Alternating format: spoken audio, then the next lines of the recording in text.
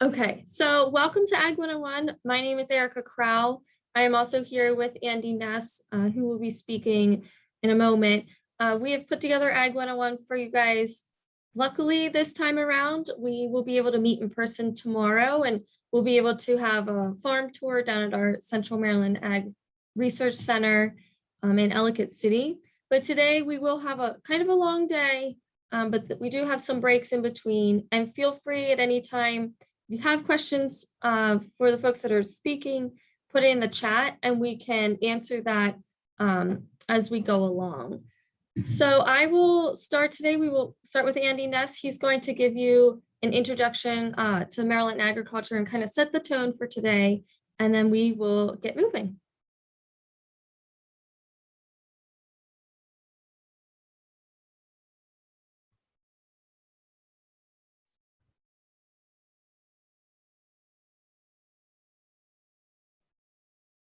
Okay, so I think I know how to use Zoom. I had to relearn it again. But thank you everybody for joining us today for Ag101. I am just going to do a very short introduction to both the program and Maryland agriculture as we get, and then we'll get into more detail with the rest of our speakers. So here's our schedule and our agenda for today. So today is going to be all online via Zoom, so hopefully we won't get you too zoomed out, but there's our schedule of speakers lined up here. You'll notice that in front of each one of the speakers and topics, there's a lesson, like lesson 1, 2, 4, 5, and 3. They correspond with the different sections in your Ag101 handbook that Erica sent out this morning. So you can just reference that as we go along. And in that handbook, there's information that you might find useful and some additional resources. So first of all, I wanted to thank USDA-NRCS for sponsoring this program. They've helped us financially with some funds and grant money to deliver this program to you today. And just a reminder, as Erica said, Day 2 is going to be on farm, so that's at our Central Maryland Research and Education Center, which the address is right there, 4240 Folly Quarter Road. That's in Ellicott City. We'll start there and then we'll eat lunch, and then after that, we're actually going to go to Country Spring Nursery, which is in Woodbines, Maryland. So that's about a 20-minute drive. So we'll follow up with some more information about that at the end of the day today, and also in an email later this evening. So if you guys haven't done the pre-survey, there's still time to do it. So in your registration email, or the email that Erica sent, there is a pre-course survey that thank you if you've already done it, but if not, please take a moment to do it, because there will be a post-course survey that will go out after tomorrow that we would ask you to fill out once the program is complete. So we would certainly appreciate it if you do all of that for us. Again, the handbook you have in your email is a PDF, so feel free to reference that as we go along. There's also a glossary of terms in there that you might find useful to keep on hand in case there's things that are said that you need to reference. By now, we should all be used to Zoom, but just a reminder that if you would like to ask questions, you can bring up your chat box and then type them in the chat box. If you do that, we'll get the questions and get them answered. If you would like, when that's appropriate, you could unmute yourself and ask the question as well. So however you would like to ask questions, please do so. We would like you to ask as many questions as you would, as you like. So don't be afraid to do that. So with that being said, here's going to be a very quick intro to Maryland agriculture, just a sort of a 30,000 view mark of Maryland ag. A couple of things up front is sometimes people ask where you can get good ag statistics, and basically I've listed 3 sources here for Maryland. One would be USDA-NRCS, which stands for National Ag Statistics Service. You can find their database at nas.usda.gov.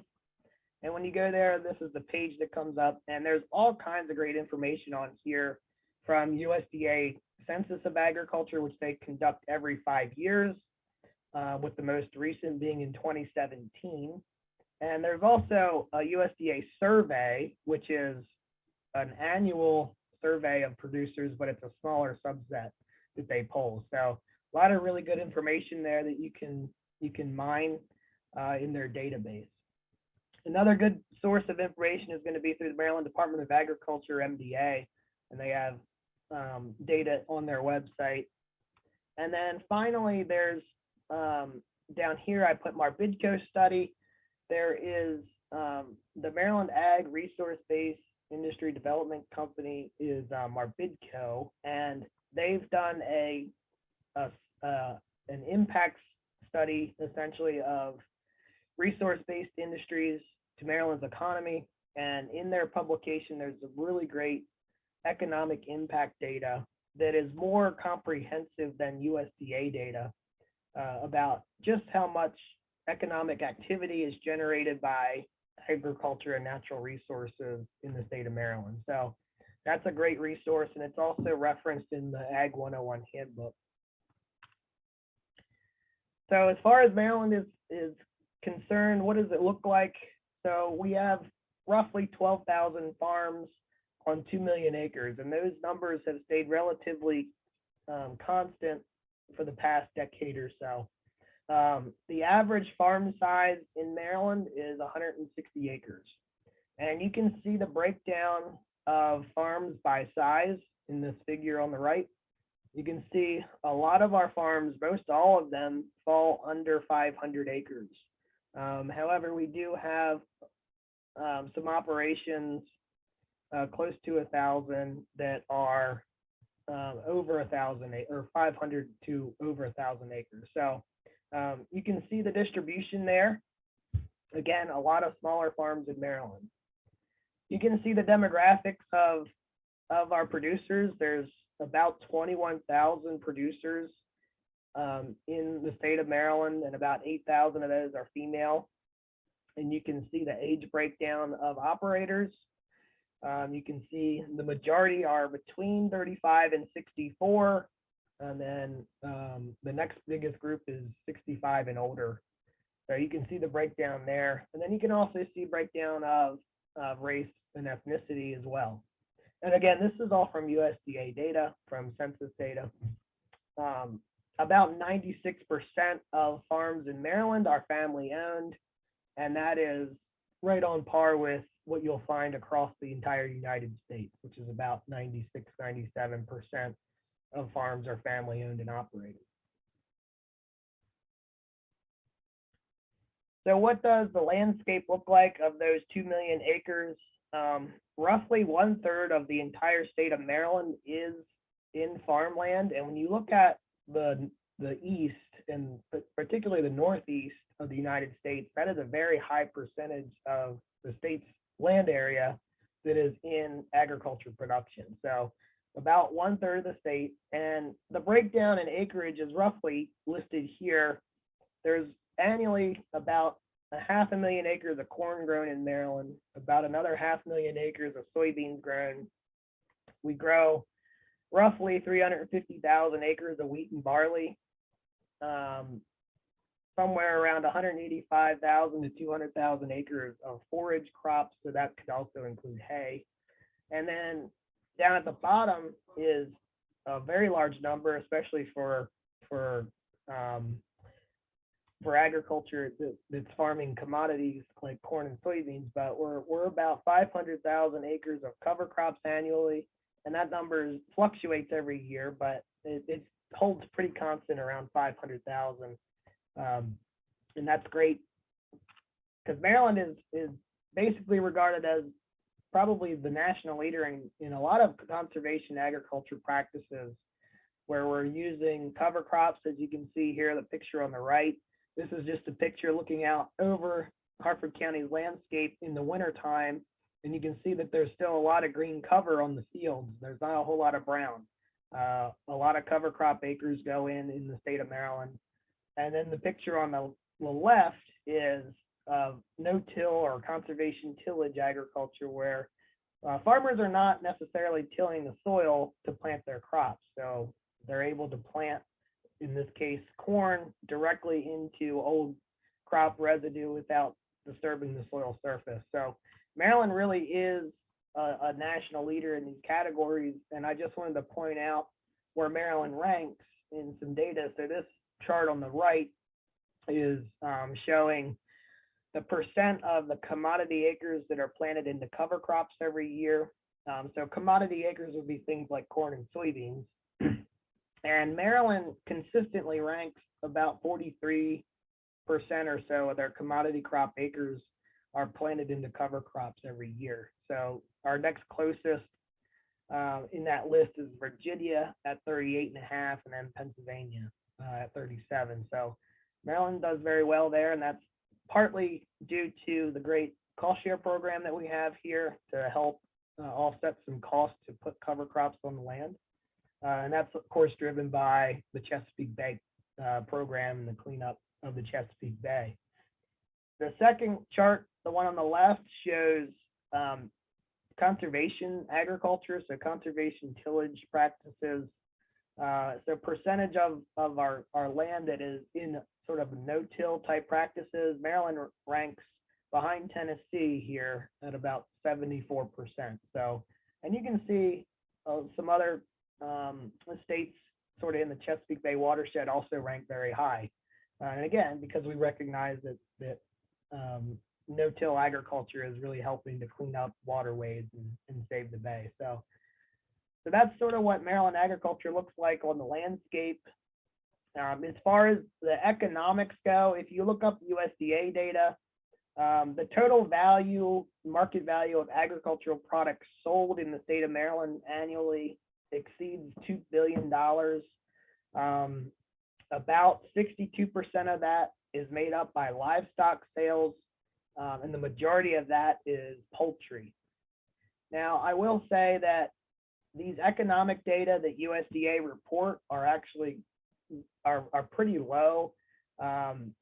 Reason being is that the data that farmers provide in the survey is often not entirely accurate. The numbers that they report are usually lower than what their actual production numbers are. So just take that into consideration. The USDA data is typically off, typically underestimated, especially in terms of economics.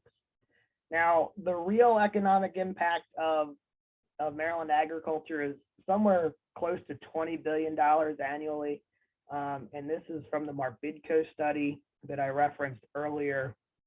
And that takes into account not only the market value of products that are sold, but also the supporting industries. So things like veterinarians or ag co-ops or other ag service providers that are all part of the agriculture engine in the state. So a lot of dollars generated for the state, and also a lot of jobs. So over 84,000 jobs in the state of Maryland are directly linked to agriculture. So just a quick map here of the state of Maryland to just make some generalizations. So in our northern tier of counties that border the Mason-Dixon line to the north there, typically we see a lot of dairy farms here. Historically, there were a lot of dairies. There's fewer now than there used to be, but there's still a lot of dairies here. A lot of cattle and horses in these northern counties, forage crops to feed those. We do have some orchards here, especially in the mountainous parts of like Frederick or Carroll County. Fresh market vegetables, and of course, we still have grain produced here as well. The Eastern Shore is where we have a lot of grain crops, and predominantly, this is where our poultry industry is located as well. So processing poultry.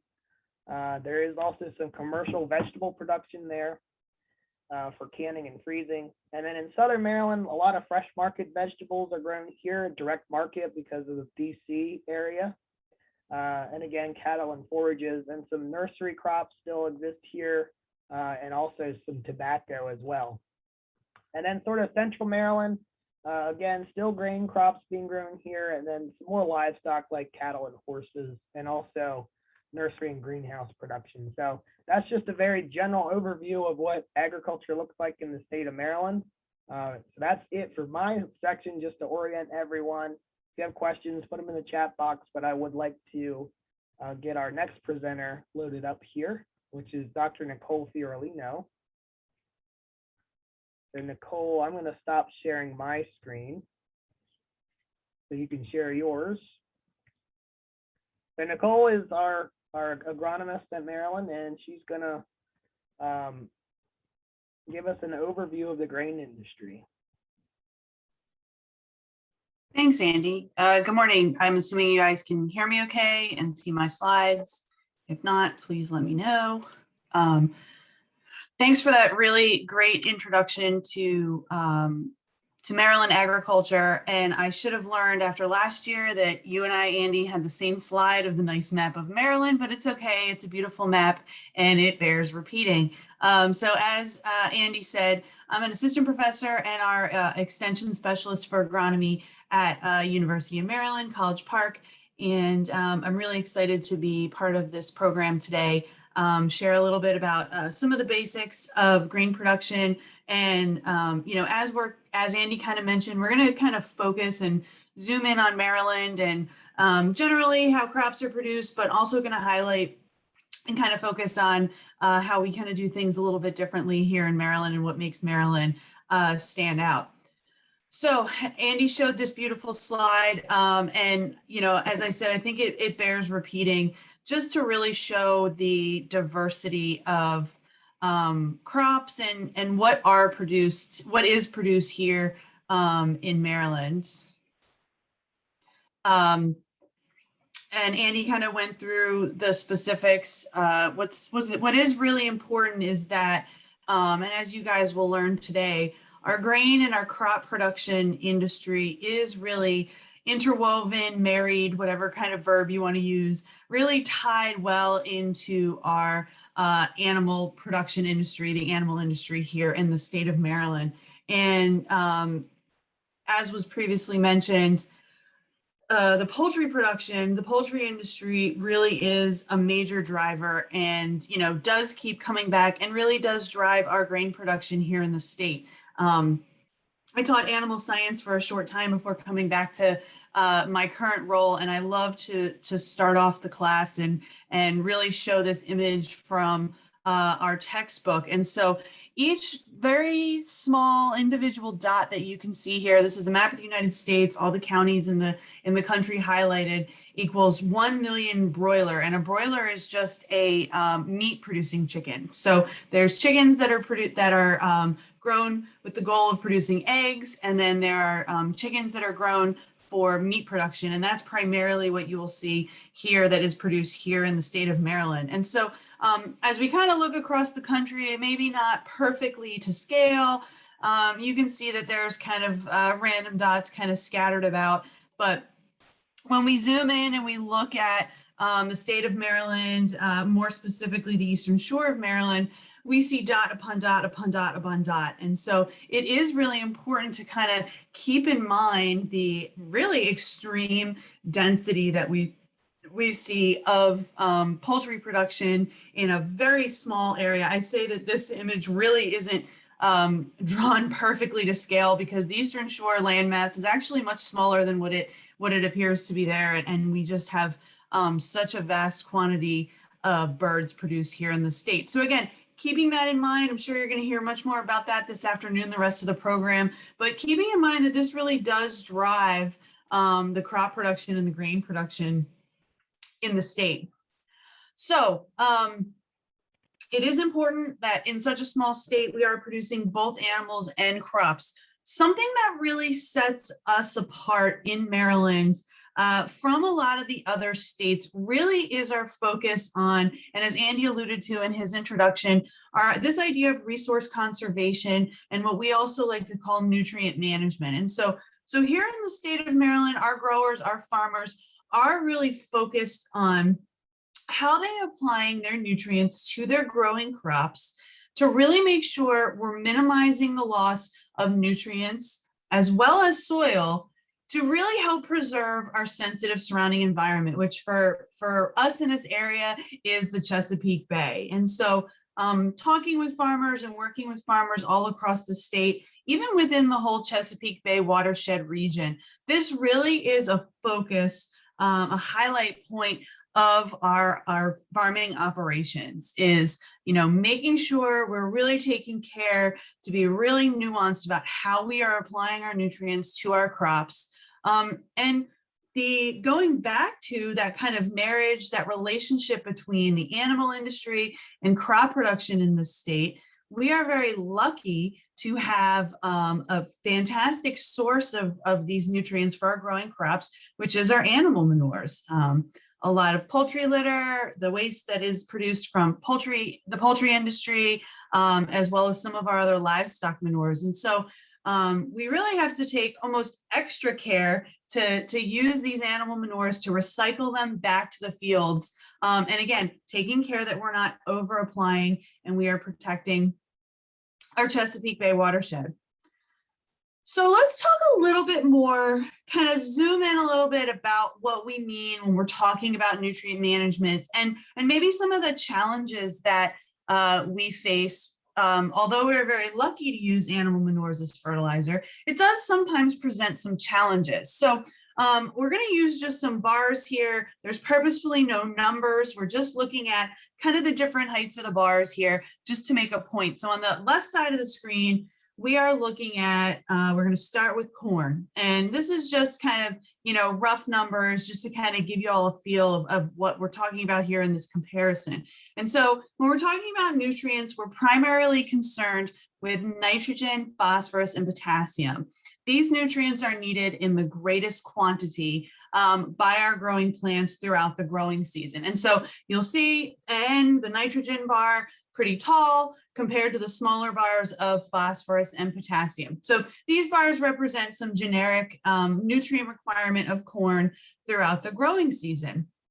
And so in some parts of the state where folks are using commercial fertilizer that they are maybe purchasing from their local ag service provider in the area, that farmer can call up their local provider and say, hey, this is the exact blend, this is the exact formulation of nitrogen, phosphorus, and potassium that I'm looking for in my fertilizer. And hopefully you can get a feel for the fact that these bars are about roughly the same size, all right? So we won't put out extra nitrogen, extra phosphorus, extra potassium if we don't have to. Again, we want to minimize that movement and that runoff of these nutrients into the Chesapeake Bay. So when we're using this commercial or inorganic fertilizer, it's very easy to be able to really match the exact formulation of that fertilizer to what our crop needs. Awesome. This is great. And, most folks across the country are probably doing this as well. Even those who are in areas maybe not as concerned with the Chesapeake Bay like we are.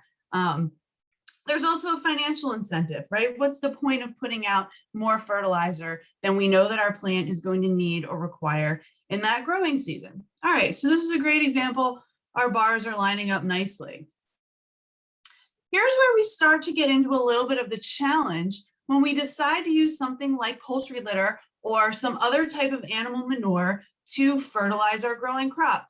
Again, we are lucky to have this organic source of nutrients. There are so many other benefits that our soil, that our crops are getting by farmers choosing to use a manure, an organic source of nutrients over a commercial fertilizer. But hopefully you all are able to appreciate the fact that these bars don't line up as cleanly as the commercial fertilizer, all right? And this is because we really don't have much control over the nutrient levels that we get when we utilize or purchase an organic nutrient source, a manure, right? We get the nutrients that are excreted as a byproduct from that animal. And so it would be wonderful in a perfect world, those nutrients would align perfectly and we would be able to provide that crop exactly what it needs in terms of nitrogen, phosphorus, and potassium by using that poultry litter, but that is not the case. So this forces our growers to make some decisions, right? Spend some time earlier in the year, in the wintertime, in the off season, making some decisions for how they're going to manage their operations. So let's take a look at a couple different scenarios that our growers have. All right. The first scenario that we're seeing on the left, now we've overlapped these two bars together. All right. And this farmer, or this example, we've decided to provide that corn with as much manure, with as much poultry litter that is necessary to provide all of the nitrogen that that corn crop will need in that year. All right. So you can see that the red hashed bars and the black bars perfectly line up. All right. But what are we seeing when we're looking at those other nutrients, right? We're not so concerned about potassium, but nitrogen and phosphorus are really our two nutrients that we are most worried about, and that can have the greatest detrimental impact on the Chesapeake Bay. So if we are using poultry litter to provide all of the nitrogen to our corn crop, there is some amount of phosphorus that we are over applying, okay? And this phosphorus may or may not be at risk for loss to the Chesapeake Bay. So, individual farmers on individual fields really have to make a decision if this is okay. All right, so let's see what another option might be. Maybe this is not okay. Maybe that specific field is too close to a sensitive water body, too close to the Chesapeake Bay, and that farmer is concerned and really does not want to risk losing this phosphorus to that surface body of water. So the farmer can choose to say, I'm going to utilize this poultry litter, but I'm going to put it down at a lower rate. I'm going to put less of that litter on this field, and I'm going to supply the phosphorus needs for that corn crop in that year. All right, so you can see for the phosphorus, our red hash bar and our black bars line up perfectly. But what does that mean now? All right, that farmer is now under applying that nitrogen. All right, so that farmer might have to go out and actually purchase some additional commercial fertilizer, likely is going to have to come back out and reapply that to the field again so that he can maximize his corn crop. He's really going to need that extra nitrogen. So now we're creating extra work, extra time, potentially an extra cost for this farmer as well.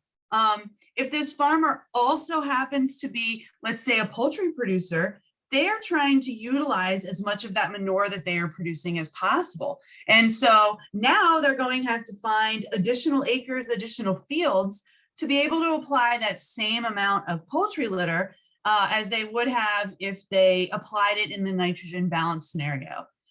So there's a lot of decision making that plays into account as farmers are trying to decide how best to manage their operations.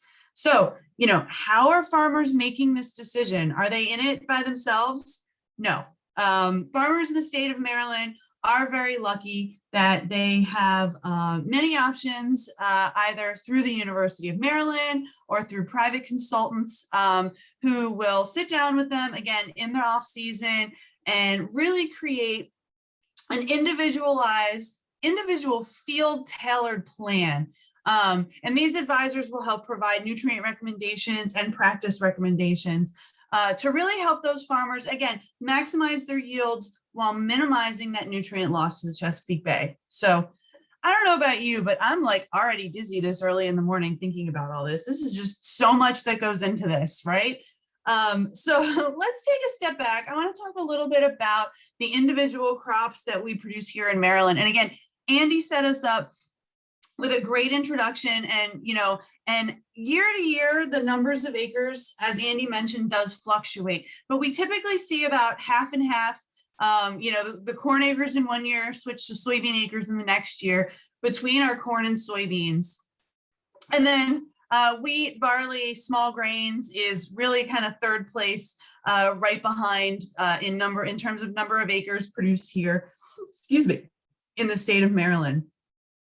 And so again, that relationship between the grain industry and our animal industries is so important. Most of these grains that we produce in the state of Maryland are used almost exclusively for feed for some type of animal industry. Obviously forages, silage corn will go to other livestock species, but most of the actual grain that's harvested does get blended into feed for the poultry industry. And actually, in some cases, we, the state of Maryland, do not produce enough grain to completely fulfill the requirement of the poultry industry. So some grain actually does get imported into the state of Maryland, either domestically from other parts of the country.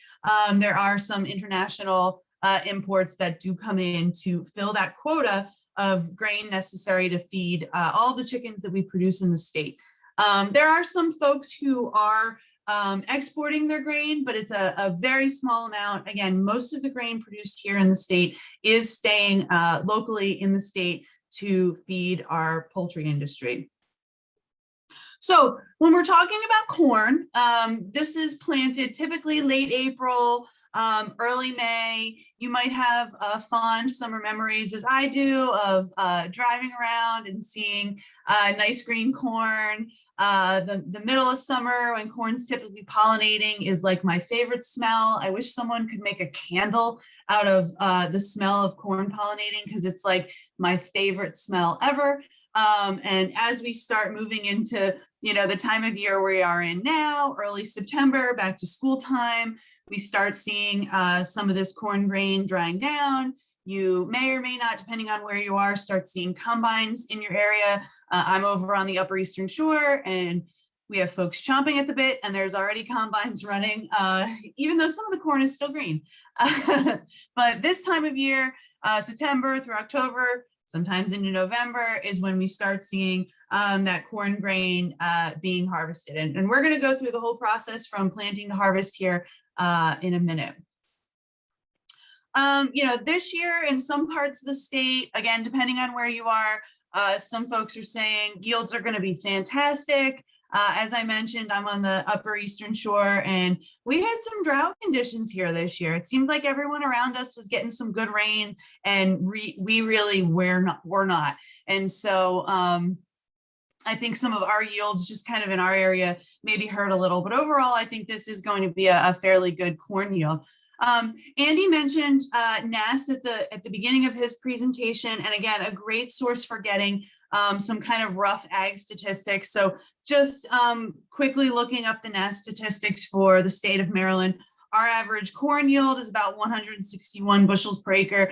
I'd say that's a little bit on the low side. I think we have some really good producers who are seeing much higher yields, especially on fields where they have irrigation. And so they're able to combat some of those droughty conditions, like I said, that may hurt some producers in our areas. So again, NASS is a good source of that kind of information. So typically after a corn crop is when we would see wheat or barley, other kind of small grains planted. And so corn and soybean are typically the cash crop that are grown in kind of the summer season. We're talking about small grains, wheat and barley, talking about kind of growth that happens over the winter season as well. So after that corn is harvested, then farmers kind of switch gears and move into planting of small grains like wheat through October and November. We'll typically see kind of a slow fall growth. We like to get a little bit of vegetative growth up before we hit into the winter. And then I feel like that's kind of always the sign that spring is coming when wheat and barley start looking healthy again and start greening up. It's like, yay, spring is coming and we're getting out of the cold weather. And then wheat and barley typically are harvested early June before soybeans then are planted kind of behind or after this small grain crop. The wheat that is primarily produced in Maryland, some of it is used to and mixed into poultry feed. A good amount of wheat that is produced here in Maryland is actually used, I'll say regionally, for pretzel and cookie production.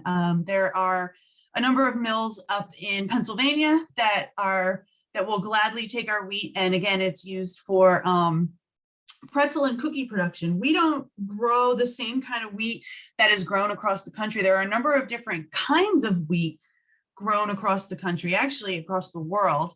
And depending on the kind of wheat that is produced, is the end product of that wheat. So for an example, something like durum wheat is what gets used for making pasta. My favorite, I'm Italian, I love pasta, but unfortunately we can't grow durum wheat here in our climate. So our soft red winter wheat that we grow is, again, primarily used for pretzel and cookie production here in the region. And again, looking at the NASS statistics, 75 bushels per acre is kind of what they're saying is the average for the state of Maryland. And I'd say that's pretty spot on. In some of the recent years, wheat, small grains haven't been as lucrative as a crop, meaning farmers aren't making as much money for producing and growing and delivering wheat, but we might be seeing a resurgence here soon within the next couple of years or so. All right, and then we'll talk about soybeans. So soybeans are actually really interesting, and they fit really well into our crop rotation. They're very versatile here in the state of Maryland in the sense that they can almost be produced two different ways. And so when we talk about what's considered full season soybeans, these are planted in April or May, kind of right around the same time as we are planting corn. So they are considered full season because they take advantage of the full growing season throughout the summer, planted in the spring, and then harvested in the fall.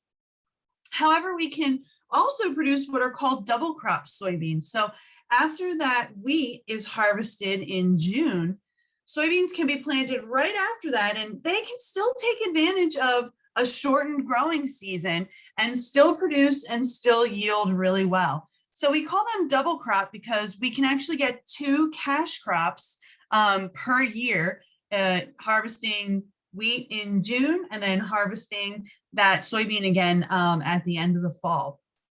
And again, they're harvested at a similar time. So soybeans are an amazing crop that are really better able to take advantage of the shortened growing season and really proliferate.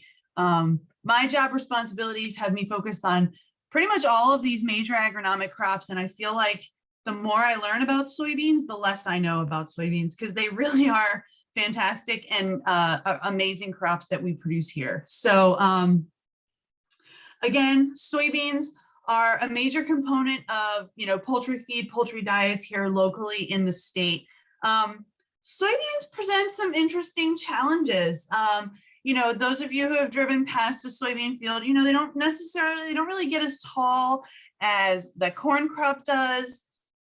Their initial growth is a little bit slow, so we don't always get a nice canopy or a cover over the soil surface. So sometimes weeds can be an issue. We can see weed issues in both corn and soybeans.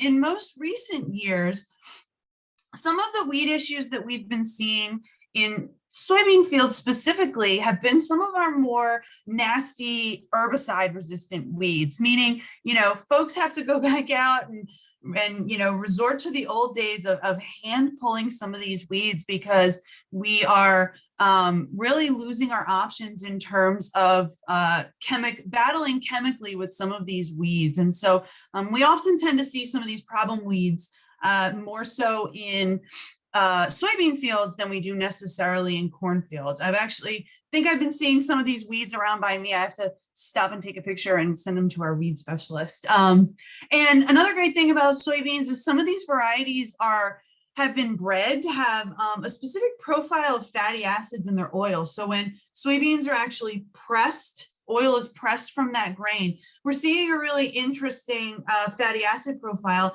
And this can be more lucrative for some of our growers, meaning growers can bring in a higher price for these specific beans than just kind of traditional soybeans. And again, the NASS statistics, 44 bushels per acre as an average yield, I'd say that's definitely pretty low. I think a lot of our growers are definitely getting well above that in terms of their soybean yields.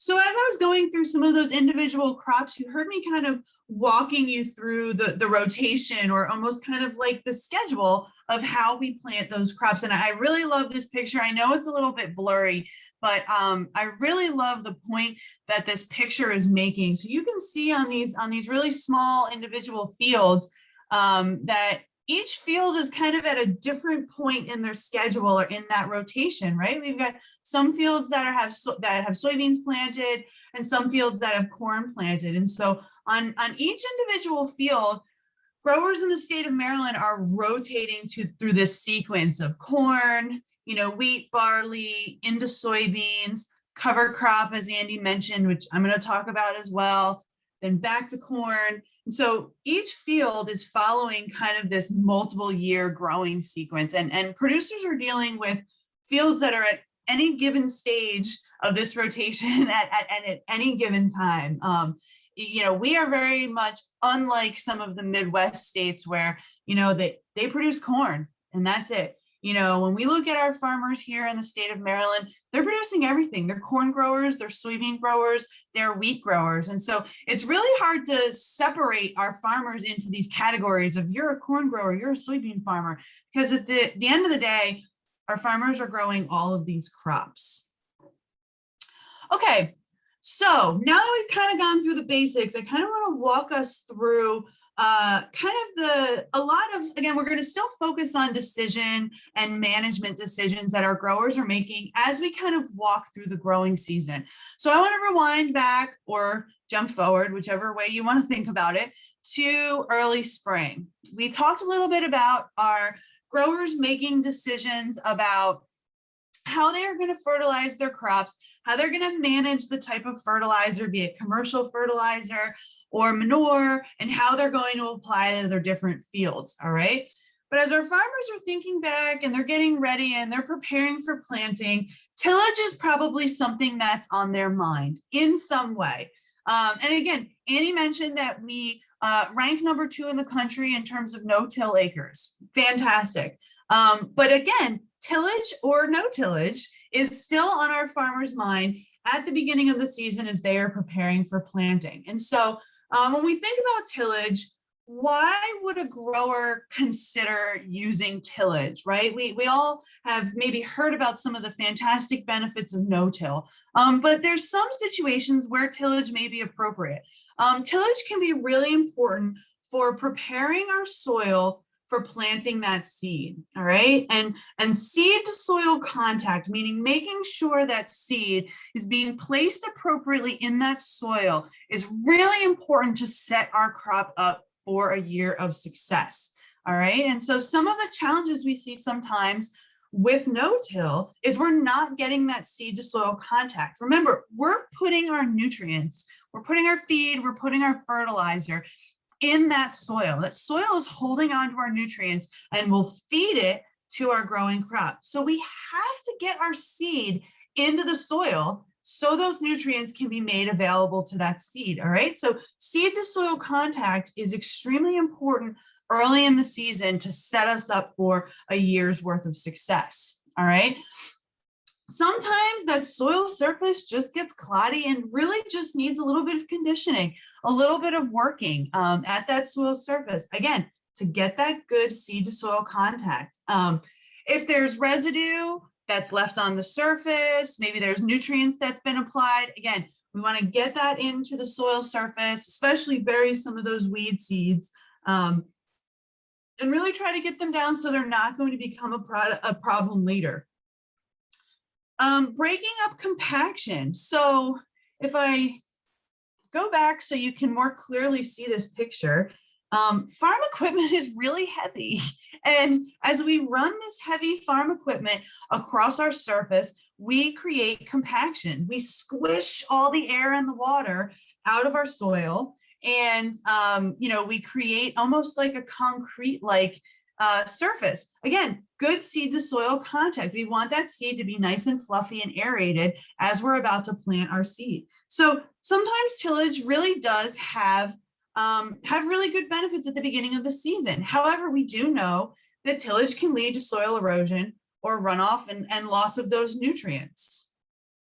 So I really like this schematic as we're looking at kind of different types of tillage. And this is just to give you an idea of maybe number of trips across the field, right? How many times that tractor with different equipment is running off the field when we're talking about different types of tillage. And I'm going to show you a picture in a minute of kind of what the soil surface looks like after this different type of tillage. So when we're talking about conventional tillage, what we're looking at is potentially up to 4 trips across the field. So that really heavy tractor could be going across that field 4 times, initially plowing, then kind of disking, then we're planting our seed and potentially coming back later in the season and cultivating to get rid of some of those weeds, right? That's what we think of when we think of conventional tillage. Most of our growers are doing some type of reduced tillage, right? Maybe kind of a light disking, a little bit of conditioning on that soil surface, coming back and planting that seed, and then maybe coming back later in the season and cultivating. All right, that's what we're talking about with reduced conservation tillage. And then when we're thinking about no-till, really a lot of those operations are happening at one time. We're going to go across that field. We're not necessarily going to condition anything. We're going to plant that seed and maybe apply some type of chemical to help manage some of our weeds a little bit. But we're really making really one, minimal trips across the field. So when we're talking about different severity of tillage, this is partially what we're talking about. How many times we're actually running that tractor across the field. And besides some of the environmental benefits, you can see that from an economic standpoint. Hey, the less you're running that tractor and the less fuel you're using, there's going to be economic benefits to that farmer as well. So I really love this slide because I love being able to look at and see these different types of tillage and their impacts on the soil kind of side by side. So let's start down on the bottom right. We'll kind of go most severe to least severe here. So this is an example of, very conventional tillage. This is something we would call moldboard plow, which is basically a full inversion of that soil. You can see that this kind of curved blade is coming through and flipping that soil over. These are the roots of those plants there being flipped over. Now, I will tell you that it actually was only a couple years ago that I actually saw a field that had been moldboard plowed here in the county where I live. I really had not even seen one before, to be quite honest. And it was so shocking. I had to actually, my husband was driving and I made him stop the car and back up so I could see what I said, what is going on in that field over there? And it was actually after it had been plowed, and it was so foreign to me because it really is not something that we see typically here in Maryland. Most growers are not doing this. If we look on the top right, this kind of conservation tillage is really more of what we're seeing here in Maryland with our growers, right? You can see that there's a little bit of roughing up of the surface, but you can still see that there's a good amount of crop residue left on the surface. And leaving this crop residue on the surface is really important for preventing those losses of nutrients. This is the premise of cover crops and the cover crop program, which I'm going to talk about in a little more detail here at the end. So top right is an example of reduced or conservation tillage. On the top left over here, this is an example of strip tillage. And this is a practice that I don't think is super common here in the state. I have not seen a whole lot of it. We've had a number of kind of different field days with folks coming out and showing different strip tillage equipment. I just don't know how well it's really taking off here. But the premise is that you're really only tilling in a small strip where you intend to plant your crop. So all of this space that ends up being the space between the rows of either your corn or your soybeans, but you're getting that nice tillage, again, increasing that seed to soil contact right there where you plan to plant your seed, and you keep nice good cover kind of in the rows in between, again, helping prevent nutrient loss. And then here we see on the bottom left corner, a really nice example of no-till, right? And you can typically tell a field that's been no-till because you can definitely see the remnants of the previous crop that was in that field. And so, while we see this nice green crop, that's growing in the field, we still see the remnants of the dead corn stubble that was that previous crop there. And so, this is an example. You really can barely see any bare soil. All of that soil surface is covered either with an actively growing crop or the remnants of the previous crop. So I think I may have already alluded to my answer to this question, but is it always right or always wrong to till agricultural fields? And I like to frame that in a question: to till or not to till, right? And I would really argue that this is based on individual farmers' goals. As a farmer, are you really trying to be more actively leaning more towards a no-till operation? But it also is based on individual field conditions, right? And even though Andy alluded to, not a lot of our growers have, farms that are over 500 acres, but you can imagine if you're managing, 500 acres of soil, that there's going to be some fields that may get more compacted than others, and you may have to make that decision to till, right? And so that decision is based on, again, are you trying to function in your operation as a long-term no-till farming system? Again, those individual soil type and compaction. Are you really paying attention to how much residue you want to leave on the surface? That could change the decision, maybe not of to till or not to till, but maybe how you choose to till. And I really encourage farmers, everyone, to really think about, why am I tilling? If you are trying to manage an organic operation where you're not allowed to use different chemicals to manage your weeds, you might have to till, because that's really your only option for managing those weed seeds and those weed plants. And so, as much as you don't want to till, it really may be the only tool that's left in your toolbox to manage and deal with those weeds. Or are you in a type of soil where you really, you've got some water ponding on the surface and you're really trying to get that water to infiltrate into the profile. And so, again, this is a very individual farmer, individual field kind of decision of, how and when or how often they're going to till. And, I like to present this as, it's not an always never, okay? There may be some years where you've got to do a little bit of tillage, and maybe you could go 5-7 years without tilling again. So this isn't, farmers don't always have to do this every single year, and the decision isn't always the same every single year, or even every single stage in that crop rotation. All right, so once we move past tillage, we're ready to plant that seed, get that seed of our crop into the ground.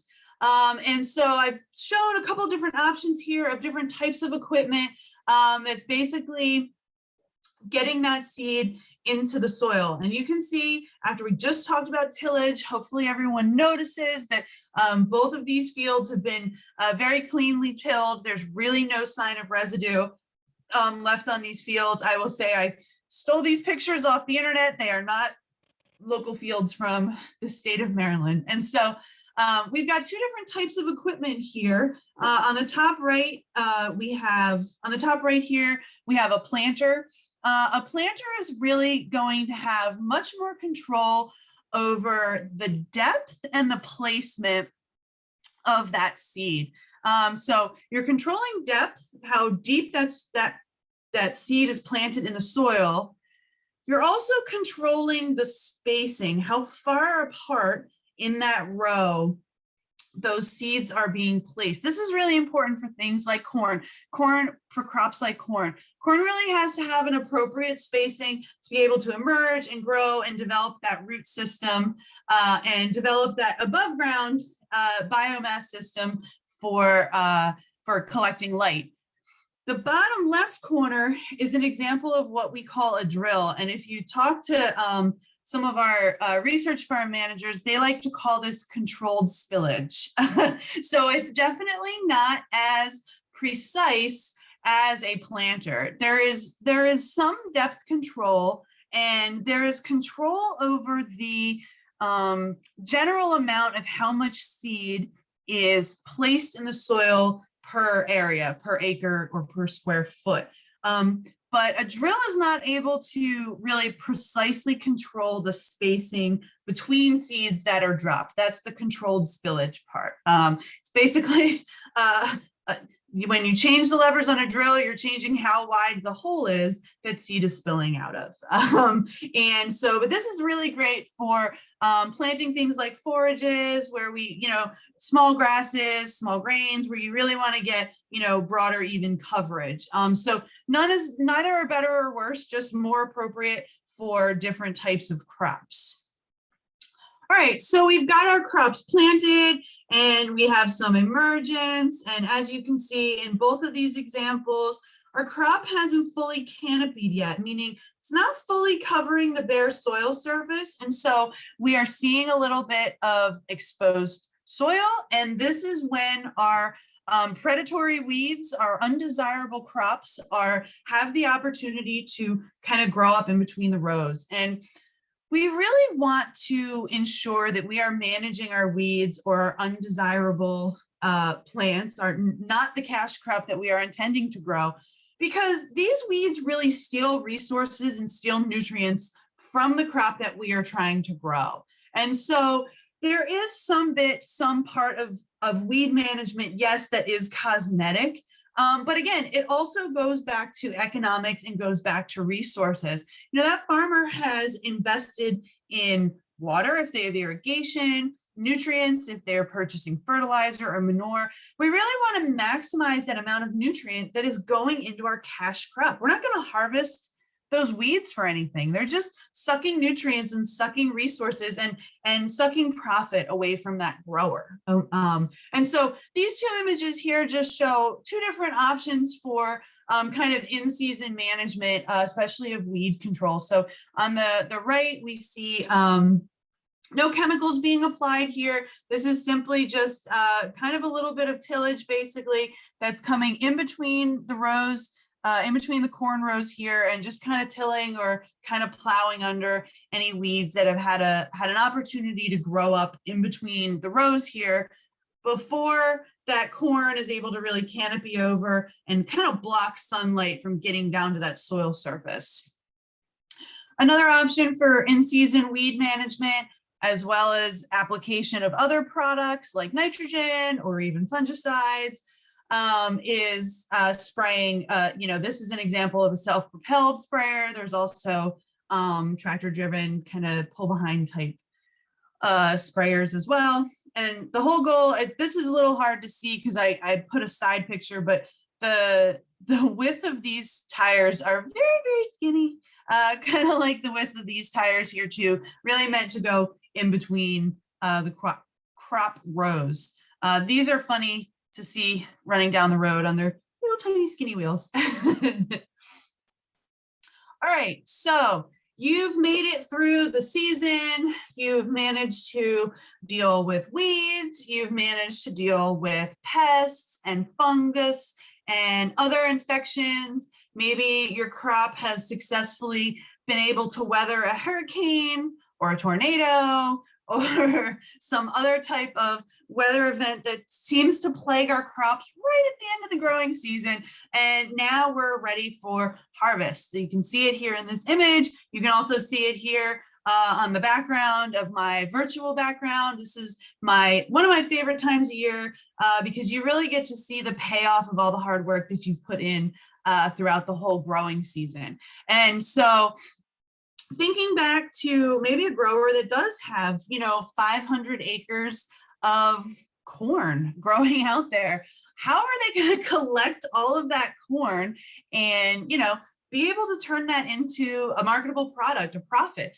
And so they typically use a machine like this, a combine, and it's called a combine because it both harvests the grain and it threshes the grain too. So when we grow something like corn, this isn't sweet corn. This isn't corn on the cob. We're not looking to harvest the entire cob. You can see coming out of the top of the machine here, it's just the kernels, right? So this big machine sucks in that whole corn plant and is able to thresh and separate just the kernel off of that ear of corn. That's all that the farmer wants at the end of the day. And I like this picture too.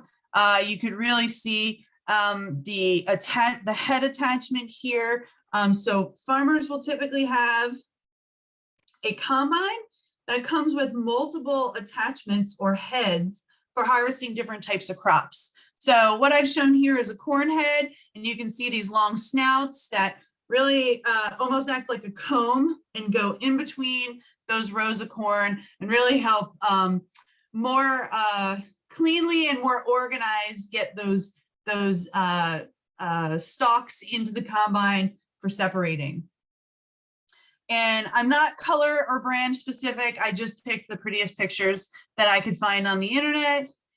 And here is a green combine as well. And you can see this head is more of an attachment for wheat, barley, and soybeans. Again, acting like a bit of a comb and just pulling in that whole plant to thresh apart. And all we care about is just the grain.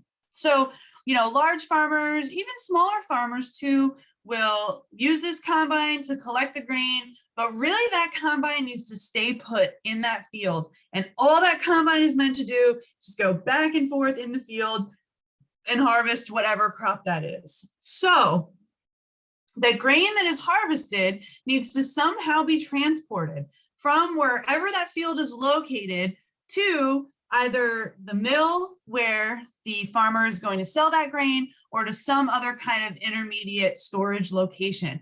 So growers who have a combine will typically also have some type of large trucks like this. The combine will pull up, stick their little arm, the auger out, and unload all that grain into that truck for transport. So again, thinking about someone who has maybe 500 acres, they might not be lucky enough to have all those 500 acres right there at their farm. That 500 acres could be split up across their whole county, maybe across multiple counties. We've got some growers that farm fields on the Eastern Shore and the Western Shore. So they need to have reliable transportation to move that grain from the field where it's harvested to its either final or intermediate destination.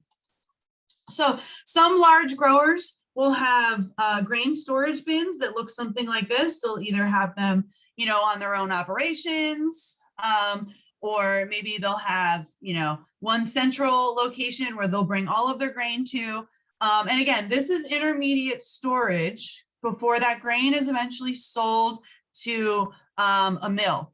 And over here on the Eastern Shore, we have Mount Air, which is one of the poultry production companies. You know, they are the end buyer. They purchase that grain right from the grower, and then it gets turned right into poultry feed, mixed right into those diets. And so that's kind of the lifespan of that crop from beginning of the season to the end of the season.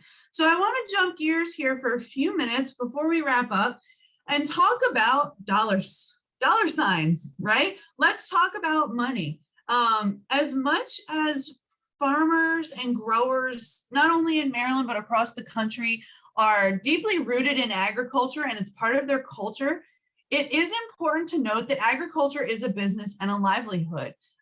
Growers are involved in agriculture because it is profitable for them. And what's really important to remember as we're talking about farming, we're talking about agriculture, you know, grain specifically, farmers are price takers. Farmers are not price setters. Farmers have no control over the price of grain. All right. Grains are commodities and those prices are set by the global markets. Just things like fuel prices, everything else, you know, there's not control over how much those prices are. When a farmer pulls up to a mill like this, they get told exactly what the price of the day is of that grain. Take it or leave it. So farmers, there's not much haggling, there's not much negotiation. Farmers have to take the price that are set kind of by the global markets. And so as such, we really have to think globally and get a feel for and understand the different factors that really affect how those prices are set. So a lot of the corn that is produced in the Midwest is blended and used in ethanol production. So the usage of ethanol often has some fluctuation, has some impact on the price of grain. What are fuel prices, right? Because that grain has to be moved around and there's fuel that is part of the price of, moving that grain. What is the strength of the US dollar in the global markets? All of these factors play into what is the price of grain, what is the price of corn, soybean, or wheat on that given day. And so when you look at something like this, this individual grain bin that maybe this farmer has on his operation, you might think, wow, that's really expensive. Why would a farmer invest in that? Well, a farmer who's pretty savvy and who understands how the grain markets work might be able to hold on to that grain to another part in the year where maybe that price of grain is growing up. And so not only are our growers really focusing on, local management, how they're managing their operations, but a lot of our farmers and a lot of our growers are thinking really globally. And really thinking about how to maximize their profits. Again, looking at a global scale. Supply and demand is really the key that controls the prices of our commodities. All right, so let's take a look here at this slide. We can see this is an example. So commodities prices, you can look up on any given day what the price of corn is. Any of us can look it up. This website, the CME group, is pretty much a fairly trusted website in terms of looking at prices. And you'll see over here on the left, this is the price. So 365 means $3.65. And you'll see along the bottom, this is the calendar year. So February over on the left through September.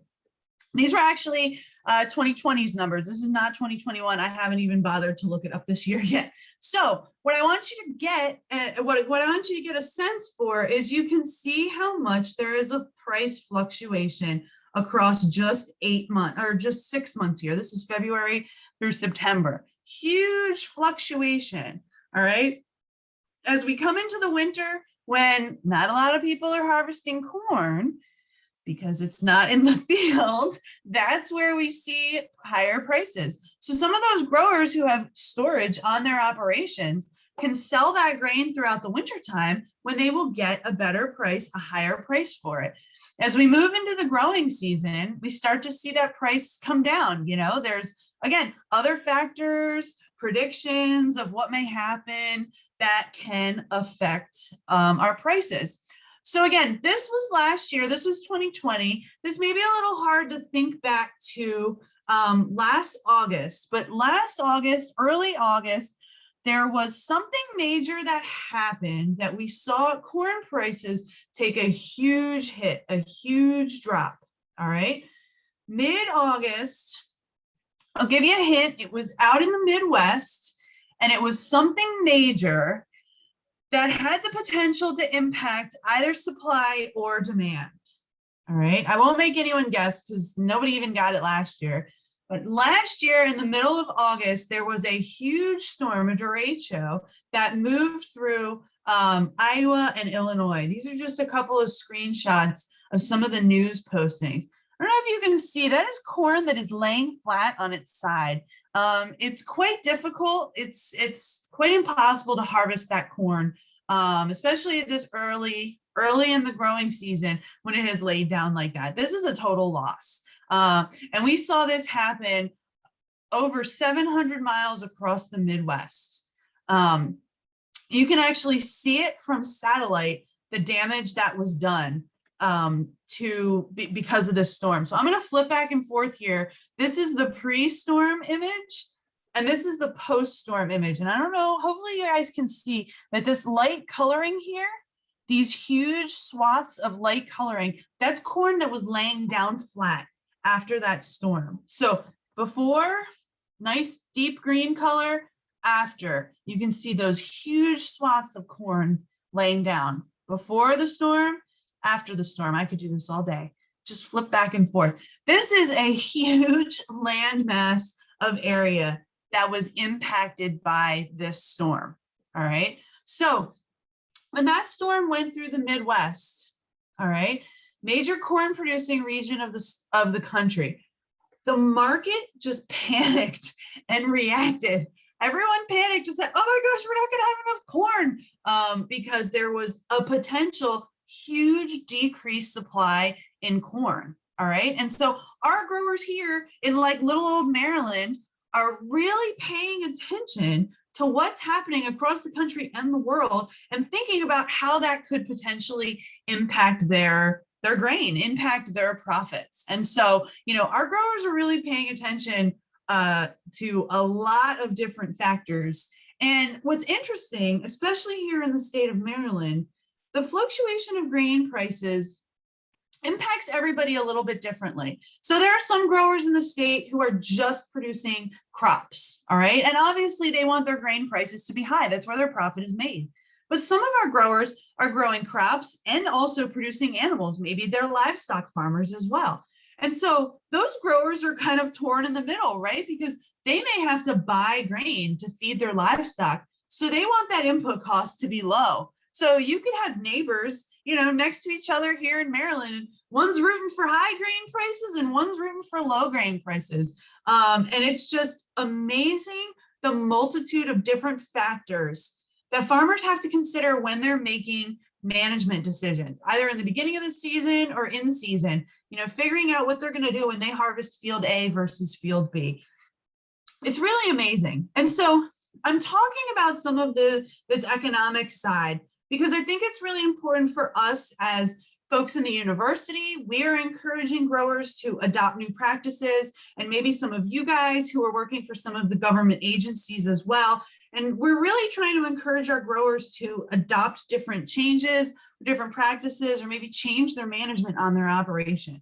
And what's really important is that cost is going to be such a major factor that these growers are going to take into account when making the decision to adopt or not to adopt a new practice, okay? Because the bottom lines, their margins are so thin sometimes. And something like a freak storm that happens in Iowa could have a huge impact on that grower in Maryland. And so, you know, those of us who are in that kind of world where we are encouraging growers to take on new practices and change their management, we really have to factor in the cost. It's going to be a major factor for these producers.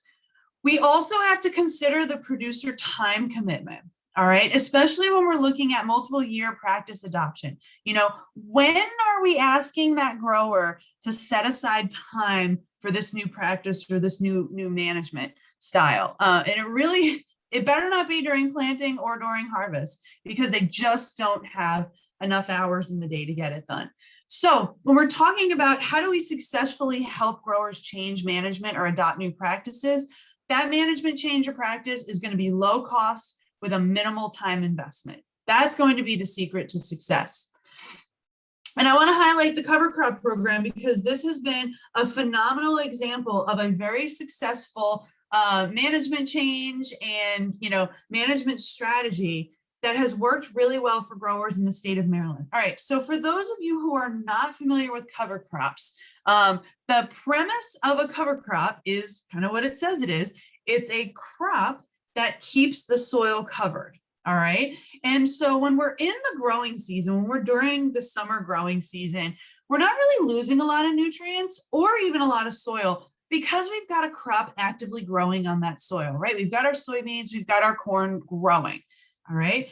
It's when we get into that winter season, after we've harvested our cash crop, there's more precipitation. Some spots we have these bare fields, and we can have nutrient runoff and soil loss, and that's what we're really trying to avoid. All right, so the idea of the cover crop program and cover crops in general are to plant a crop that will grow over the winter, not necessarily that we plan to harvest in the spring though. It's literally just meant to keep cover on the soil over that winter, over that more risky time of year where we see maybe a higher risk of nutrient and soil loss. So if there's any nutrients left over from our cash crop in the fall, that cover crop is going to get that kind of early growth. It will go dormant, but it will keep cover on the soil throughout the winter time. And then typically it's terminated somehow in the spring, either sprayed or maybe there's some tillage involved. And all those nutrients that cover crop had scavenged will get recycled right back into your cash crop for next year. All right. So this sounds really great. And in principle, you're like, yeah, cover crops work great. How did we get farmers to actually adopt this, right? How did we get them to grow a whole nother crop that they don't intend to harvest? Well, Maryland Department of Agriculture actually provides funding to the farmers that helps pay for seed, labor, costs, all this that's associated with planting and terminating those cover crops. So again, this is a cost-effective practice for the growers. They're making money by doing this, right? Farmers can receive up to $90 an acre just by managing their cover crop the right way to really optimize nutrient scavenging. So planting early, keeping that cover crop alive as long as possible into the spring, choosing specific variety or specific species that they plant. And that early planting in the fall can typically be done by aerial application. I wanted to mention this because y'all might be seeing, again, depending on where you're living, you guys might be seeing some of these planes kind of flying around lately. They've been really busy over here by my house, I know. And so aerial application is basically the use of some type of fixed wing plane or a helicopter to apply a product or a seed during the growing season. It really helps us minimize the destruction of our tall crops, minimize compaction by not running across that field. During the season, during the growing season, we can see some products being applied by those planes. But right now, if you see a plane flying around like today or tomorrow, I think today might be the, no, we've got 2 more days. The deadline to apply cover crops is Friday. So any planes that you see flying around now are probably applying cover crop seed. So those seeds will hopefully fall down in between the rows of corn and get onto that soil. And as the farmer comes through and harvests that corn, we'll kind of rough in that seed into the soil, and hopefully we'll see that early establishment of those cover crops. All right, so 2 slides just to wrap up, and I am hopefully not too far over time. Hopefully from today's lesson, you've seen that Maryland agriculture is extremely diverse. We've got animals, livestock, and crops really interwoven and produced here locally. Our growers are constantly balancing efficient nutrient utilization by crops and maximizing their profits for the crops that they're producing. It's a balancing act. It's a scale. It's a seesaw. And I wouldn't say that necessarily these goals are opposite of each other, but they're just both in consideration. Our growers are taking both of these decisions into account when they are making choices on their farms. Preparing the soil, growing, harvesting grain crops, it requires a lot of specialized equipment. Farmers need to be profitable so they can afford to maintain and purchase the equipment to be successful on their operations. Even though we like to zoom in and think locally, global economics really drive the management decisions that happen here on Maryland farms. And as those of us who are in the business of trying to help farmers adopt new management practices and make new management decisions, we have to keep in mind that, successful adoption of these practices will be practices that are low cost and won't be a major time commitment for our growers. So with that, I will wrap up. Here is my contact information. Email is probably the best way to get to me. I will probably stick around for a little bit if there's some additional questions. Andy or Erica, if there's any questions that you guys are seeing, let me know. Thank you very much, Nicole. Appreciate your presentation. Right now, I don't see anything in the chat box, but if anybody has any questions, feel free to type them in, or we do have time. So we have a break until 10:30. So if you guys have questions right now, you can unmute yourself or type them in the chat box, and Nicole she'll stick around for a second and answer any questions. Or if you have any questions for either myself or Erica, feel free.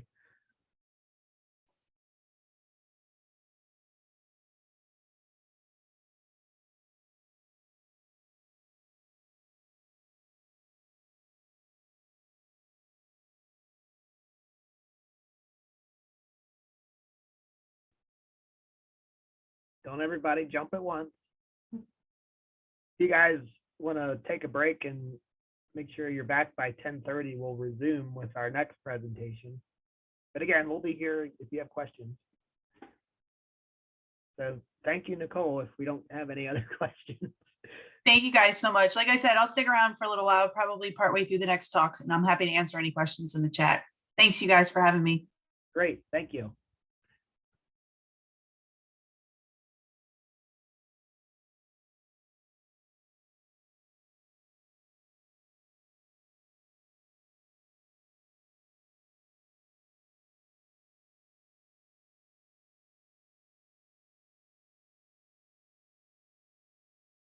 Lesson, we have Dr. Amanda Grev. She is our forage and pasture specialist here with University of Maryland Extension. And Amanda, I have given you co-host, so you should be able to share your screen.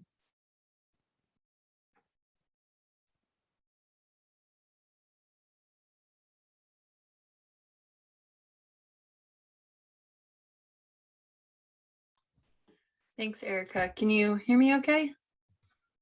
Yep, we can hear you. And okay. Are you looking at the correct screen or the opposite one? Yeah, we can see the right one. Okay, perfect. Just double checking. All right.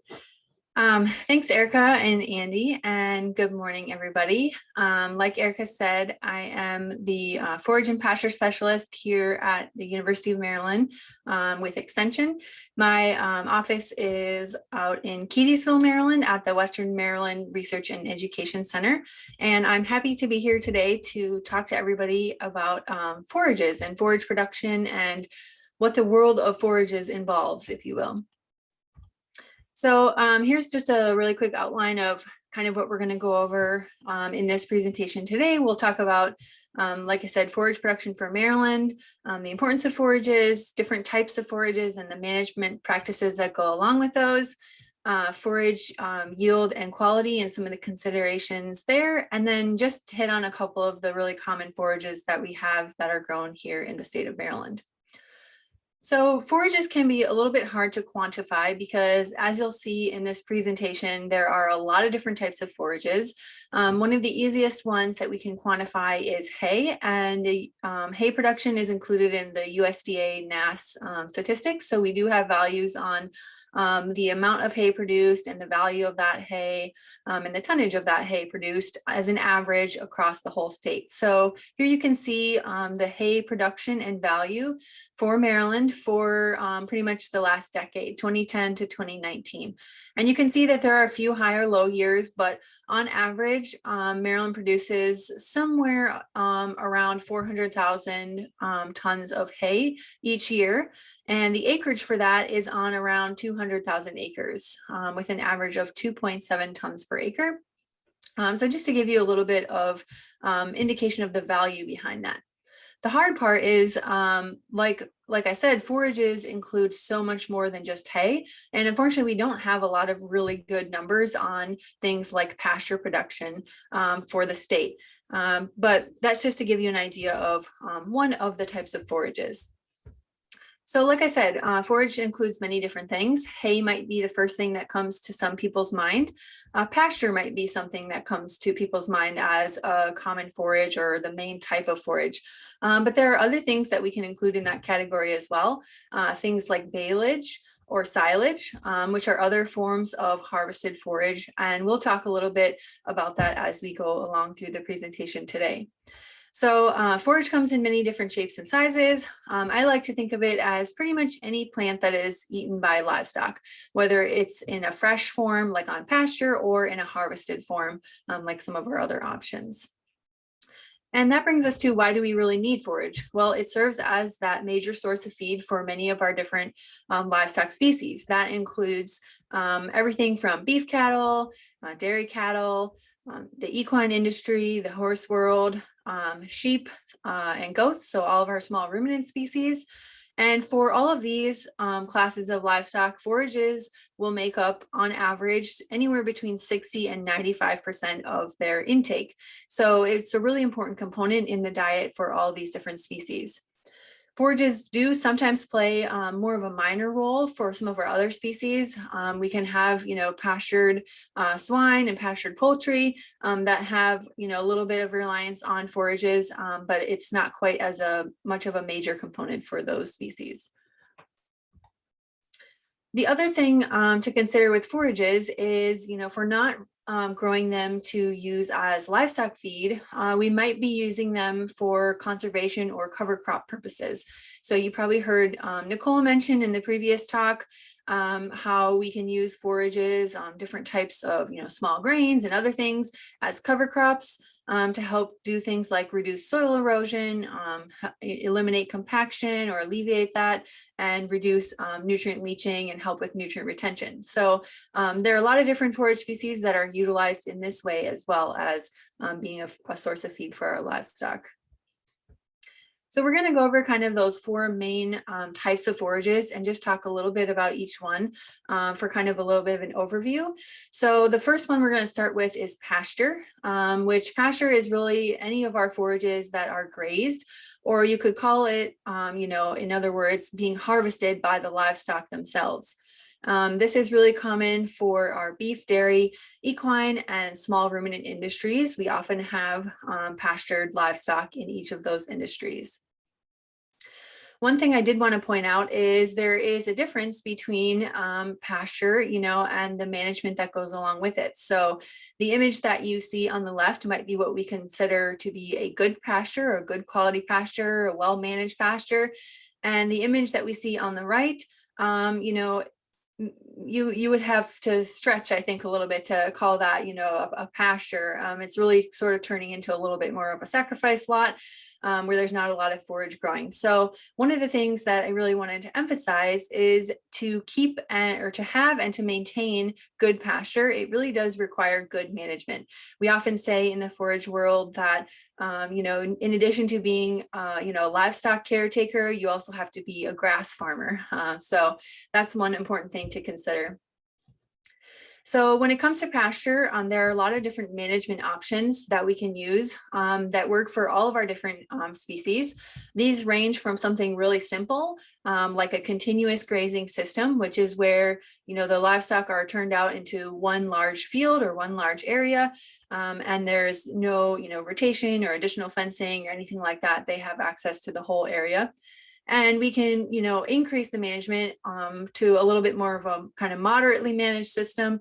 If we look at something like maybe a simple rotational grazing, where we're rotating those animals through different areas of that field, say, every 3 days or once a week, somewhere in that kind of 3 to 10 day range. And we can take that a step further and make it a little bit more intensive by further subdividing that field and rotating them more frequently. So, every day or every other day. I know of operations that are even moving animals twice a day and really becoming more intensive with their grazing management. And the option that will work best for each individual will depend on, their farm and their lifestyle and their management practices. But one of the benefits of moving to a rotational grazing system is that you'll increase the utilization of your forage in that pasture. So when, we have a continuous grazing system, a lot of times animals continue going back to the same spots and kind of overgrazing those areas while leaving other areas completely untouched. And by moving them around and kind of forcing them to go to different areas of the field, you can increase the utilization of that pasture. So for each of the forage types, I also put together a few kind of advantages and disadvantages to consider as we're looking at these different types. So one of the big advantages in a pasture system is that the livestock are harvesting the forage themselves. So there's less equipment that's involved because we don't have to go in and harvest that forage using our hay equipment or other harvest equipment. And there's less harvest losses. We'll talk about some of the harvest losses that occur with some of our harvested forages. And the other benefit is that our livestock help us by spreading their manure, aka some of the nutrients that are recycling through their GI tract back across those fields. So those are some of the advantages. Some of the disadvantages or things that we have to work around when it comes to pasture are that the growth of our pasture and the quality of the forage in that pasture will fluctuate throughout the year. So we'll talk a little bit about, forage growth patterns later in the presentation, but there are certain times of year where forages are growing really rapidly and other times of the year when forages are growing much more slowly. And that's something we have to deal with and kind of manage around. Another disadvantage is, if we don't manage it, if we're not, taking good care of the pasture, our livestock can easily start to degrade or ruin that pasture. And it does require some infrastructure in terms of, fencing and waterers, especially as we move into more of those rotational systems. Having, water available and having fencing to do those subdivisions does require some infrastructure. So some of the keys for maintaining a good pasture, we want to make sure that we have good, soil fertility. We want to be supplying those forages with the nutrients that they need, and that we're keeping an eye on any weeds that may be, invasive or kind of starting to take over and outcompeting our forages. We want to make sure we allow for adequate rest for those forages. And this can be accomplished through that rotational grazing system. So just to give you a little bit of a visual, here we have in this photo plants that were cut down to a 2-inch height to simulate a grazing or a cutting every week on the left, every 2 weeks in the middle, and every 4 weeks on the right. And you can see that there is additional forage growth both above ground in the leaf material as well as below ground in the root matter when those forages had a rest in between grazing bouts or in between cuttings. So that's where another benefit of rotational grazing really comes into play, is allowing those forages to kind of rest and recuperate in between grazings. Along with allowing for adequate rest, we really want to leave an appropriate residual, which is the amount of forage remaining in the field after a grazing. So how much we're leaving in that field when we're moving the animals off of that field. And basically this means we just want to avoid overgrazing. We want to avoid grazing that field down to a really short grazing height. And this is also for the health and the longevity of that plant. So again, you can see the difference in forage mass above and below the ground.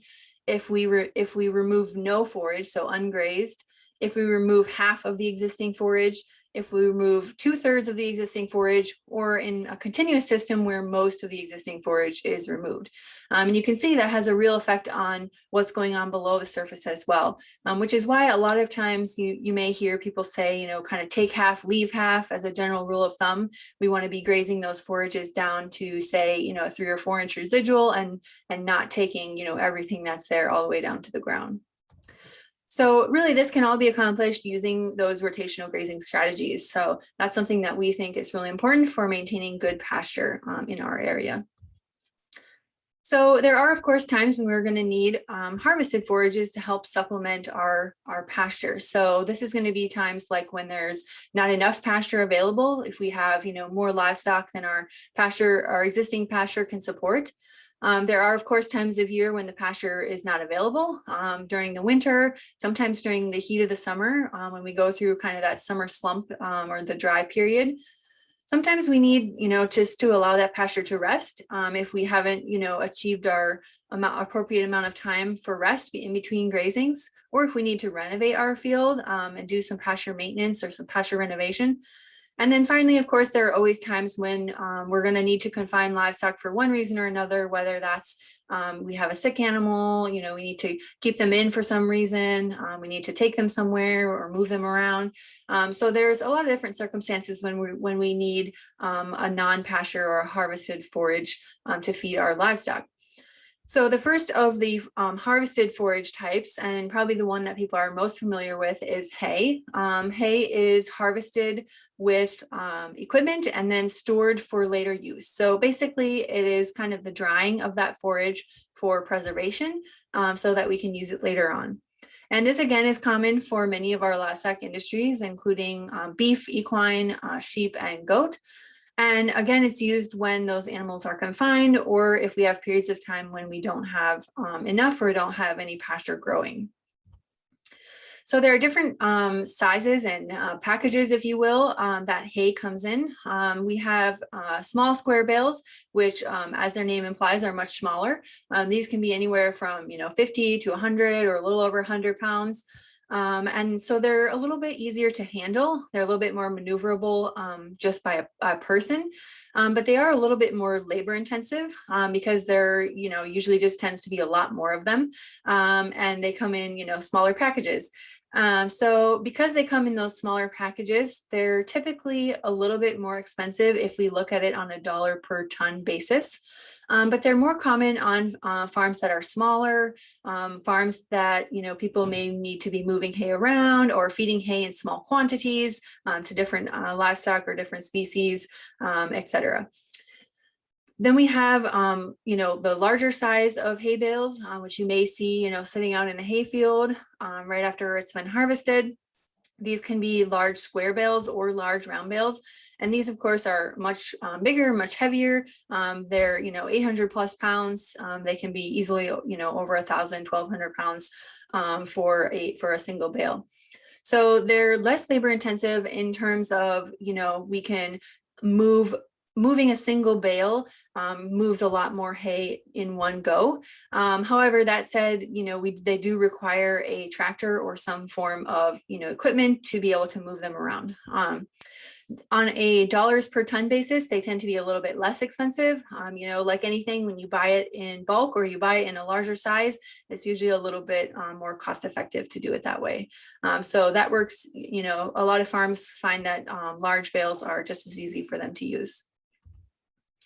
So the haymaking process, like I said, it's basically like drying a forage for preservation. And there are a few steps that come into play with that. So first we have, cutting or mowing that field, which, like the name suggests, simply implies going around the field and cutting off that forage to stop it from growing and initiate the drying process, which is step 2. So you may see, long rows of hay that are laying out in what they call swaths that are just laying out in that field to dry or to cure. And that's just simply letting the moisture escape from that hay and getting it to dry down to a moisture where we are able to bale it and preserve it. After it's reached a certain moisture point, you'll see, rakes going around that field and raking it into a windrow. So we go from kind of that wide swath that's meant to let that hay dry really well into kind of a more narrower windrow, which allows the baler to come along behind that and bale that hay. Of course, what you see here is a large round baler. Again, there are, of course, different sizes and different types of balers, as well as, rakes and mowers and everything. So you may see varying sizes and shapes and colors, but they'll all follow kind of this general 4-step process when it comes to making hay. So one of the things to consider with all of our harvested forages is that we start to accumulate some losses as we go through these different steps. And these losses accumulate with each of those subsequent steps that in that process. So for example, we may have some loss occurring in the field while that hay is out there drying.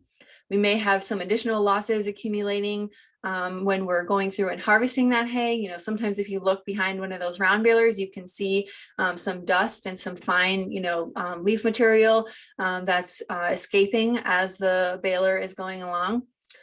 We can see losses occurring with storage, which of course will be really dependent on how we store our hay. And we can also see losses occurring at the feeding step. So when it comes to these harvested forages, it's really important for producers to think about all of these different steps and try to minimize the losses that are accumulating as each of those steps go along. One of the biggest ones that I see is storage. You may see kind of that old forsaken, row of round bales sitting out in the field that's covered in weeds and, it's not very good anymore. So storage is one of the ones where we can see a lot of losses occurring really quickly. So, by storing hay, inside or somewhere that's covered and off of, the wet ground a little bit, we can really minimize those storage losses and keep that hay good for a much longer period of time. So if we're looking at kind of the advantages and disadvantages for hay, some of the advantages are once we've harvested that hay and it's been dried and, is in storage, the forage yield, so the amount that we have and the quality of that forage is relatively stable and can maintain itself that way, until we use it. It is transportable, so we can move it to wherever our livestock are or take it with us if we're taking livestock somewhere. It provides us more of a consistent supply throughout the year. We don't have to deal with those, growth cycles and growth patterns that we do in a pasture. And we can store it for longer periods of time and have it be available to us when we need it. Some of the disadvantages are hay does require a little bit of a longer window for drying, and it is a little bit weather dependent. So, we can't be out there making hay, of course, when it's raining or storming. So we have to look for a good weather window to be able to make our hay. Like I said, we do have some losses that occur during that harvest process. And it does actually remove nutrients from the field. So when we're harvesting that forage and taking it away from that field, we're taking nutrients when we take that cut forage away from that field. And that must be added back in some form, usually in the form of, fertilizer or manure or something that's spread on that field to replenish that nutrient supply for those plants to keep growing. And then, of course, it does require more equipment for all those different steps in that process. So some of the keys for making good hay are to cut it at the right time. If you don't start at the right time, you're out of luck moving forward.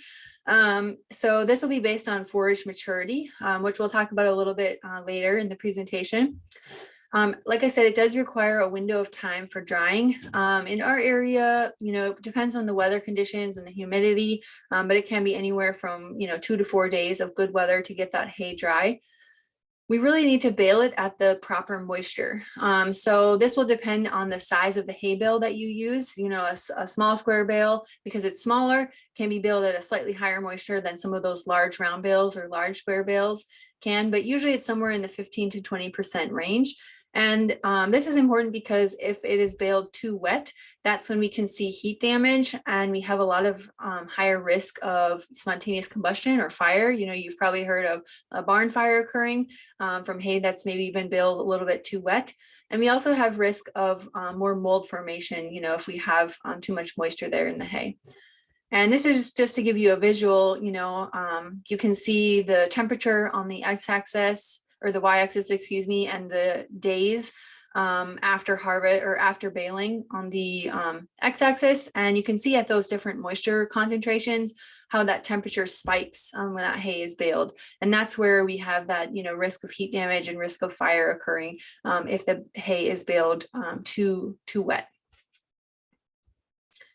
So the other type of forage that is kind of similar to hay is baleage. You may see, those kind of hay bales that are wrapped in the white plastic sitting out as you're driving around.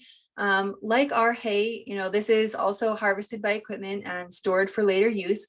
We do have initially the same process. We start out by, cutting and drying that forage. But then with baleage, we're able to wrap it rather than letting it totally dry. And this helps us preserve it through a fermentation process, which we'll touch on in a second. A lot of times I would say this is most common for the beef industry, but there are other livestock species that are utilizing baleage as well. And again, this is used for those periods when we're not having the animals on pasture and they're confined for one reason or another.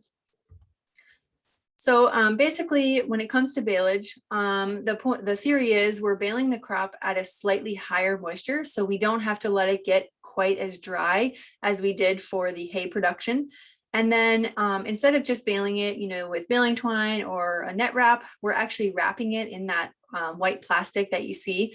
And this basically excludes the oxygen from inside that wrapper and allows it to undergo an anaerobic fermentation process, which helps preserve that forage.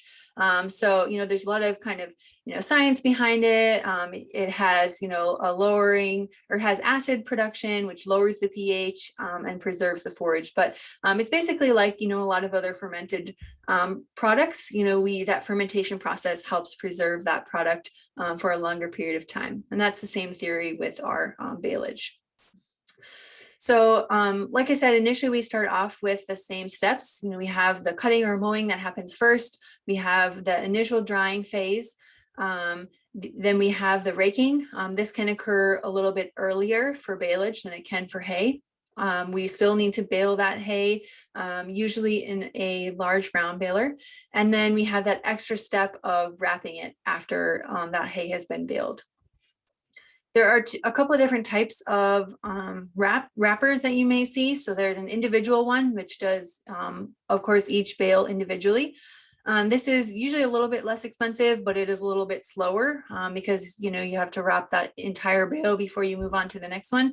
And it does use a little bit more plastic per bale because you're not using the bales, you know, butted up against each other to save on the plastic. The benefit of using an individual one is, you know, like anything that's been fermented, once you open it, you know, you're allowing oxygen back into that product, and there can be spoilage that occurs after that. So by wrapping each thing individually, we have less spoilage loss at the time of feeding, especially if we're feeding at a low rate or we don't have a whole lot of animals. What they call an inline wrapper, as you can see from the bottom picture, kind of butts those hay bales up against each other and wraps them all together in kind of a long tube. These tend to be a little bit more expensive, but are faster if you're doing more bales. And you do need that faster feed out rate, or you need to be, once you open that, you need to be going through those bales a little bit quicker in order to keep ahead of, keep it from spoiling. So some of the advantages for baleage are, one of the biggest ones is it requires less drying time than hay. So we're a little bit less dependent on the weather. You know, maybe instead of that, you know, 2 to 4 day window, we only need a day or two to get that hay down to an appropriate moisture level for making baleage. Oftentimes, because we're baling it at a slightly wetter or slightly higher moisture, there's less harvest losses because we have less leaf shatter occurring from that slightly wetter forage. Again, like hay, once it's harvested, the yield or the quantity as well as the quality are fairly set and fairly stable, which gives us a consistent supply to be used throughout the year. And we can store these for moderate to long periods of time, assuming they're stored correctly. Some of the disadvantages are, like hay, we still do have some losses occurring during that harvest process. Again, also like hay, we are removing nutrients from that field. So somehow, some way or another, we'll have to be adding those back. It does require a little bit extra equipment, and there is a little bit of extra cost from, you know, having that wrapper or renting a wrapper and having the plastic. That added labor, of course, means that there's an extra step. And we also need to make sure we're maintaining the integrity of that plastic. You know, if the plastic becomes ripped or punctured, and we let oxygen back into that product, we're kind of ruining the fermentation process, and there's potential for spoilage. And then finally, we need to somehow be disposing of our plastic. So some of the keys for good baleage include cutting it at the right time. Again, this is based on that ideal forage maturity. It does require a small window of time for drying. Usually it's just a day, or maybe 2, depending on the weather conditions. Baling it at the proper moisture is still important. You'll see that it's a little bit of a higher moisture level than our hay. It's still important to hit that same moisture or that correct moisture window though, because if we bale it too wet, we have potential for spoilage occurring. And if we bale it too dry, we don't really get all the benefits of that fermentation process for preservation. So we do want to kind of hit that optimum moisture window. It's good to wrap it as soon as possible after baling, ideally within 12 hours or less, to start that fermentation process and make sure we have that going on. And then of course we need to maintain the integrity of that plastic during storage to keep it good long term. And then finally, the other type of harvested forage that you may see or hear about is silage. So again, this is of course harvested by equipment and stored for later use, like all of our harvested forages. This one is harvested at the highest moisture of all of our harvested forages that we talked about. And like the baleage, it does rely on preservation via anaerobic fermentation. So it's kind of the same idea as baleage, where we are allowing that anaerobic fermentation to occur and to preserve that forage. This is most common in the dairy industry, although there are some beef producers that are using silage as well. And the most common, type of silage is corn, but you can also make silage out of sorghum, alfalfa, and some of our small grains. Sometimes they refer to it as haylage if we're making it out of other things besides corn. So you may hear that term floating around. And silage, the slight difference from baleage is where, for hay and for baleage, we have multiple cuttings that occur through the year. For silage, we really are harvesting that kind of in a one and done type system, and then using that stored silage year round. So the silage process looks just slightly different. Usually involves a chopper going through that field and cutting that forage and chopping it into short pieces.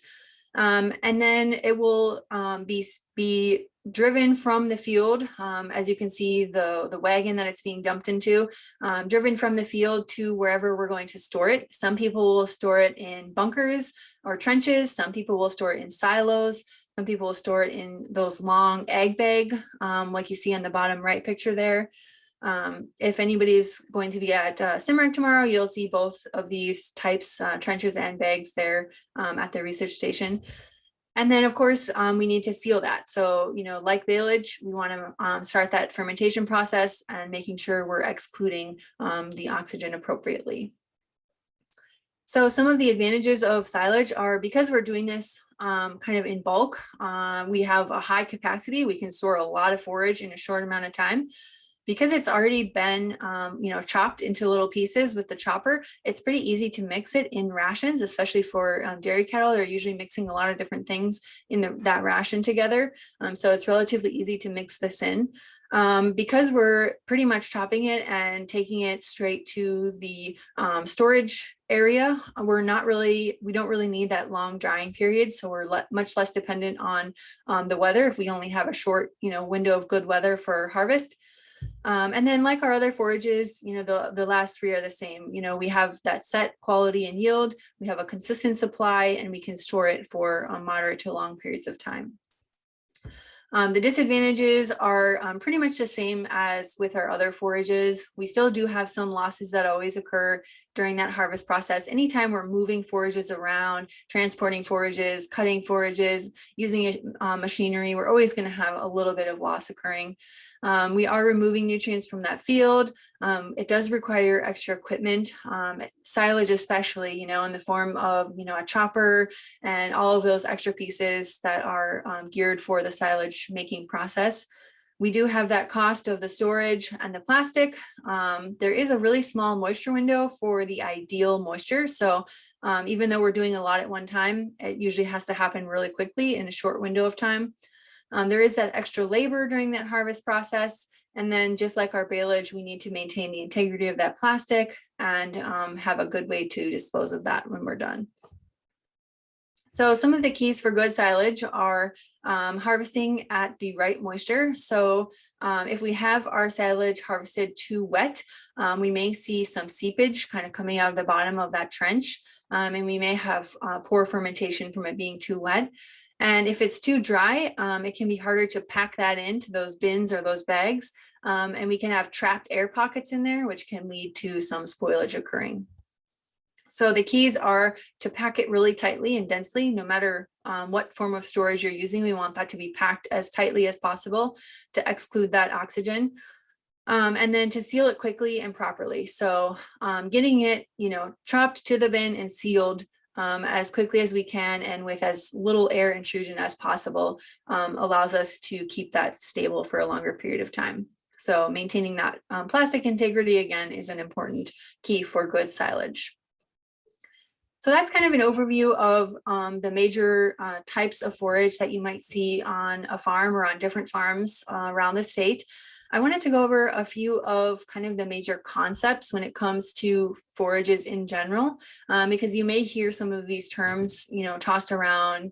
So we'll go over a few of kind of the major concepts behind forages and forage production. So the first is yield, which, is fairly self-explanatory. It's the amount of forage produced. Sometimes yield can be measured in different ways. So we can have yield from a given harvest. So from, one cutting, we can have yield on an annual basis. So, annual yield or seasonal yield. And yield is most commonly referred to in tons per acre or pounds per acre. But there are various units that we can use when we're talking about yield of these different products. Most of the time we report our yield on a dry matter basis. So for anyone who's not familiar with that term, dry matter is basically the percentage of the forage that is not water. So it's the opposite of the moisture. So, dry matter plus moisture will always equal 100%. And this is important because our pasture is usually lower in dry matter and higher in moisture compared to our hay, which makes sense because that's been dried, right? So our hay and our other harvested products are higher in dry matter and lower in moisture because we've dried them. But the important thing is when we're making comparisons between different things, if we do it on a dry matter basis, we can compare them equally. So the example I always like to give is if we think of pasture like a grape, that grape has a lot of water content in it, right? So it has a lower dry matter percentage. And we can think of the hay as maybe the raisin. So it's been dried down. We have less water present. We have a higher dry matter percentage. But if we want to compare them equally, we need to do it on a dry matter basis. So to go along with yield, you heard me mention kind of the fluctuations in, pasture and in, grass or forage production throughout the year. This just gives you an idea of kind of the average growth curve for some of our different forage species. You'll see that, these are all cool season perennial species. And you'll see that a lot of these species have, that initial large amount of growth that's occurring in the spring or early summer. That may be, right when everything is greening up. We have a ton of growth happening. People are feeling good about their pastures at that point. And then a lot of our forages go through what we call the summer slump, which is in kind of that, July, August, when it gets hot and dry, and these cool season forages are not growing quite as well. And then we have additional growth occurring in the fall when we have a little bit cooler weather, usually a little bit more rain. So that's that fluctuation in the forage growth that we have to deal with that occurs throughout the year. And different forages have different, growth curves. So those are all, like I said, cool season perennials. Some of our annual species, like our small grains, annual ryegrass, will have a slightly different growth curve. And then some of our warm season species will have, more growth occurring in that summer, midsummer period. So really, it's all about playing around with what works for your operation and making the timing work when it comes to yield and productivity. So you've heard me mention cutting, different cuttings. This is the number of times hay or a baleage crop is cut throughout the growing season. So we can have several cuttings, several times that we're harvesting that crop throughout the year. It's very weather dependent and it's also very time dependent.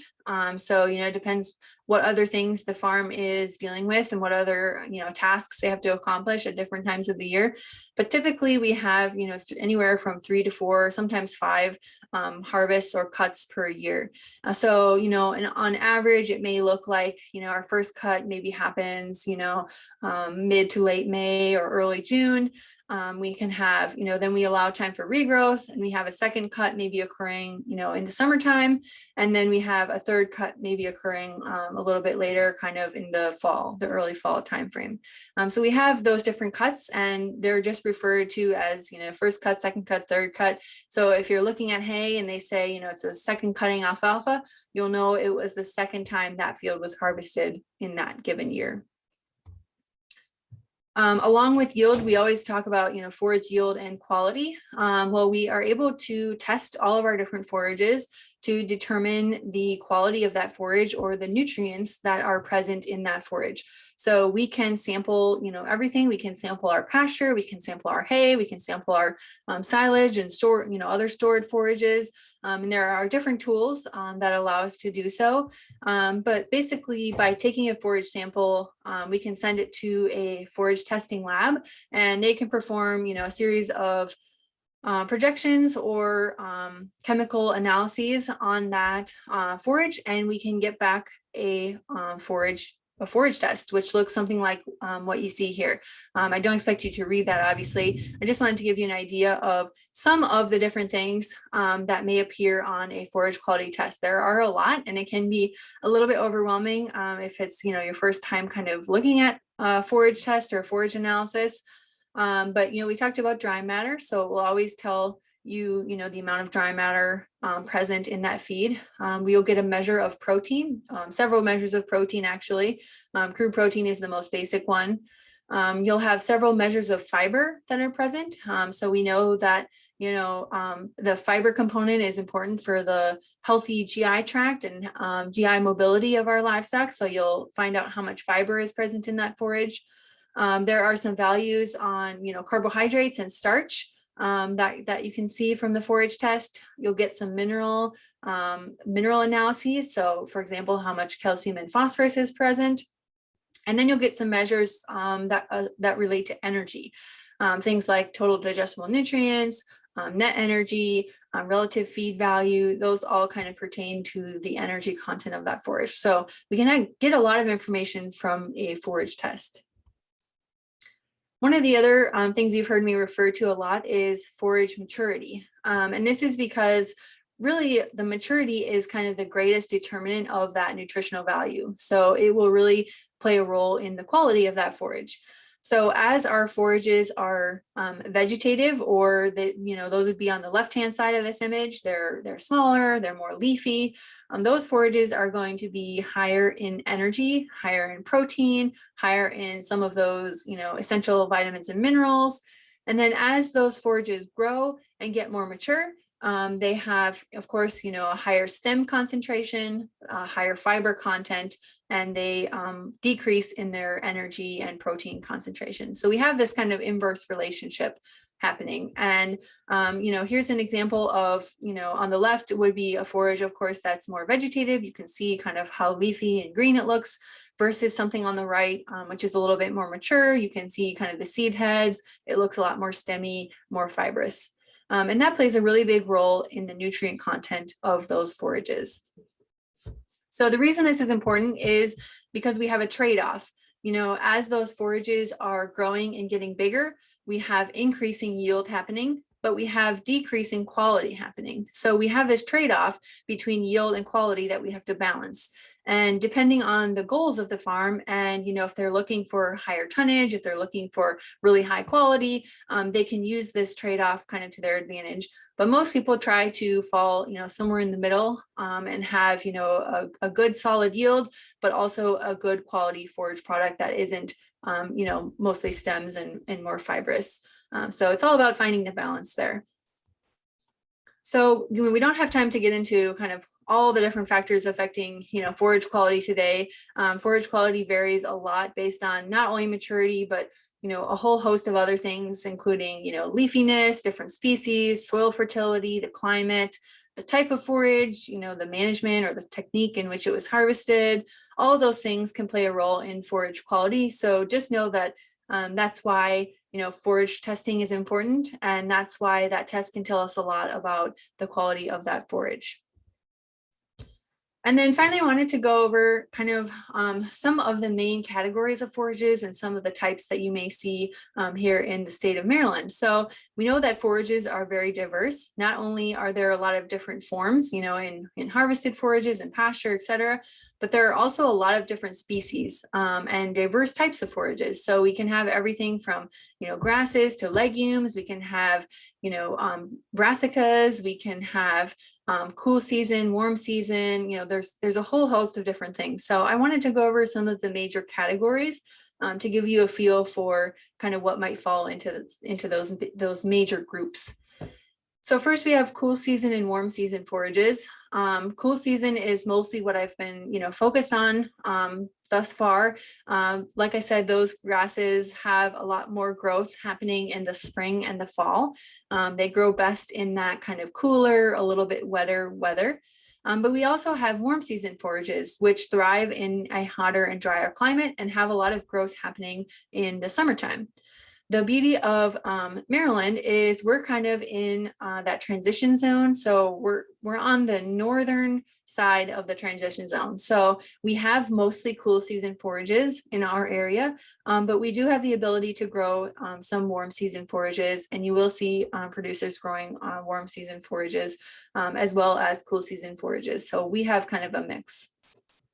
Some examples that would fall in each of those categories. For cool season forages, it might be things, like orchard grass, timothy, Kentucky bluegrass, tall fescue, brome grass, or reed canary grass. And some of the most common warm season forages might include things like Bermuda grass, Bahia grass, big or little blue stem, gamma grass, Indian grass, and switchgrass. And those are all different forage types. Like I said, here in Maryland, for pasture and hay especially, we have mostly cool season forages in our area, but you may see some warm season forages as well. So the next kind of two big categories are grasses and legumes. Grasses and legumes differ a little bit in their nutrient content. Grasses tend to be a little bit lower in protein and some of the essential kind of minerals like calcium. They tend to be a little bit less in caloric value and a little bit higher in fiber. Legumes tend to be kind of the opposite, a little bit more calorie dense, a little bit lower in fiber. But again, that nutrient value depends on a whole host of factors, not just whether it's a grass or a legume. So take that with a grain of salt. But those are kind of some general trends. Legumes, because they tend to be a little bit more energy dense and a little bit lower in fiber, they usually have a higher feed intake. So animals tend to prefer legumes. Legumes include things like alfalfa, red clover, white clover. Those are some of the most common legumes. Grasses, of course, would be things like timothy, fescue, or orchard grass. The other advantage to legumes is they do have a capability to fix atmospheric nitrogen, so they can supply some of their own nitrogen, or convert some atmospheric nitrogen to nitrogen that the plant is able to use for growth. So that is one of the advantages with legume species, which is why a lot of times people like having a mixture. You may see mixed pasture or mixed hay field that has a mixture of grasses and legumes. And then the last kind of main categories can be perennials and annuals. So same as, the plants in your garden or around your house, you can have perennial plants that grow back every single year, or you can have annual plants that need to be replanted or reestablished every year. Perennials, because they're kind of more of a long-term thing, they tend to be a little bit slower to establish and a little bit slower growing, versus the annuals tend to be quicker to establish and a little bit faster growing. The perennials tend to be used more for like a permanent pasture or a hay field. And the annuals tend to be used in like a double cropping system or for short term. So you may see those more in rotations, if they grow, a corn or soybean crop in the summer, and then they grow an annual over the winter time, either for cover crop reasons or for, pasture or harvested forage. You may see some of those kind of stacked together or layered throughout the different seasons. So annual forages are becoming, I think, a little bit more common and more popular. And a lot of people like to use them for things like extending the grazing season. And what I mean by this is we can kind of layer these different types of forages and use their growth curves to our advantage. So here we have, our traditional cool season perennials, bluegrass, orchard grass, fescue, again, that common growth curve. If we layer in, some annuals with that, we can have forage growth occurring maybe a little bit earlier in the spring, a little bit later in the fall into the winter time frame. If we layer in some, warm season annuals, we might be able to get a little bit more production in that heat of the summer when our cool season perennials are a little bit lower in their productivity. So there's, different forages that work for different situations and grow at different times of year. It just depends on, the goals of the producer and what they're trying to accomplish. There are, of course, other uses for annual forages. Sometimes in an emergency grazing situation, if you have, a field that was flooded or drought killed a field, or, for some other reason, a field was killed and you need kind of a last minute forage. Sometimes annual forages can work for that. Sometimes people use them during pasture renovation. They can do a couple cycles of annual forages in between and before replanting into a perennial crop. They can be used for things like soil health improvements, to provide, an alternative forage, or used within a cover cropping system. So there are a lot of different ways we can fit annual forages in with kind of our traditional perennial system. So I know I threw a lot at you, but in conclusion, I wanted to kind of reemphasize that forages can fill a lot of different roles. Of course, they are an essential component in our livestock rations, and they're often used as, cover crops as well. We have a lot of different types of forages that we can use. We can grow them in different ways, for pasture, for hay, for baleage, for silage. We can use, perennials and annuals, cool season and warm season, and kind of, figure out what works best to fulfill our niche. Maturity is one of the biggest things that will affect the forage yield and quality, but there are a lot of different factors that affect that. And we really need to rely on good management for optimal and good forage production moving forward. So with that, I think I am a little bit early, or on time at least. I did throw up my email and contact information if anybody has any questions at a later time frame that they want to follow up on. But I'd be happy to take any now if there are some. Excellent, Amanda. Thank you very much for your presentation. We do have a question here in the chat box, and just as a reminder for folks, feel free to type them in there or unmute yourself. But this question is asking regarding the hay production, is the heat from higher moisture because of microbial activity similar to that of composting pile getting too hot? Yeah, that is a good way to think about it. We do have more, microbial activity occurring if we have, we're producing the microbial activity producing a heat, as an offset of that reaction. That is one of the main drivers behind that high heat. And you'll see that, they kind of spike and then they go down over time. But it's that initial spike where we have the risk for fires and things like that. Okay, so we do have another question here. Do buyers have a preference of first, second, or third cuttings of hay? Is quality better? Is quality of one better than the other? Yeah, that's a really great question, and a very common one also. So really, when it comes to different cuttings, usually if people have a preference, it's based on a little bit of bias, I guess I'll say. So really, when it comes to hay cutting, what's going to determine the quality is going to be the stage of maturity. And those other factors that we talked about, that's going to be the biggest driver behind cutting. So you can have just as good of quality in a first cutting or a second cutting or a third cutting.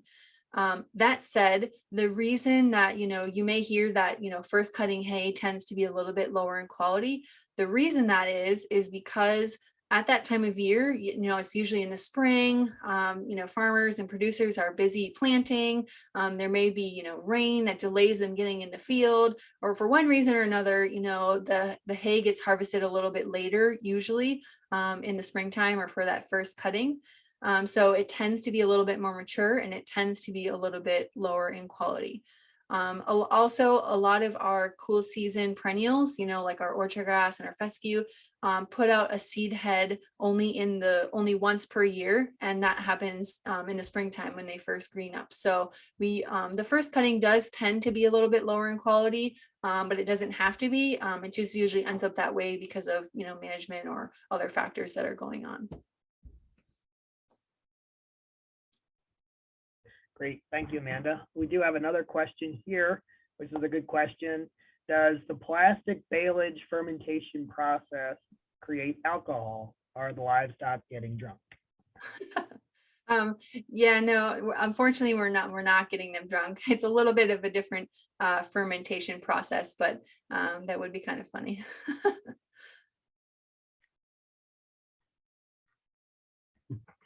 Yeah, so I don't see any other questions in the chat right now, but if you guys have any, feel free. We still have a few minutes here. Once we, let's see, I'm gonna look at the schedule here. So we have a break that will occur until 12:30. So you guys can feel free to go and get yourself some lunch or whatnot, and we will reconvene at 12:30 to start with our livestock section, which you'll notice we have quite a few presentations to go through there. And then we'll finish the day with Brian Butler, which he will give us a rundown of horticulture and the green industry. So we'll hang around for a couple of minutes here to monitor if there are any additional questions, but if not, we will see you guys at 12:30, and we'll get it going again. So thank you very much, Amanda, for your presentation. And like I said, we'll just monitor the chat for a little bit. Sounds good. Thanks, Andy.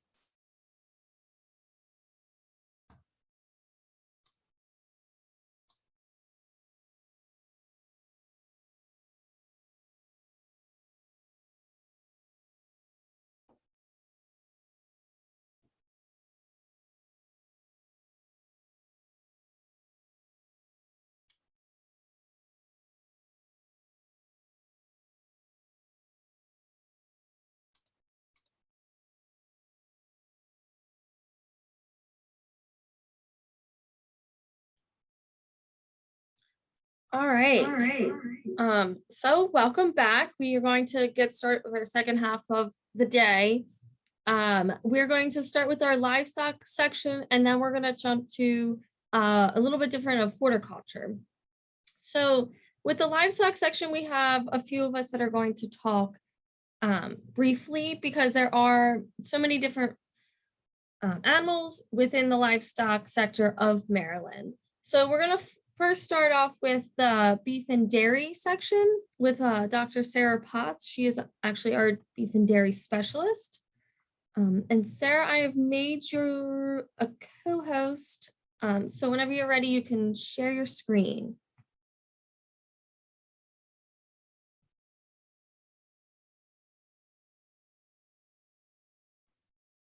All right, can you see it? Hello? Can you hear me?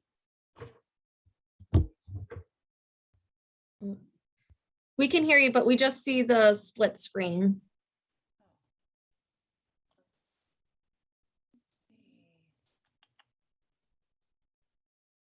Is that better? Perfect. Okay, cool. All right. So we'll just go ahead and get started. As Erica mentioned, I am an extension specialist out at the Western Research Station out near Hagerstown. So if any of you are out this way, then you're familiar with where we are. So I'm just going to get started a little bit before we go into the nuts and bolts of the dairy and beef industries.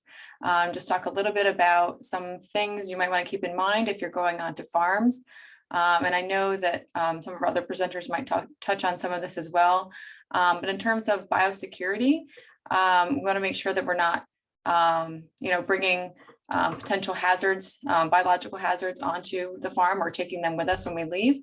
So biosecurity is defined as the security from exposure to harmful biological agents or procedures that are in place designed to protect humans or animals against diseases or biological agents. And what we mean by biological agents is bacteria, viruses, parasites, things that can cause disease.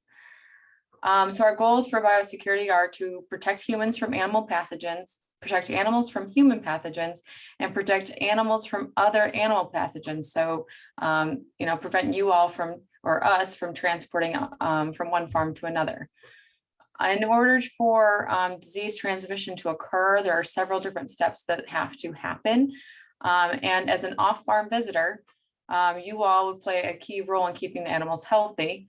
And in general, you're going to be things you can control here on the right-hand side of your screen, but we're really going to be focusing on minimizing that mode of transmission. So things you can do to prevent disease transmission should you go onto a farm are to change clothes in between farms if possible.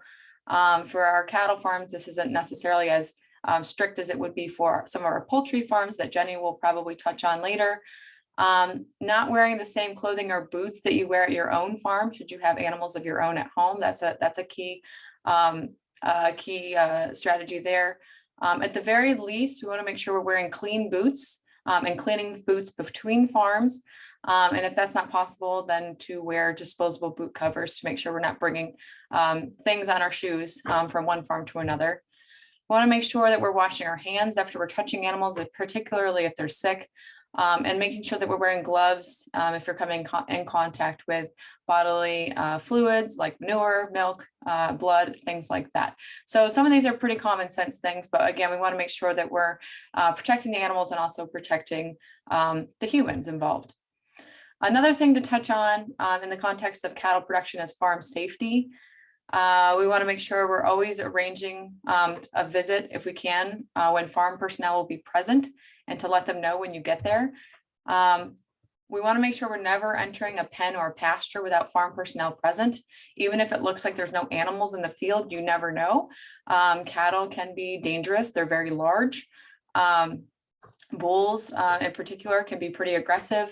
If you get between a mama cow and her calf, that can be a dangerous situation as well.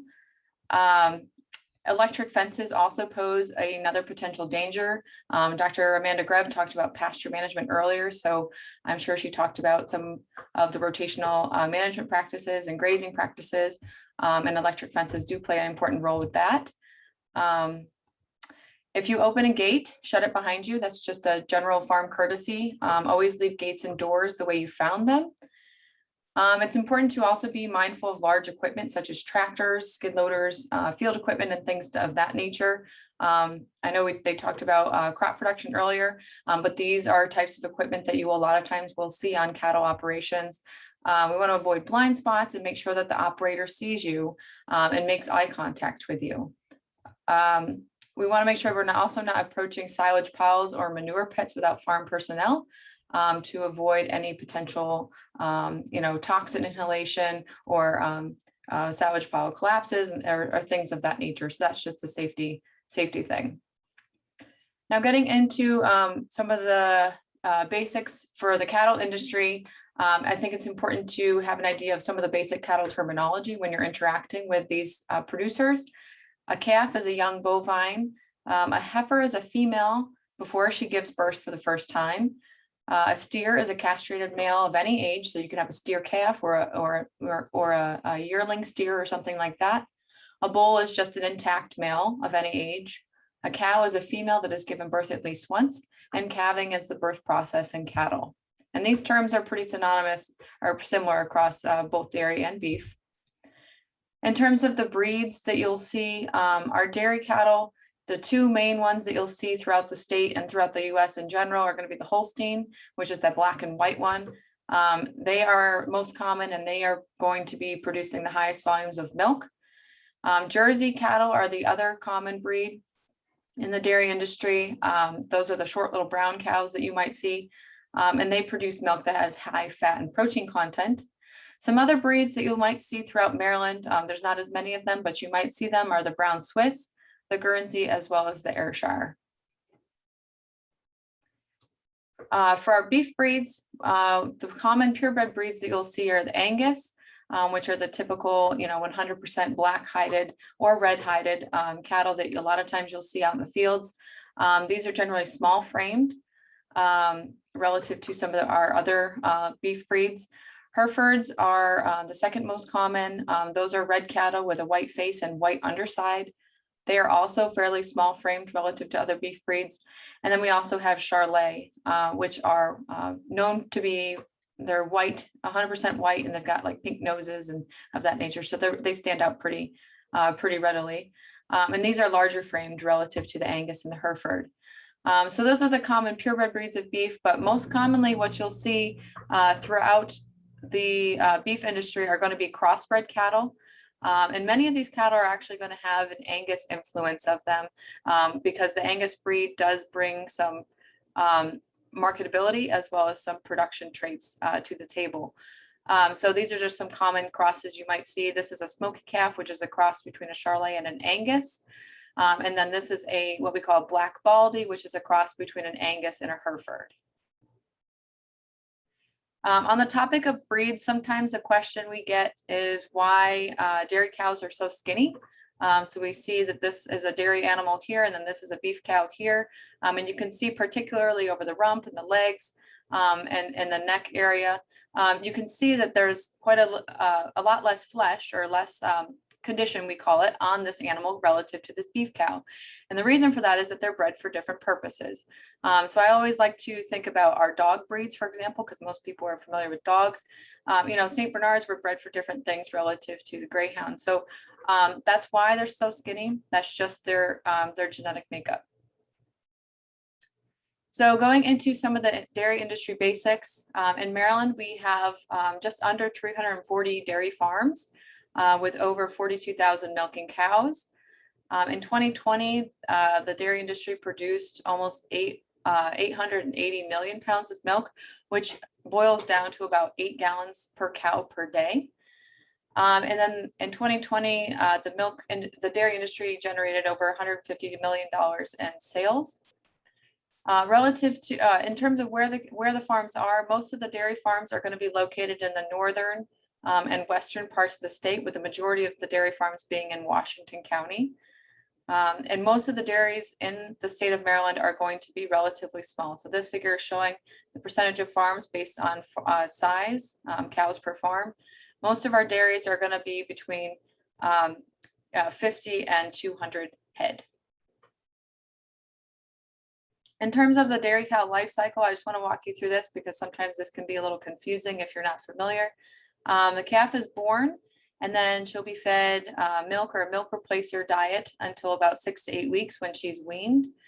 And after weaning, they'll gradually be introduced to forages like hay or pasture. And then once they reach puberty at 10 months, that means when they reach puberty, they're at sexual maturity, they can become pregnant, but we don't actually breed them until they're large enough, typically around 13 to 15 months of age. And then while they're pregnant, they'll be, you know, just consuming a diet, just, you know, growing that calf inside, growing herself still structurally. And then she'll calve for the first time between 23 and 25 months, so about 2 years old. After calving, she'll go into her first lactation, and generally a lactation will last around 10 months. 2 to 3 months after they calve, they start to cycle again in terms of reproduction. So that's when we will generally breed them, either artificially or with natural service with the bull.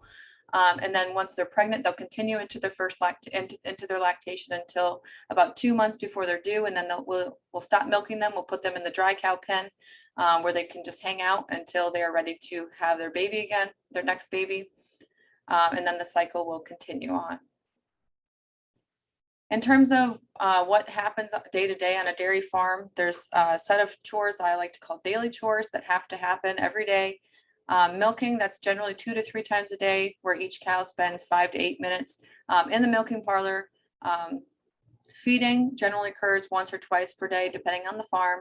And feed is always available to the milking cows, but the delivery frequency will vary between farms and also sometimes with season. Herd health checks, generally that's on an as needed basis. So, you know, if a cow has an injury or something, obviously that's an as needed, but most herds generally have veterinary checkups once or twice a month to address things like pregnancy checks and things of that nature. Breeding and reproduction, again, generally occurs once a day or as needed. Most herds will utilize artificial insemination, so they don't actually have a bull on the farm for safety reasons primarily, but that is why breeding and reproduction is sometimes a daily task, depending on which cows are cycling and what cows are ovulating. That will dictate when they need to be bred. Cleaning generally occurs once or twice a day, depending on the farm, and then equipment maintenance obviously is as needed. Frequency increases obviously during times when that equipment's being used more heavily during the summer, fall, and spring months.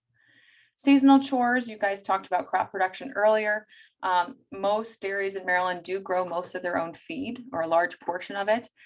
Most dairies do produce nearly all of their own forages and at least a good portion of their grains as well. And those will include things like corn, soybeans, and wheat. Pasture management is also a seasonal chore. Most dairies in Maryland do utilize pasture in some capacity.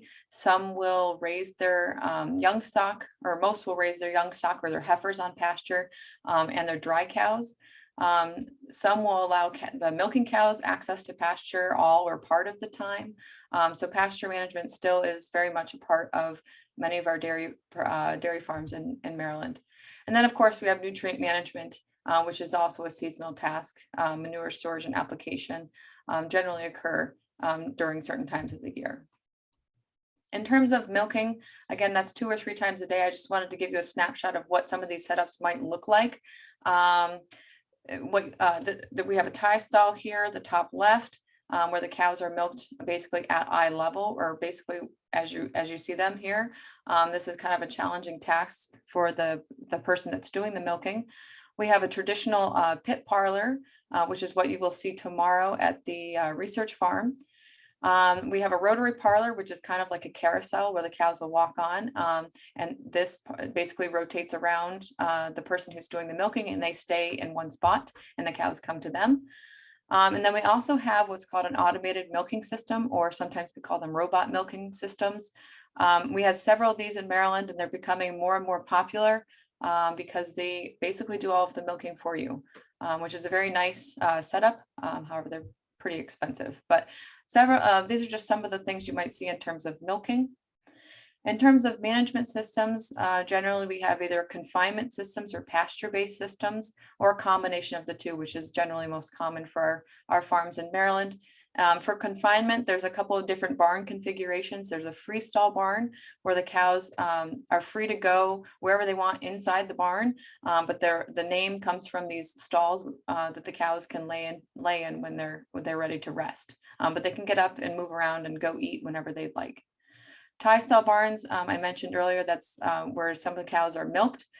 These cows in a tie stall barn, this is where they eat. This is where they're milked. Sometimes they're allowed out in pasture, but generally that's the setup for them. And then compost bedded pack barns are another option, which are pretty common. They're getting pretty popular in Maryland. They kind of double as manure storage as well as animal housing. Pasture, obviously, the animals are out on pasture.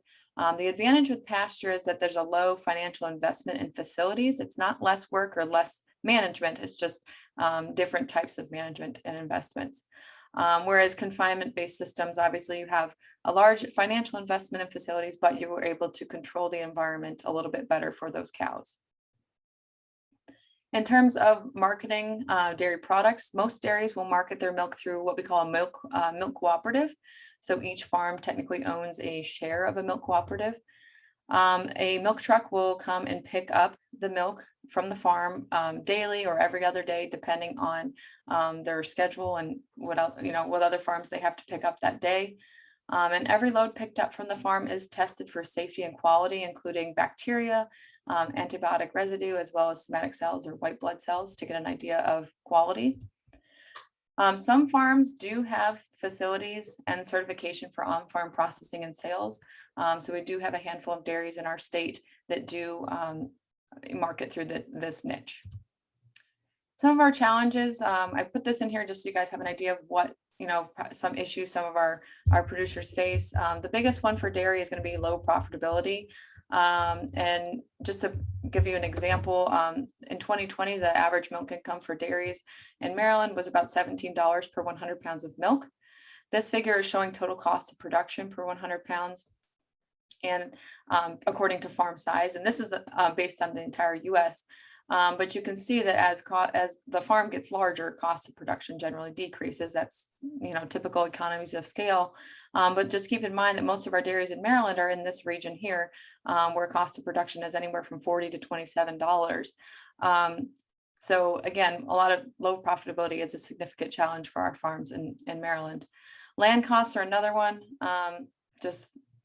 Maryland farm real estate in 2020 was around $8,000 per acre.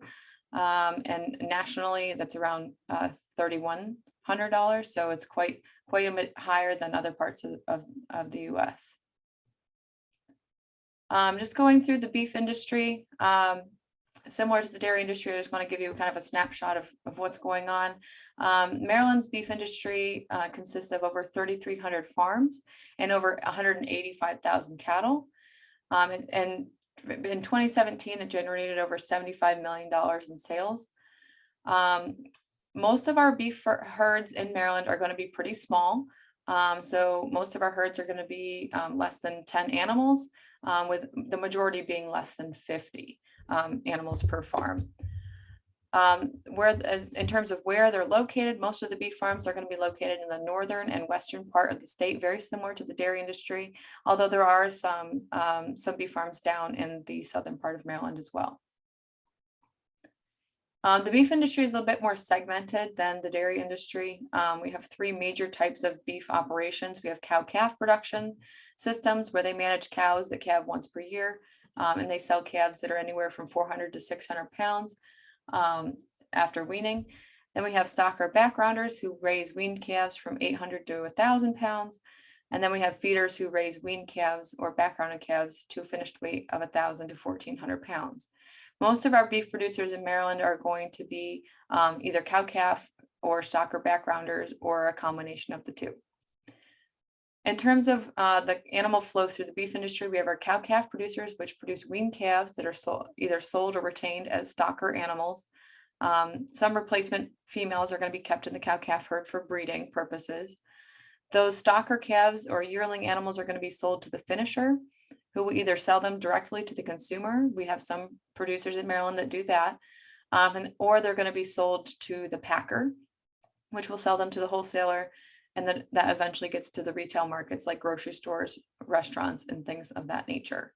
But again, most of our operations in Maryland are going to be cow-calf or stocker operations.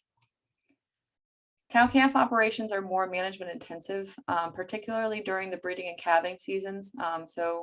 Folks who have stocker animals might not want the responsibility or the extra labor required for a cow-calf operation. Most cow-calf producers are seasonal, where they'll calve all of their animals either in the spring or the fall. Most common is the spring time because that allows them to take advantage of the pasture grasses that are growing pretty rapidly in the spring and early summer. But the reason why we have seasonal calving is generally allows for short periods of intensive management, and it helps the producers manage their time a little bit better. In terms of daily chores, on a cow-calf or any kind of animal beef operation, generally you have feeding, which isn't always a thing, depending on the season of year and how much the producer relies on pasture. But feeding generally has to occur at least once a day. Pasture management, particularly if producers are utilizing intensive rotational grazing and things of that nature, that's typically a daily or at least every other day type of chore. Cleaning, especially if it's a confinement-based housing system. And then also equipment or facility maintenance generally occurs daily or on an as-needed basis.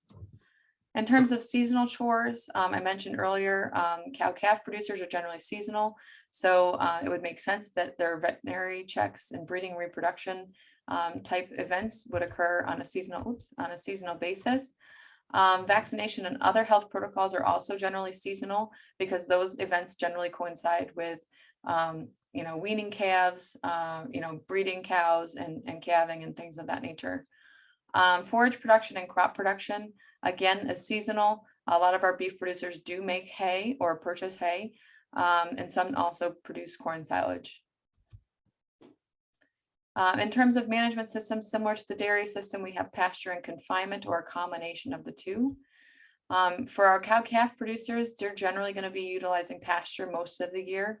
They might supplement some grain if pasture forage is insufficient in quantity or quality. The animals are going to utilize their natural or man-made structures for shelter. So that could be shade trees or a barn, depending on what's available in the pasture. Stockers and backgrounders are going to raise animals on pasture. Their focus is going to be on cheap gain, so that's why they try to utilize pasture as much as possible. And that means that similar to the cow-calf operation, those animals are going to be housed on pasture with natural or man-made shelters. And then finally, the feeders are going to be raising animals on high energy diets to get them to market weight. A lot of these producers are going to be focusing on feeding high energy feeds, which are needed to promote fattening, which is important for product quality and flavor. These animals are usually fed a combination of grain or high quality forage. And they're oftentimes fed in a barn or a dirt lot. Some of our producers do direct market, or they're in the grass-fed niche marketing.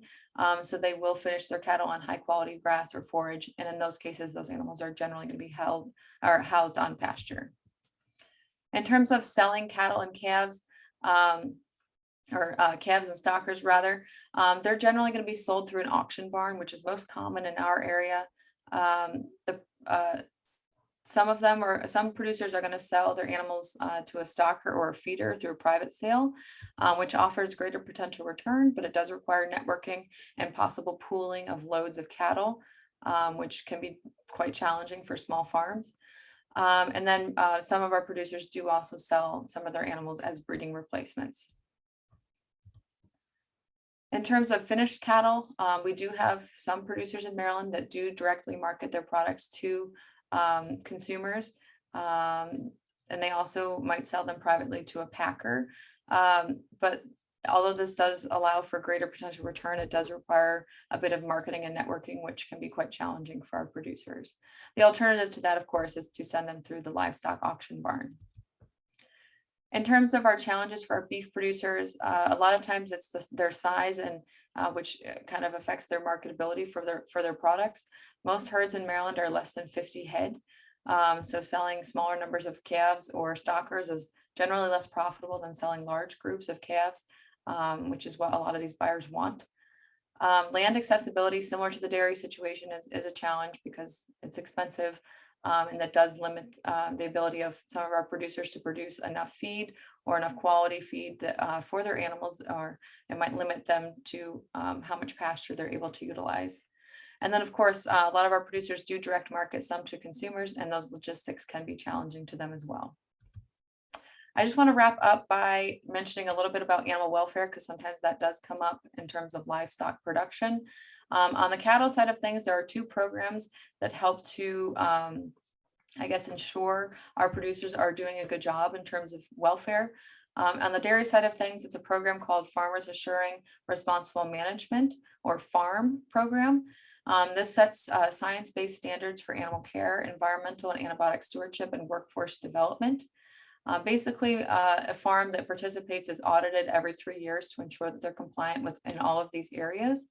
And most dairies in Maryland are and in the US participate in this program in order to ship their milk to their respective cooperative. On the beef side of things, we have something called Beef Quality Assurance, or BQA, which also promotes science-based animal management practices to improve product quality.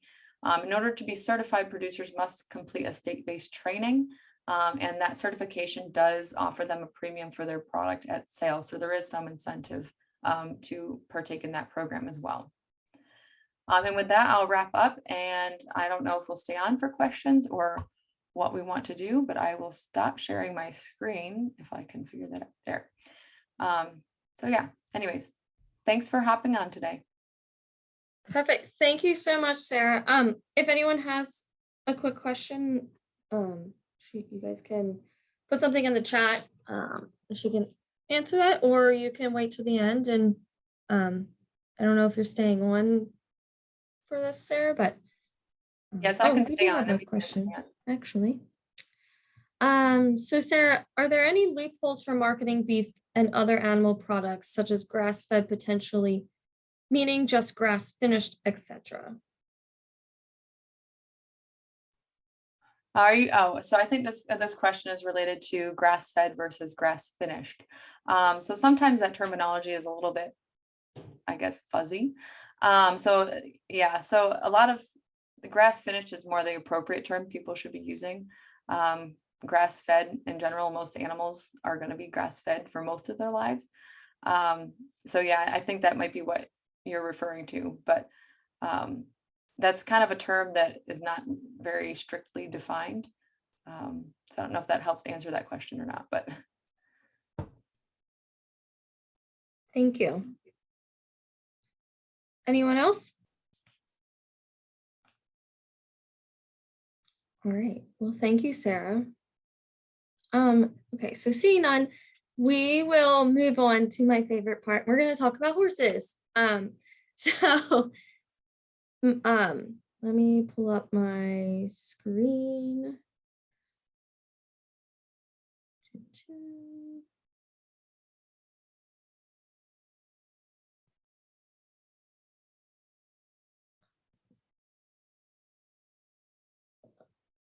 Okay. Okay, so for the next couple minutes, we're gonna talk about horses. My favorite animal is a horse, so this is like my favorite part about Ag 101. So we will get started. So Maryland, believe it or not, has quite a large horse industry here. I'm going to give you some stats that the Maryland Horse Industry Board and the American Horse Council put out in 2017. So we have over 100,000 horses here in Maryland.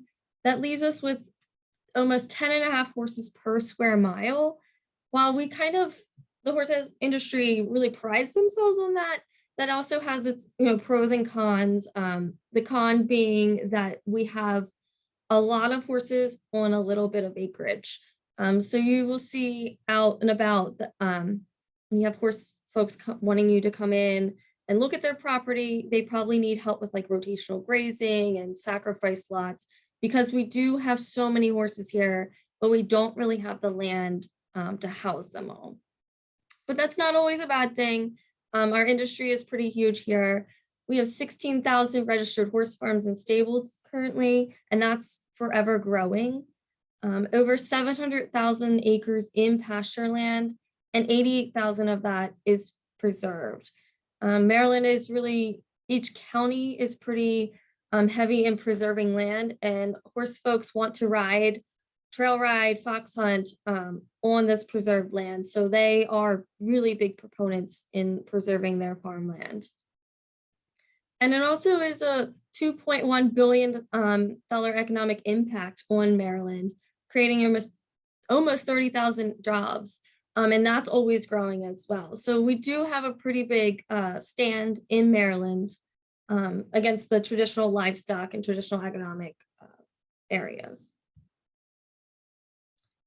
So there's a ton of different disciplines and uses for these horses. When you go out to each farm, you'll probably find a different use.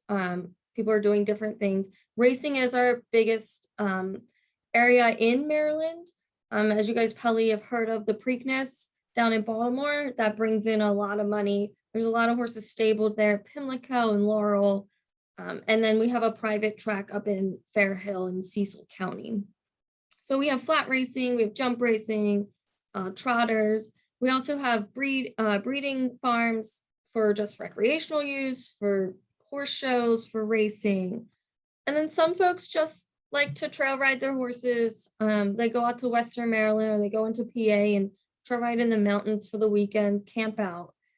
We also have Western sports like the rodeos, polo, fox hunting. And then we also have like therapeutic in a therapeutic industry here. And that actually is a pretty big, that's like almost $8 million worth of value in our economy in Maryland. So that is a growing sector as well. My office in Baltimore County, right in Hunt Valley, we have two of the biggest therapeutic riding organizations there. And we help veterans, and we also have a group for kids that are in foster homes that bring them out to the farm, and they get to mess around with these horses. And then we also have your traditional, like your Clydesdales. I'm sure you've probably all seen them before, seen them on the commercials for the football ads. And then horse showing, the dressage, jumpers, hunters, and as well as pony racing. Pony racing is a kind of a big thing with these small Shetlands. It's fun. If you ever get to see it, it's really fun to watch. So there's three basic types of horses. There's a ton of breeds. There's every day, they're kind of just like people with their dogs. You kind of make another breed. So there's hundreds and hundreds of breeds, but there's three basic types of horses. You'll see these draft horses, Belgians, Percherons, the Clydesdales, just like up in the top right-hand corner. These are Belgians. They're used for work horses. They're typically not your riding everyday horse. We have a fair amount of these down in the lower shore because we have a more of an Amish community down there, and they still use these as their means of tilling the ground, moving product from one place to the other. We also have light horses, which are your kind of your everyday riding horses. The thoroughbreds, that is what you see at the Preakness, the quarter horses, like the lower left-hand picture, warm bloods. These are your typical horse show, what people are riding every day. And then we also have the ponies, like the lower right-hand corner. It's a little Shetland pony. These are actually, most of them are kind of probably little lawn ornaments, but they also serve a purpose where they have driving competitions, and they're pretty strong and sturdy little buggers, and they have competitions where they drive people all around these cool little courses. So you'll see those as well. We also can't forget the donkeys and the mules. They're not, you see a bunch of them, but they're not the most popular that you'll see. The donkeys, these are kind of pets nowadays. They were originally used for, packing the produce carts around, but they're small, they're tiny. A lot of folks that have these thoroughbred breeding farms will have a couple donkeys out because they're good companion animals for these kind of flightier other different breeds. They kind of don't need any friends. They're there for emotional support. And then we have mules. Mules are a hybrid. So they are sterile. They look like a donkey, but they're big. They're as big as a riding horse. People do ride them. Folks use them for logging. They'll go coon hunting on them. They're really versatile, and they're a good work animal to have. So I put down a bunch of common terms that you should probably know. So one of the biggest pet peeves is kind of a little bit of a snobby pet peeve from horse folks, is that when you go to their farm, they kind of want you to know kind of the terms, how to talk to these folks, because they are a little shy at having other people onto their farm. So if you know these terms, you can kind of relate in the conversation. It makes it easier for you and for them. So a barren mare, you might be out on a brood mare farm that might need fencing around streams or a manure management area. So you'll hear these terms. A barren mare is a mare that's been bred before, but she's not pregnant that current year. A brood mare, might be in foal, or she is going to be used in the breeding program. A colt is an uncastrated male horse that is younger than 4 years old. A filly is just the opposite, which is a female horse that is less than 4 years old. And then as they age out of 4, we kind of just call them a mare or a gelding. A gelding is a colt that has been castrated. A green horse is inexperienced, untrained. So if you go to a farm, you have to walk out into a field with the owner and someone says, watch out, we have some green horses out here. It's not because they're the color green, it's because they're kind of flighty, inexperienced. So just be a little bit extra precautious around them. A mare is, like I said, an adult female that's older than 4. A maiden is that they haven't had a foal yet and they're going into the breeding program. A paddock, you'll see that you'll go to these farms and some of them will have little paddocks, and then they'll have these like big fields. You might just call it a field, but it's kind of a subset of the field, so we call it a paddock. A stallion, uncastrated male horse that is probably in a breeding program. We typically don't keep horses intact unless they are in a breeding program. They can be kind of a pain to take, they have to be lived by themselves. They can be aggressive. So they're not like cows where, the bull, we can kind of put them out in a field with a herd and they'll be okay. Horses they just don't have great social skills in general. So they kind of have to stay alone. A weanling is a young horse that's been weaned. It's normally about 6 months to a year age, and then it becomes a yearling. And then they, kind of age out. to be a real horse, to an adult horse.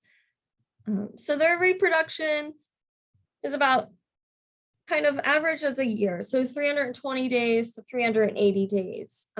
We wean these foals at 4 to 6 months. We try to do it more around 6 months of age. And then at 18 months is when these horses have reached puberty. So you technically could be in a breeding program. That is not what we typically do, but it could happen. We at 2 to 3 years of age is when we say we break them, is that we're putting saddle on them, we're touching all over them, we're handling them more. So they kind of go into training, and we can start riding them and doing more with them, what their end goal is going to be. And then breeding, a lot of programs start around 4 years of age, especially in the horse racing industry. If you have horses that have produced a lot of money on the racetrack, and then they're probably about 3 years old, and they say, you know what, we're stopping them now, sending them to the breeding farm, and that's where they're going to start their second career. So stallions, they, like I said, 3 to 4 years of age, unless horse showing, folks will keep them, they will be older before they enter becoming a stallion, the breeding program, just because they're horse showing them. Like I said, the racing, it's kind of a little bit younger. And they can breed into their 20s, so that it doesn't, you don't have to be young to be breeding. They can be in their 20s. With nutrition and with horse health and the care that has progressed over the years, it has kind of made that a longer breeding season. We typically, like I said, we don't breed them during or put them in a program while they're in training, just because they can't stay focused. They do have a small brain, so they kind of need one job at a time. It's hard for them to focus on too many things. The mares, so mares are seasonally polyestrous. So the optimum breeding season is between spring and summer, and they don't ovulate in the winter. They basically depend on the sunlight. So you'll see in some breeding farms, they will have lights on mares trying to get them to ovulate earlier. But in the winter, they pretty much are dormant, and you can just kick them out and they will not be breeding. So their estrus cycle is 21 days, and they're in heat between 5 and 6 days, and then out of heat for 14 to 16 days. So it's a very short heat cycle. And we use 2 different breeding methods here, natural cover and then artificial insemination, AI. Natural cover is what we tend to strive for in certain breed categories. So the thoroughbreds, they are all natural covered. They cannot actually be registered with the Jockey Club Association unless they are natural covered. So you can see that on the top right-hand corner. That is a breeding shed where they put the mare in the staunches, and then they will bring the stallion in. Typically, they'll bring a teaser in first to make sure that she's in heat before they bring in this expensive stallion to breed her. And then the bottom right-hand corner is where they collect the semen. And so they will have the stallion jump on that. They can collect the semen from him, and then they can artificially inseminate the mare when she is ready. And that is very prominent in the warm bloods, every other breed basically besides thoroughbreds. So and they can freeze semen and ship it around the world just like they do with any other livestock as well. So some challenges you might run into with the horse folks is that they have small acreage, like I said. Typically, when you go out to these farms that need help, you're looking at this picture in the bottom right-hand corner, you're looking at all these weeds. Unfortunately, that's kind of what happens. There are plenty of fields and plenty of farms that don't look like that because they have been through programs, they've listened to experts, and they know how to rotationally graze. They don't have too many horses. So we are definitely educating them to become better stewards of the land, but there are still plenty out there that need our help. There tends to be a little bit of lack of money on the recreational side. Horses are very expensive. Buying the land is expensive. So they are coming to you because they want help with money. You guys have the 75% cost share. They typically have probably 8 horses, so they meet the limits, but they are looking for money to help them to get this going.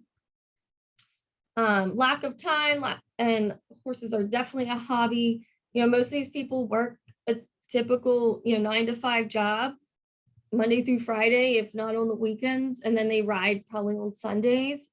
So meeting them during the day, during your work hours, could be tricky.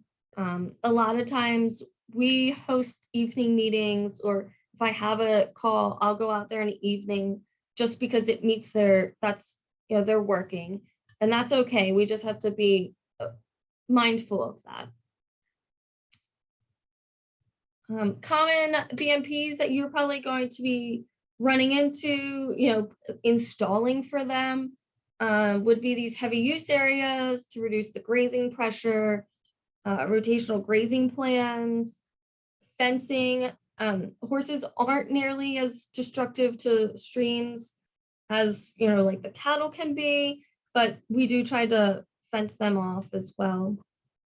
Watering systems. I think watering systems and the manure structures are probably the biggest ones that you'll run into. Everyone loves these automatic waters because, let's be honest, no one wants to be out there in the middle of winter busting up ice. So these waters are really helpful. And then putting in like a heavy use area around the waters, because these horses are trampling, standing in this one area, probably making a mud pit at some point.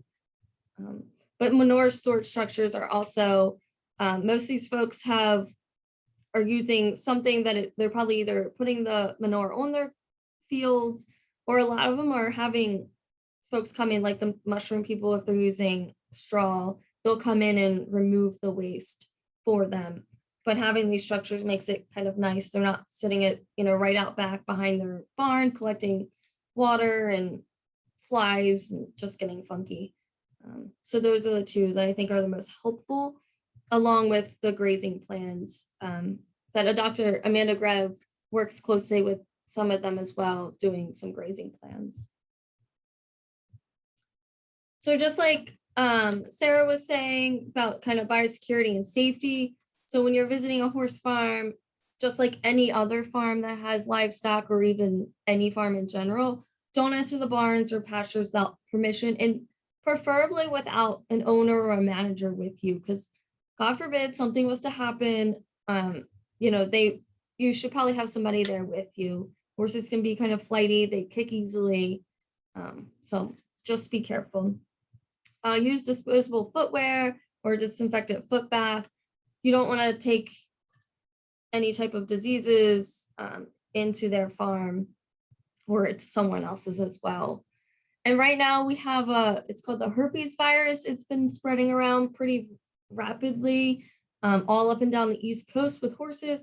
So it's not something that you can contract, but you can also carry it to another barn. So preferably don't touch these horses. And when you do leave, make sure you wash your hands so you're not carrying it to another farm as well.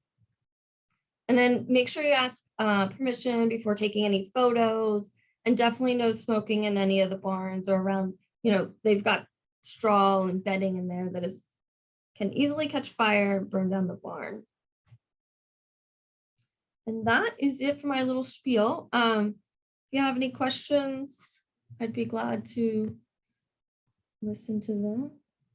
Oh, I think I see one. Okay, I can read this out. It says, just mentioned call share. Question for Sarah concerning. Oh, Sarah, this is for you. Is she still on? Yes. Okay. Concerning cost per 100 pound of milk and economics of scale, has the federal state conservation dollars ever been folded into determine actual costs for the big producers? They get huge sums. They get huge sums of money for manure storage and then annual payments, manure transport, manure injection, cover crops, etc. It seems the amount of conservation dollars is going to the big producers may unfairly make it seem like they are more efficient. So, yeah, so I was just looking at that. So that those numbers that I pulled from that on that chart were from the USDA-NRCS spreadsheet. And their income is only showing income from milk sales and you know, some other side things that some farms will have, like leasing property or renting and things like that, as well as cold cow sales. And actually, if you look at across all sizes of farms, the income per 100 pounds of milk is actually really similar. It's around $20 for all sizes of farms. But the really big difference is in costs. The spread is almost $9 per 100 pounds in some areas for costs, I guess, overhead and operating costs. So in terms of, you know, the larger farms getting, more conservation dollars and things of that nature, I can't really speak to that, but that's what the figure, that's where I got those numbers from. And it's a big cost thing. It's not necessarily income from other sources. I don't know if that helps answer that question, or I'm happy to follow up with you, Rob, if you would like. Wonderful, thank you. Okay, I see another one from Jenny Rhodes. Is there a general rule on how many horses per acres? So it is determined by the county, but there is a general rule of thumb saying 1 horse per acre. That is typically doesn't happen. It's normally 1 horse per half acre, which is why then we really stress the rotational grazing. And we can do the rotational grazing plans for folks, but 1 horse per acre is really ideal, especially if you are continuously grazing the same field. What else we have? Okay. Oh dear. For establishing new pasture from previously cropped ground, is there an ideal seed mix or one that would be better for horses? Planting guide on the EFOTG generally shows fescue mixed with something else as an example. So yes, and is Amanda still on? No, okay. Jeremy, yes, there is probably a better, definitely fescue because it is more hardy and it establishes easy, but they would also probably mix it with some type of rye to get a quick establishment. But we can follow up with you with Amanda Grev and she could give you specifics if that is okay.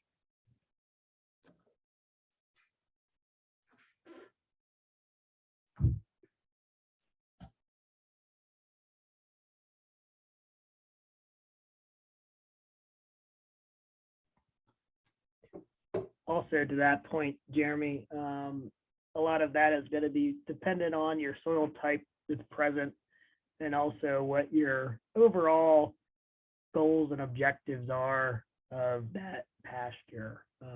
So, if it's a poorly drained location, they're gonna want to try to establish a pasture grass that's going to perform well in those conditions rather than one, say for example, orchard grass that needs high fertility, well-drained soils. You wouldn't want to put that into a poorly drained area. So you have to consider the soil types as well.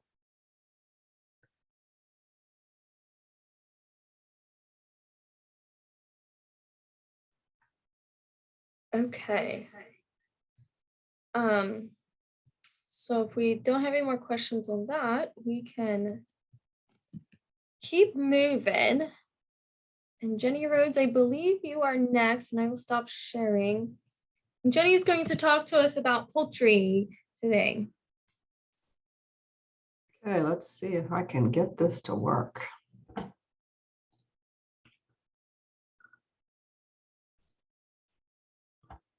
Okay, which screen do you see? You have to change, it's a split screen still. Okay, let me fix that. Hold on a second here. Get this out of the way. Okay, how's that? Perfect. Thank you. Okey-doke. So I get to talk about my favorite subject now, is chickens, and we're going to talk about biosecurity. So you've already heard a little bit about biosecurity, but I'm going to go in just a little bit deeper. So I work, of course, for the University of Maryland Extension. I'm a principal agent in agriculture and food systems. And just so you know that we do have a state poultry specialist, Dr. John Moyle. He is located on the Lower Eastern Shore at their research and education center down there. So there's plenty of people for you to reach out to if you do have other questions on poultry. So when I talk about poultry chickens, I'm going to talk first about chickens. So on Delmarva, so that's Delaware, Eastern Shore of Maryland, and Eastern Shore of Virginia, we grow broiler chickens, and broiler chickens are meat chickens. So that's what I'm going to talk about mostly today, and the kind of the importance of them and how they rank. I'm not sure where everybody is from, but you'll get a lesson on Delmarva, on the chicken industry anyway. So you can see really from the 76% of farm income in Delaware comes from broiler chickens, and in Maryland it's 48%. So that's why it's really important. And when we look nationally, Maryland is ranked 8th in the nation. And in Sussex County, Delaware, which is not really far from us on the Eastern Shore, is first in broiler production. That's really where their broiler production started. Here's some figures. This is put together by the Delmarva Chicken Association every year, and they collect all this information. Some really good facts that I always want to share with people. So we raised 609 million chickens in 2019, and 2020 was about the same. So at any one time on the ground on Delmarva, there's about 125 million chickens. If you figure there's about 4 flocks a year, and people will, chickens will be in and out.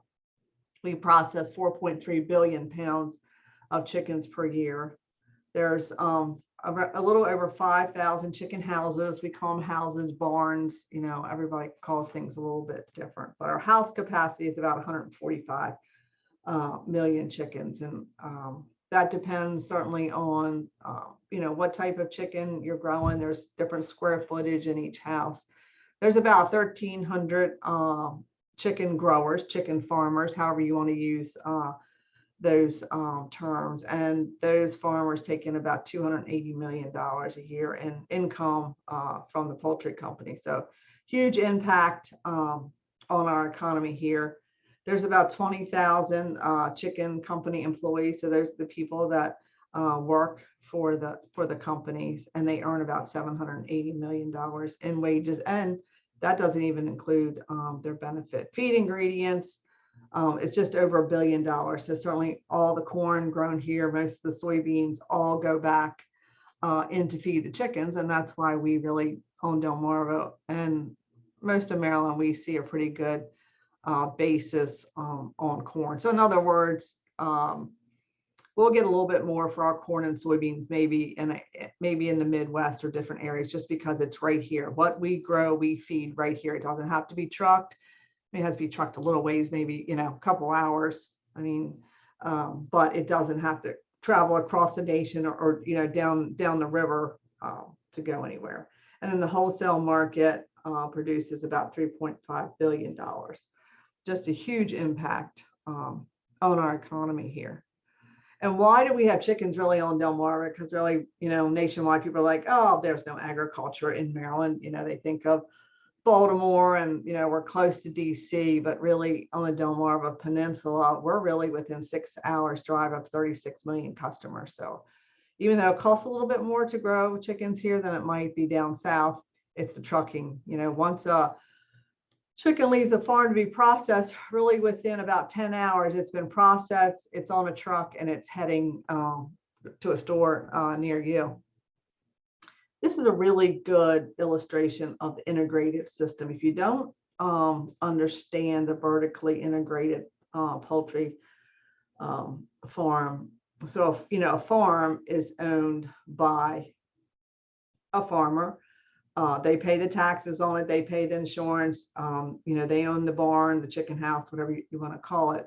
But then they have a contract with a chicken company, and on Delmarva, it could be Tyson, it could be Purdue, it could be Allen Harim, it could be Amick, it could be Mount Air. So we have 5 different integrators or poultry companies, and we use those back and forth that they can actually grow from. So I'll start in the top right hand. So you see the corn and soybeans and all the other ingredients.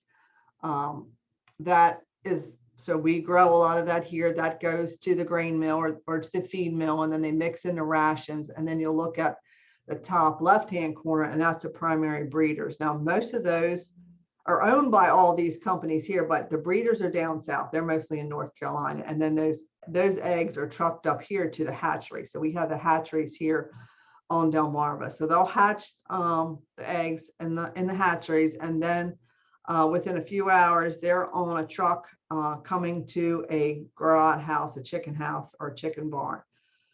From there, the chicken farmer will raise them. Now, while they're raising them, the chicken company will come once a week. They have a service tech that will come once a week, check on them. The chicken company pays for the feed. They pay for the program or propane, any gas that's used, because it has to be pretty warm when they come in. And then when they get paid, it's on a competition. So, the person that has the best rate of gain, the best feed conversion, has used the less propane. There's a lot of factors that go from that. Then they'll go to be harvested or to the processing plant. And from the processing plant, you can see to the right, they'll go to retail, grocery, food service, institutions. And then also nothing gets wasted in what we do. Everything gets recycled and further used. So there's always byproducts that will go to the rendering plant. So nothing really gets wasted. And then really at the chicken farm, a lot of and what you may do with soil conservation or NRCS, nor storage, or those type of things. So yes, there is cost share for farmers to move poultry litter, but certainly you have to meet certain qualifications. It's not out there for everyone. But that's just so you understand kind of how that works.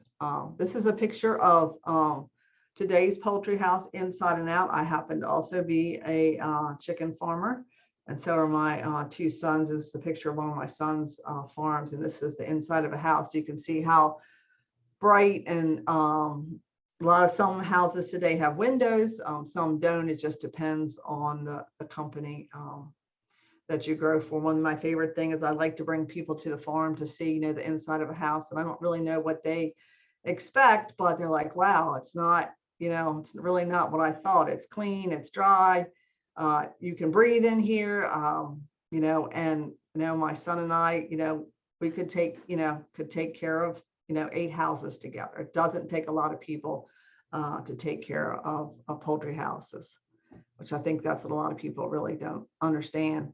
This is a map of Delmarva. This is the commercial, so you can see all the little dots, and you can see all of them concentrated there on Delmarva. I want you to compare that to the next map, and this is the non-commercial poultry. So this would be all the backyard flocks. This is one of the things that, when you go out on farm visits, if you're not on Delmarva, and if you're on Delmarva, certainly people that have commercial chickens will not have backyard chickens, but you'll find a lot of farms that have backyard chickens. And that's one thing, you can help to educate them if they have questions, or you can certainly send them to me or to Dr. John Moore. We can help them. But all flocks have to be registered with the Maryland Department of Agriculture. You can go online, you can find the registration form, you go out on visits, and we tell people that it's not to pick someone apart, but if we do have a disease outbreak, we want to be able, or MDA, I shouldn't say we, Maryland Department of Ag wants to be able to contact these people. They can drop a pin and draw, a 5-mile circle, a 10-mile circle, and say, okay, we want to notify everybody in this area that we've had a disease outbreak, so that they're, really careful in the things that they're doing. But if you're practicing good biosecurity, there should be no issues. And we'll talk a little bit more about that actually in the next slide. So Sarah's talked about biosecurity. Bio really, talks about life security implies some type of protection. Today, it's really the new social distancing for poultry farmers and a lot of farmers. We've always practiced biosecurity, and it's really no difference than the social distancing is what we've learned through, through all of the COVID. If you go somewhere, come home, take your shoes off, spray them with Lysol, take your clothes off, get in the shower, take a shower. It's what we do, every day in the chicken industry. If I come home from work, I certainly don't come home from the extension office and go right down, to the barn, or someone that has a backyard flock. They should be changing their clothes. We should have chicken boots, chicken shoes, something that we wear down there all the time just to protect. So really has the social distancing really hasn't been too hard for a lot of us, but really it's just common sense every day. And it doesn't matter, like Sarah and Erica talked about, really doesn't matter what kind of farm you're going on, because whether it's a livestock farm or you're going to a grain farm, we can be carrying diseases on the bottom of our feet and our vehicles, and we don't want to be the ones that are responsible, for taking a disease and into a greenhouse or certainly anyone's farm. I think Sarah touched a little bit, about this, but it can be caused by diseases, insects, other biological organisms. And like she said before, this can be a threat to plants, animals, humans, food, and really to, our economy. If we have some type of, outbreak, it can really hurt our industry. And, sometimes it has certainly a domino effect. And sometimes, and we don't even realize that, we're, we could be carrying pathogens around. So we really need to think about every time we go on some farm or on a farm visit, no matter what size the farm is, that we need to really think about biosecurities and how, we're going to prevent that. Again, these are, she talked about these, the variety of microorganisms that can cause disease: viruses, bacteria, fungi, protozoa, and worms. Now, on the next slide, I'm going to show you a video that we put together. We got a grant through NIFA, and it was myself and our poultry specialist and our University of Maryland College of Ag, Dr. Nate Tablante, and we put together a series of videos. We have videos on biosecurity for technical service providers. We have it for poultry farmers, and then we have it for backyard flocks. So let's see, I'm going to click on this and see if we can get this to work so you can listen to it.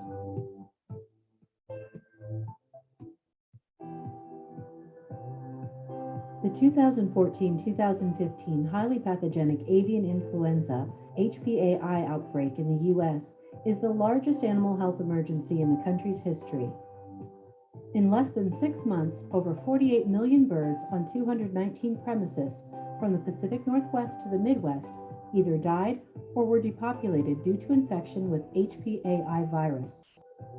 Epidemiologists believe that the virus was initially introduced by wild migratory waterfowl and was later spread by people from farm to farm.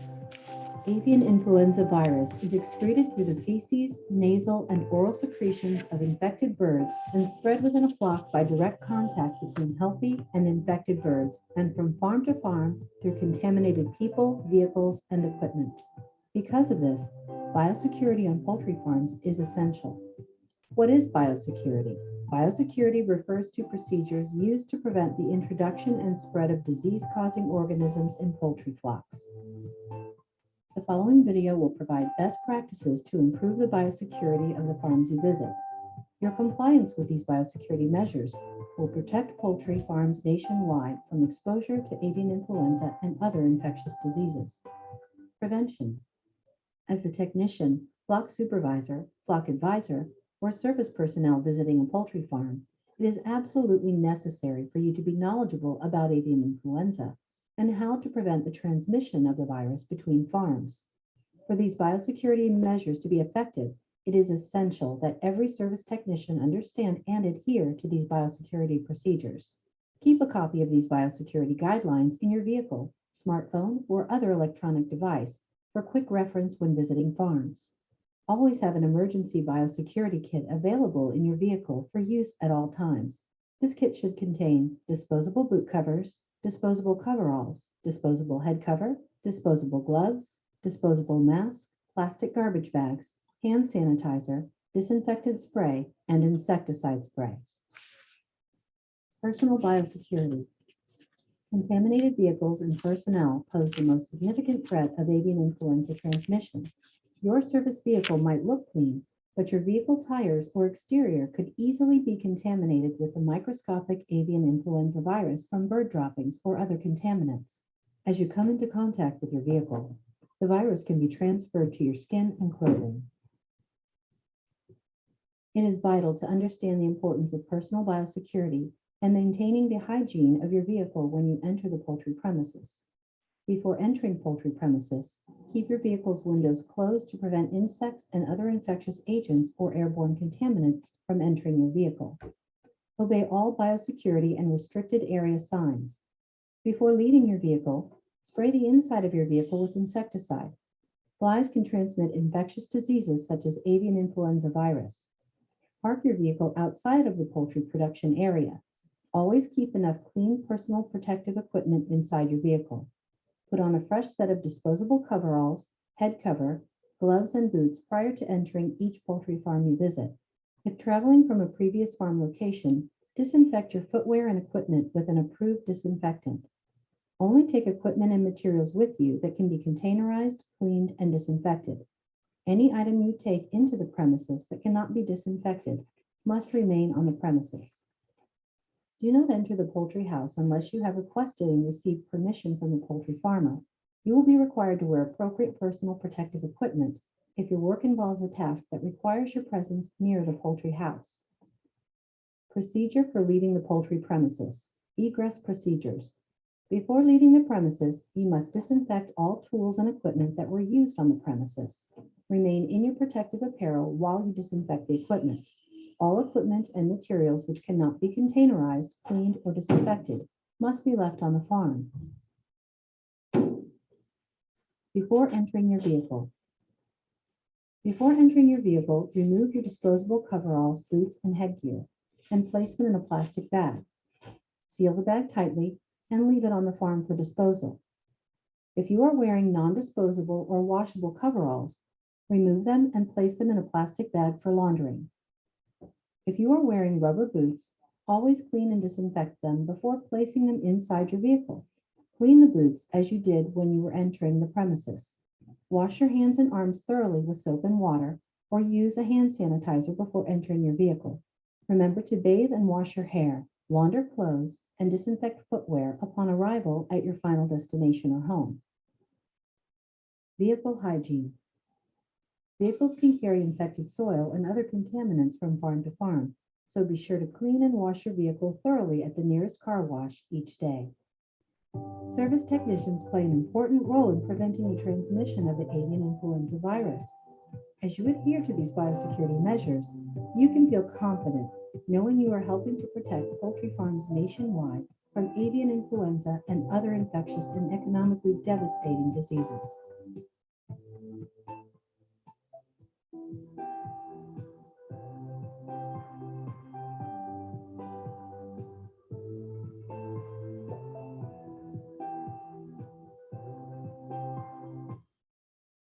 Okay, so I think that that just really gives you a really good overview of some of the things that you need to think about before you visit a farm. And if possible, park off the farm at the end of the lane.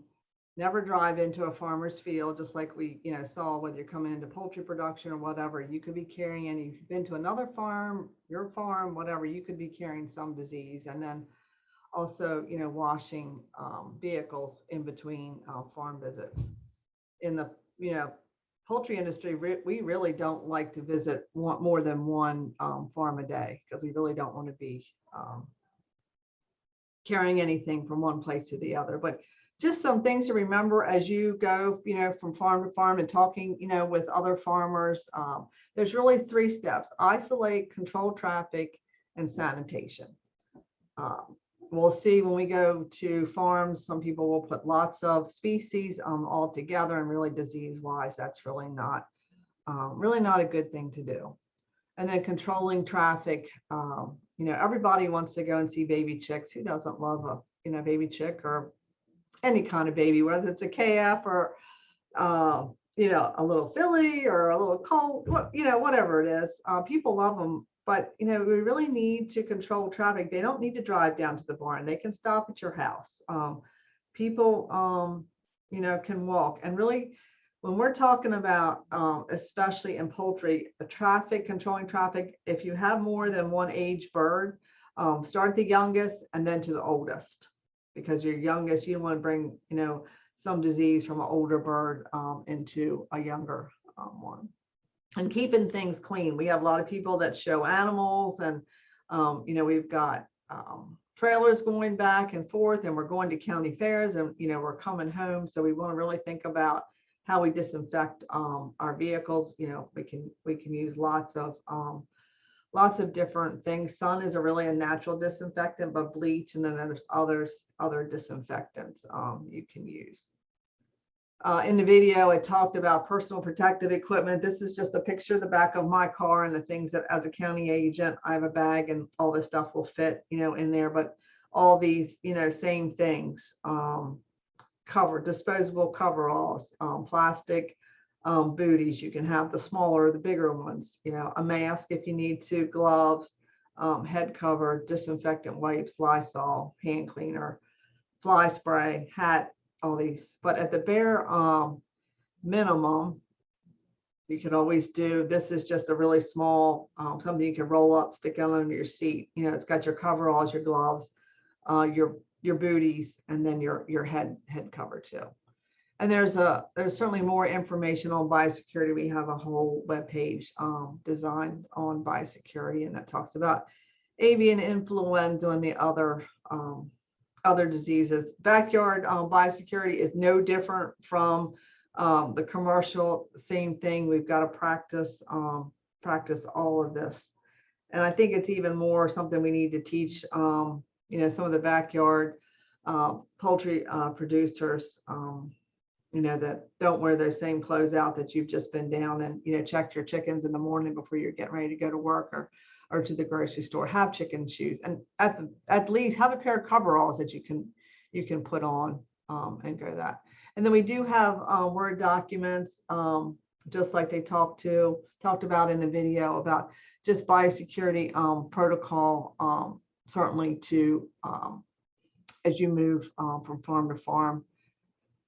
You saw this in Erica's presentation. We have these signs available in extension. So if anybody needs any, please let us know, and we would be happy to get them out to everyone. And then we also have an extension. There's our extension.umd.edu poultry page, and there's lots of information on there. And then any questions or concerns, like I said, myself, Dr. John Moyle is our poultry specialist. Megan Purdue, she's on the lower shore. She does a lot of backyard. She's done a lot of backyard seminars, backyard farming seminars. And if you're interested in that, we can certainly put you in touch with her. And extension.umd.edu, that's our website to look at. So I will stop there and see. I will stop sharing and see if we have any questions. Awesome. Thank you, Jenny. Does anyone have questions for Jenny? I guess they're all already practicing good biosecurity, so good job. Yeah, everyone's a poultry expert. Perfect. Okay, well, thank you, Jenny. If you guys think of anything, I'm sure that she will be on for a little bit longer. And if not, we can always forward questions to her afterwards. So next we have Susan Shonian. She is our sheep and goat specialist out in Western Maryland. And Susan, the floor is yours. Okay.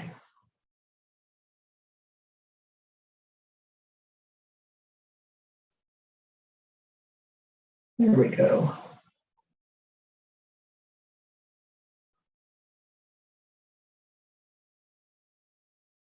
Now, are you seeing the presentation okay?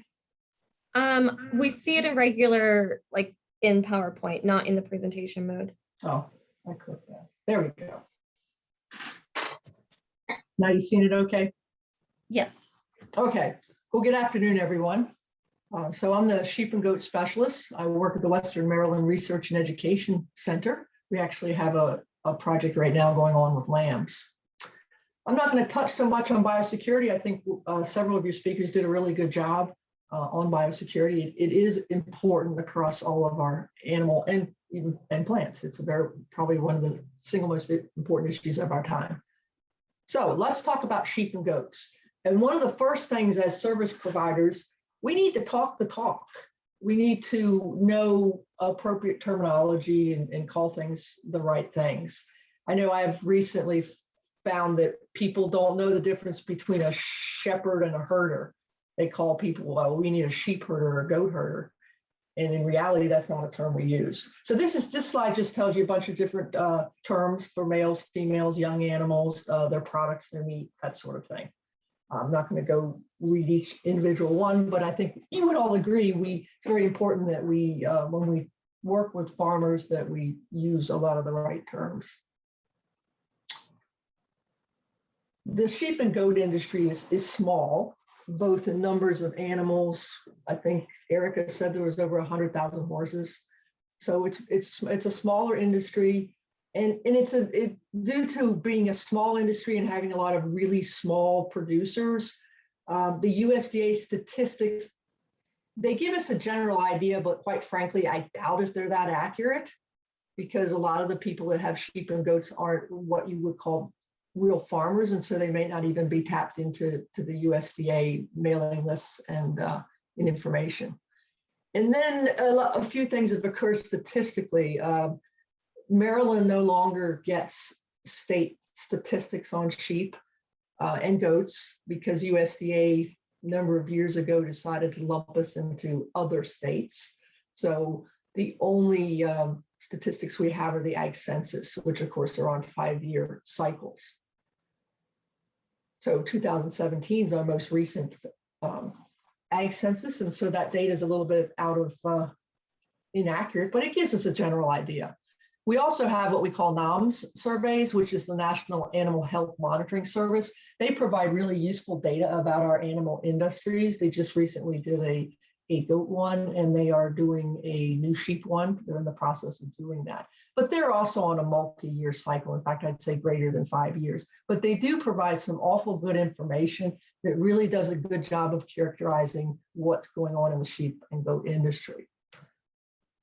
But we do have statistics, and I want to talk a little bit about them. These are from, again, the ag census and the differences between the last and the census 5 years earlier. And basically, it shows you that the sheep and goat industry, again, it's small. So we've got about 24,000 sheep. Again, we have about 100,000 horses. So it's a small industry, but it is growing. There was a over 20% increase in that 5-year period, almost 30% increase for goats in that same period. You can see we got a lot more sheep than goats.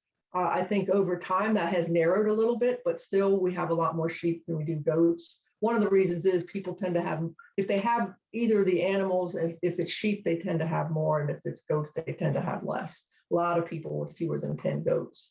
If we look at the number of farms that have sheep and goats, again, there was a substantial increase in the number of sheep farms, almost 40%. And then almost 20% increase in the goat farms. Be really interesting to see what the 2022 data is going to show in terms of the size and scope of the sheep industry nationally, sheep and goat industry, as well as here within our own state. I reiterated how the farms are small. If we look at the number of sheep per farm or per owner, it's about 25. And I actually don't think it's significantly different for beef cows. The average herd size is probably, I would assume, probably less than 30. Again, goat farms tend to be smaller. The average, if you work out the math, is about 13 goats. And you can see that 3/4 of our producers have fewer than 25 sheep. And realistically, 96%, and this is pretty true across the whole US, have less than 100. So we're talking about smaller farms and smaller flocks and herds. The other graph shows how many acres are on these sheep and goat farms, and you can see overwhelmingly they are farms with less than 50 acres. But we always have bigger farms and we have bigger flocks and herds, even within our own state. But generally speaking, we're talking about small farms. This graph shows from the census where the sheep and goats are raised within the state of Maryland. And you can see that sheep production tends to be concentrated in the west central western part of the state. Frederick, Carroll, and Washington have the most sheep. The goats are not quite as concentrated in those counties. You can see they're just a little bit more evenly distributed, but still those counties are among the top producers of goats. And I think if I remember Sarah's talk, a lot of the cattle is pretty similar to where the sheep are, because these are generally considered our, a lot of our good grazing land and, different things for different parts of the state. But one of the important things to appreciate about sheep and goats is they are a multi-purpose animal. If we consider the sheep industry first, basically here I'm dividing them into wool sheep and hair sheep. We've got one licensed sheep dairy in the state. Sheep dairy is not a big thing in the US, but most states have one or two. It's all niche marketing. In 2017, only about a third of the sheep farms in Maryland sold wool from about a third of the sheep. So I might even be generous when I say half the sheep are wool sheep. But there's definitely a trend towards more hair sheep. Hair sheep don't require shearing, they don't require docking, they don't require crutching, they have enhanced resistance to internal parasites, and they have a high level of reproduction. So they have all these things going for them. That's not to say that wool sheep aren't significant, because they are, and I'll talk about that a little bit later. If you look on the goat side, 2/3 of the goats are classified as meat or other. I'm not sure always what other is. I guess that would include some of our pets, like our pygmies and our Nigerians. Not quite 30% dairies. If I was going to say a trend in the goat industry, it would be that the dairy goat industry is growing. I think this is particularly true nationwide, maybe not as specific to our state, but you are seeing an increase in the number of goats being raised for dairy purposes. Very few goats raised for fiber purposes in Maryland. Most of that's focused in New Mexico and Texas. But regardless, these are both two very diverse industries, animals that have a multitude of uses, thus a multitude of reasons for keeping them. There are other impacts that the USDA does not track. And I've often thought we should follow the lead of the horse industry, because I believe they did a survey once where they captured what the economic impact of their industry was. Because if you look at USDA stats, again, the numbers aren't very big. They're better than nothing, I suppose, but they're probably not that accurate, through the fault of no one. The Maryland Sheep and Wool Festival, it's always held the first weekend in May, has a huge economic impact. I wish I knew what it was, and I've never been able to find out, but it's a huge event. It has a big impact. People that lease out their animals for grazing, USDA statistics don't capture that either. Next thing I want to do is just kind of give you an overview of sheep and goat production and marketing. Much like Sarah said with the beef cattle, I would say the majority of sheep and goats are still sold at sale barns. There you see a picture of goats at New Holland. New Holland has the distinction of being the best sheep and goat market in the US, and it's also one of the larger markets in the US. St. Angelo is probably the biggest, but an awful lot of goats especially come from Texas and places like that. They come east. So it's a very good market that we have there. So about the animals, one of the things that's important to understand about sheep and goats is they are very seasonal in their breeding habits. So most of the lambs and kids are born in the first 6 months of the year, and most of them are marketed in the second 6 months of the year. And so it used to be that prices would show a particular cycle during the year. Now, population demographics has changed that a little bit, and I'm going to talk about that in another slide. So what causes a sheep and goat to cycle and to be receptive to breeding is how long days are, photo period. Sheep and goats usually give birth to 1, 2, 3, or 4 offspring. My flock actually had 4 sets of quads this year. There are differences among breeds and among individual animals as well, for both seasonality and number of offspring and a lot of the other reproductive traits. Obviously, if they're only pregnant for 5 months, it's possible to have more than one crop per year. It's most common to do 3 crops in 2 years, although theoretically you could do it twice a year, but that tends to be a little too much for these animals. You don't get the productivity that you need. The biggest health problem affecting small ruminants is definitely worms, both worms and protozoan parasites like coccidia. But for animals that graze, it's the primary problem. The barred pole worm, which is a blood-sucking parasite of the abomasum, that is the most pathogenic worm we have. Goats are more susceptible to parasites for some obvious reasons. They did not evolve in a moist climate, and they did not evolve as a grazer. They evolved as a browser, an animal that wants to keep its head off the ground where there are no parasites. So they evolved to evade parasites. Whereas sheep, you can see in the picture down there, they graze close. They evolved to respond to parasites with their immunity. Hair sheep are the least susceptible among the sheep, so sheep are less susceptible than goats, and hair sheep even less susceptible. There's significant resistance to the dewormers. That makes controlling parasites even more challenging. We no longer advocate that you treat the whole flock, that you treat based on the calendar, like 3 times a year or every 4 weeks, or even strategically, like the fall of the year after the first frost. We now advocate that you selectively treat the animals that need it, and even conversely, selectively not treat certain animals. This is going to preserve what we call refugia. Those are worms that are still susceptible to drug treatment, and it's going to prolong the effectiveness of the drugs.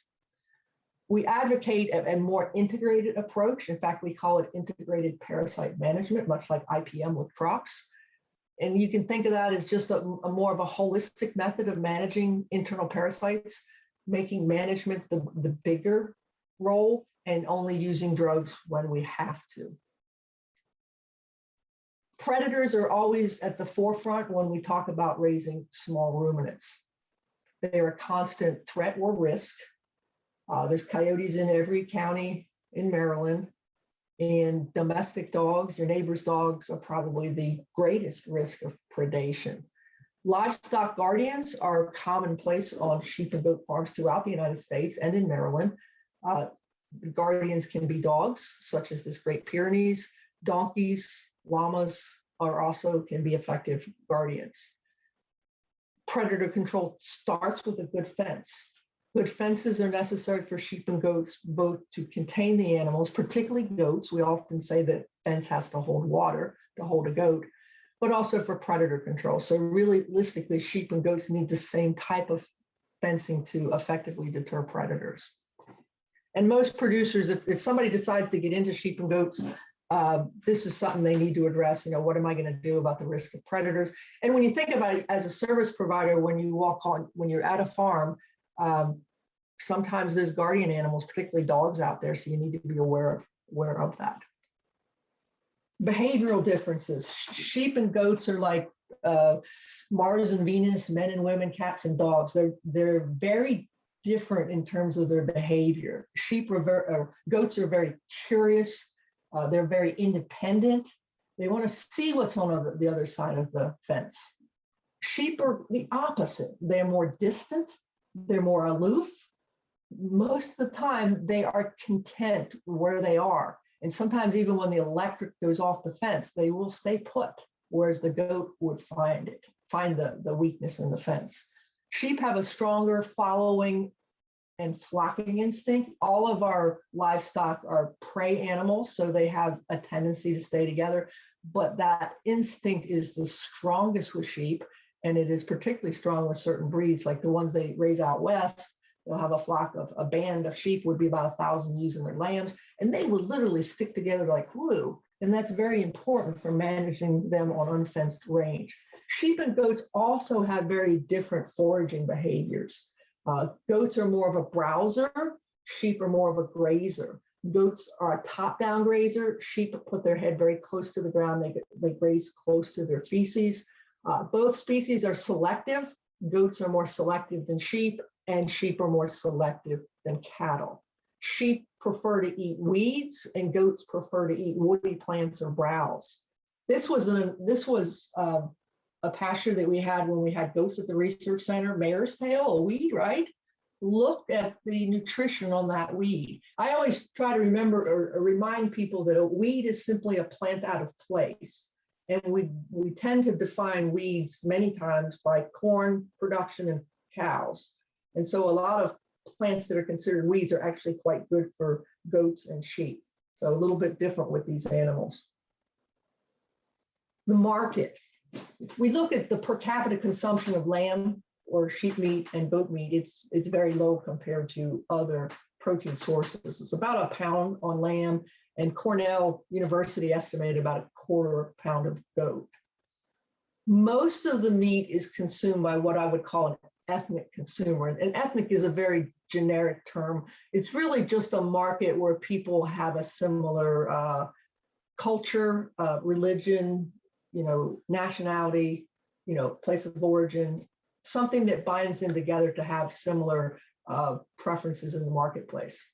A lot of sheep and goat meat is consumed off the grid, meaning it never becomes a USDA statistic. There's a lot of on-farm slaughter, for example. There's a market for every size and age of goat and sheep, and that's because we have such a diverse ethnic market. The commodity lamb has a specific size, yes. The average lamb in the United States is about 135 pounds when it goes to slaughter. But if you don't market to the commodity market and you're in that larger, direct markets, ethnic markets, there's just a place for everything. And it's up to a producer to figure out where his price point is. Is he better off selling lambs and kids at 40 pounds, or is he better off selling a lamb at 110 pounds? Those are things he has to figure out on his own. The demand for goat meat tends to be more year-round, more cultural, whereas the demand for sheep meat peaks prior to the religious holidays. So lamb or sheep meat is the preferred meat for Muslims, Christians, and Jewish people around their specific holidays. Prices usually peak prior to Easter, and there's two Easters. There's a Western Easter and an Eastern Orthodox Easter, and they usually peak prior to the Muslim festival of the sacrifice. So they're very much oriented by those holidays. And goats will follow those markets a little bit, but to be honest with you, it seems like goat prices are always high. It's a good thing to get into. The ethnic markets have been less affected by COVID, particularly 2020. Our commodity market took some big hits, but the ethnic markets didn't. And in fact, so much so that meat goats weren't even included in the first round of CFAP payments because they didn't meet the criteria, which wasn't a significant reduction in market prices. Imports are a big challenge with sheep and goats. We don't produce enough goat and sheep in this country to meet domestic supply. Despite the low per capita consumption, we got 280 million people, we just don't produce enough. About half of what we consume or more is imported, mostly from Australia. They have feral goats and all they do is round them up and kill them. And some from New Zealand. And I don't know if we've let them into the market yet, but Britain wants to get into our market as well. The imported product is often cheaper, at least from Australia and New Zealand. It may not be from Britain. And sometimes it's even more consistent because we have such genetic diversity within the sheep and goat industries. One advantage we do have is that most of the ethnic customers will prefer a fresh product, and that gives us an advantage. The traditional reason we raised sheep in the past was for fiber. If you go back 1900 and before, that was primarily why sheep were raised. Now it's a niche market, a value-added market, a direct market, but there is significant activity in especially the sheep side. There's not as much fiber goats, but there are fiber goats out there. So this is a pretty important part of the industry as well. And this is probably where the greatest potential lies for these animals, and that is to control stuff we don't want to grow. Whether you call it vegetation control, prescribed grazing, solar grazing. The picture on the left is goats that were used to control vegetation in a bog turtle habitat. And of course, the one on the right shows solar grazing. So those opportunities, you probably read about them, you probably hear about them, they're only going to potentially expand. That's particularly, I'm going to say, on the solar grazing side. And currently, sheep are about the only and most compatible agricultural enterprise with solar. I think that will change in years to come, but right now they're a perfect match. And so there's a lot of potential to either subsidize or add to the income of a meat or a dairy operation, even to do it as its own enterprise. For more information about sheep and goats, I do a number of web pages and social media. My main page is sheepandgoat.com, but there's, as you can see, there's an assortment of web resources. The research program has a blog, and that's how I communicate using that. The Facebook page is very active and has a lot of followers. So that's where you would go to find more information. And I'm going to leave you with this slide, and that's to make sure we always know the difference between a sheep and a goat. A lot of people will say, well, sheep have wool and goats don't. Well, my sheep don't have wool, and Angora goats kind of have wool. Well, goats have horns and sheep don't have horns. Well, some sheep do have horns and some goats don't have horns. It's the tail. It's the tail. So the goat, and it kind of matches their personality. So look at that goat. His tail's up and he wants to greet you. He wants to greet you. And that sheep, he's facing the other way. He wants to leave. He wants to be left alone, so his tail is down. But that is how you tell the difference if they look similar. You know, a lot of times the differences are obvious, but there's a whole lot more hair sheep out there now, and goats are a lot meatier than they used to be. So you just never know. So look at the tails. And with that, I'd be happy to answer any questions.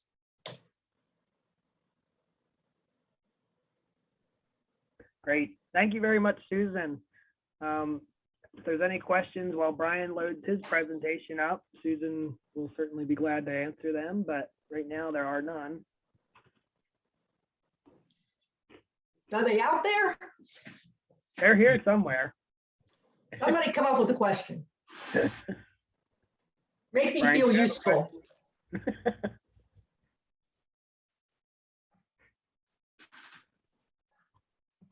I can tell sheep joke. I'm not seeing any, Susan, but Okay. if we Feel do, free we'll to be sure contact get me. them. Yes. Thank you very much, Susan.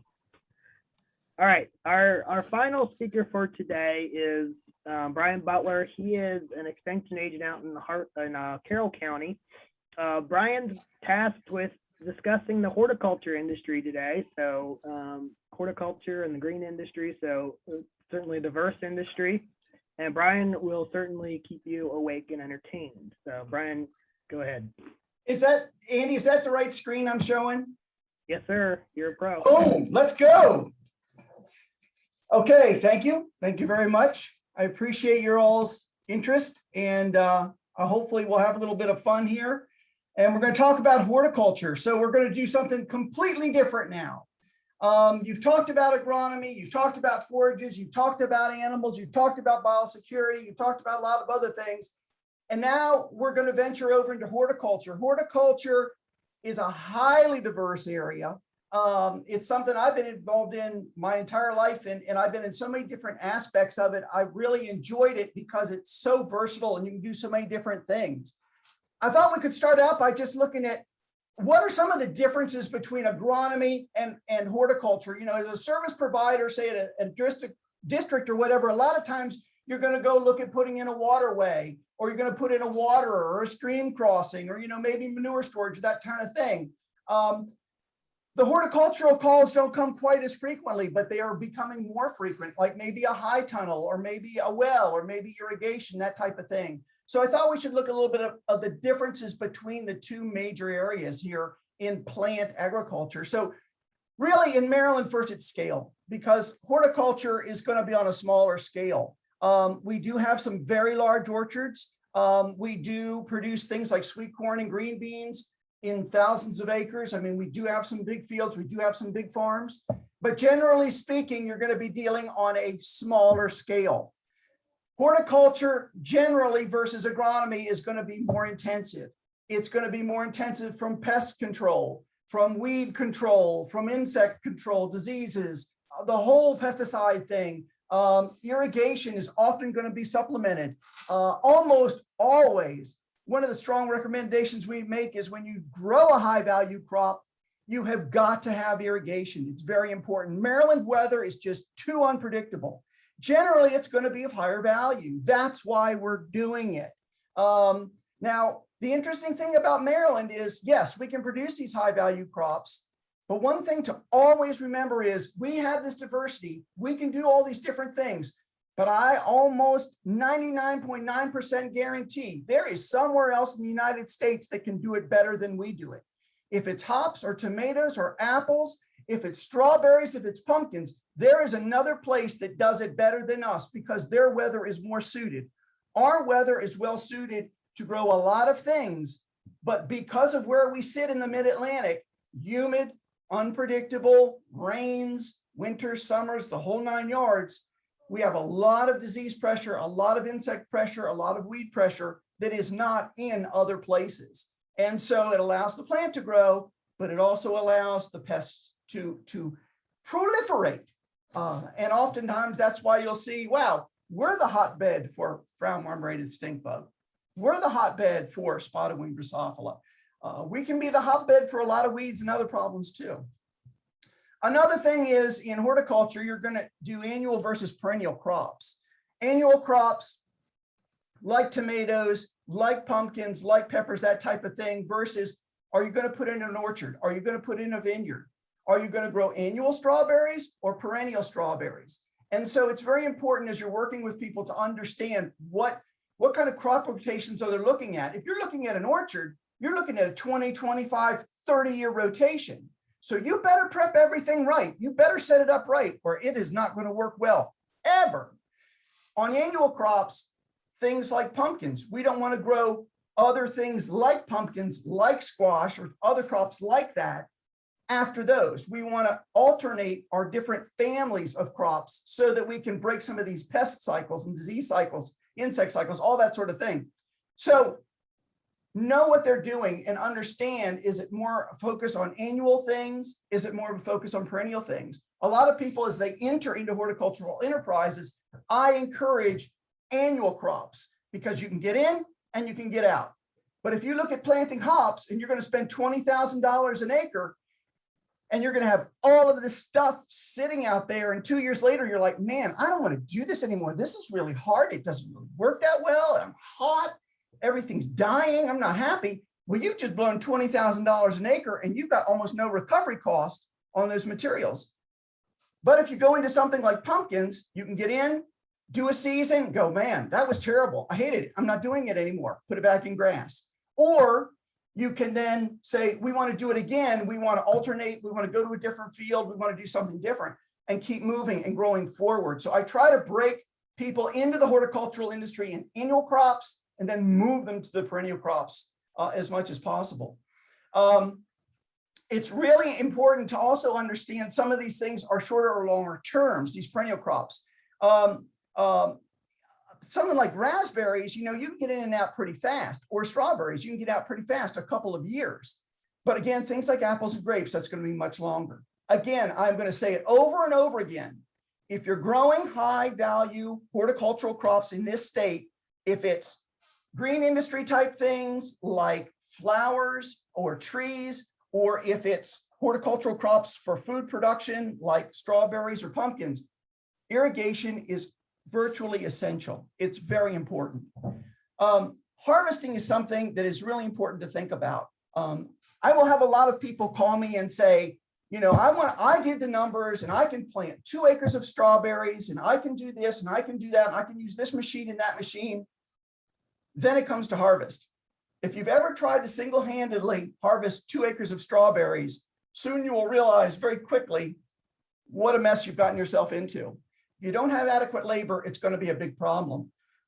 Some of these crops can be harvested mechanically, and in other places they are harvested mechanically, but generally speaking, again, we are back to hand labor. So you're going to either use labor on the farm there, people that are working for you, or you're going to do something like pick your own.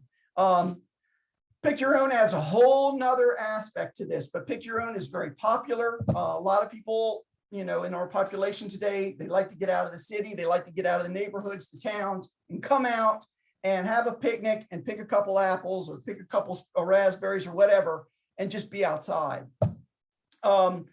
If you're raising horticultural crops, really super important thing is this is not like corn to store or hay to store. These have to be handled properly. Most of them have to be refrigerated. They have to be handled gently. So you can pick tomatoes, but if someone's throwing them into a big giant box, or pick apples and someone's dropping them into the bin and then letting them sit out in the sun, within a day or two, these things become worthless. So working in the horticultural industry, you really need to look at the whole animal here, all the way from prepping the ground, all the way to how we're going to harvest it, and we're going to handle it and store it. Marketing is huge. Someone asked me, I get this question, but I just asked the other day, is, generally speaking, across the board, always and forever, what is the one crop that always comes to the top? Well, there really is no one crop that does come to the top, that is most profitable. It's marketing, marketing, marketing. How clever, how well have you planned it out? What about your location? This type of thing. What are you doing to market? I will tell people it is much easier to grow something than it is to market it for most folks. So know what you're going to do. Know, are you going to sell it off the farm? Are you going to sell it to someone else who's going to sell it for you? Are you going to sell it at an auction? Are you doing some kind of a community supported agricultural venture? What are you doing? Have it planned out, because a lot of these crops are fairly easy to grow. Really, when you look at the big picture, it's not that bad. But marketing them and getting them sold at a profit is a completely different animal. And then finally, integrated pest management, or IPM, that is critical. You have to have integrated pest management practices for weeds and for insects and for diseases on all of your crops at all times. If you're growing in a high tunnel, or if you're growing outside, or growing in a greenhouse, or whatever it is, an orchard, integrated pest management is critical. And that is essentially monitoring the crop, knowing the pests you're looking for, properly identifying them, monitoring their populations, watching the trends, deciding where those thresholds are, and then making controlled decisions. Yes, organic is very popular. Organic is something a lot of people want, but organic is a very large challenge in our area. And it does limit our production in many crops, and almost makes production impossible in some crops. First, I thought I'm going to start off more on the commercial nursery side, or what we call the green industry. Nursery, landscape, greenhouse, arborists, lawn care, Christmas trees. This is a very large industry in the state of Maryland. It is significant.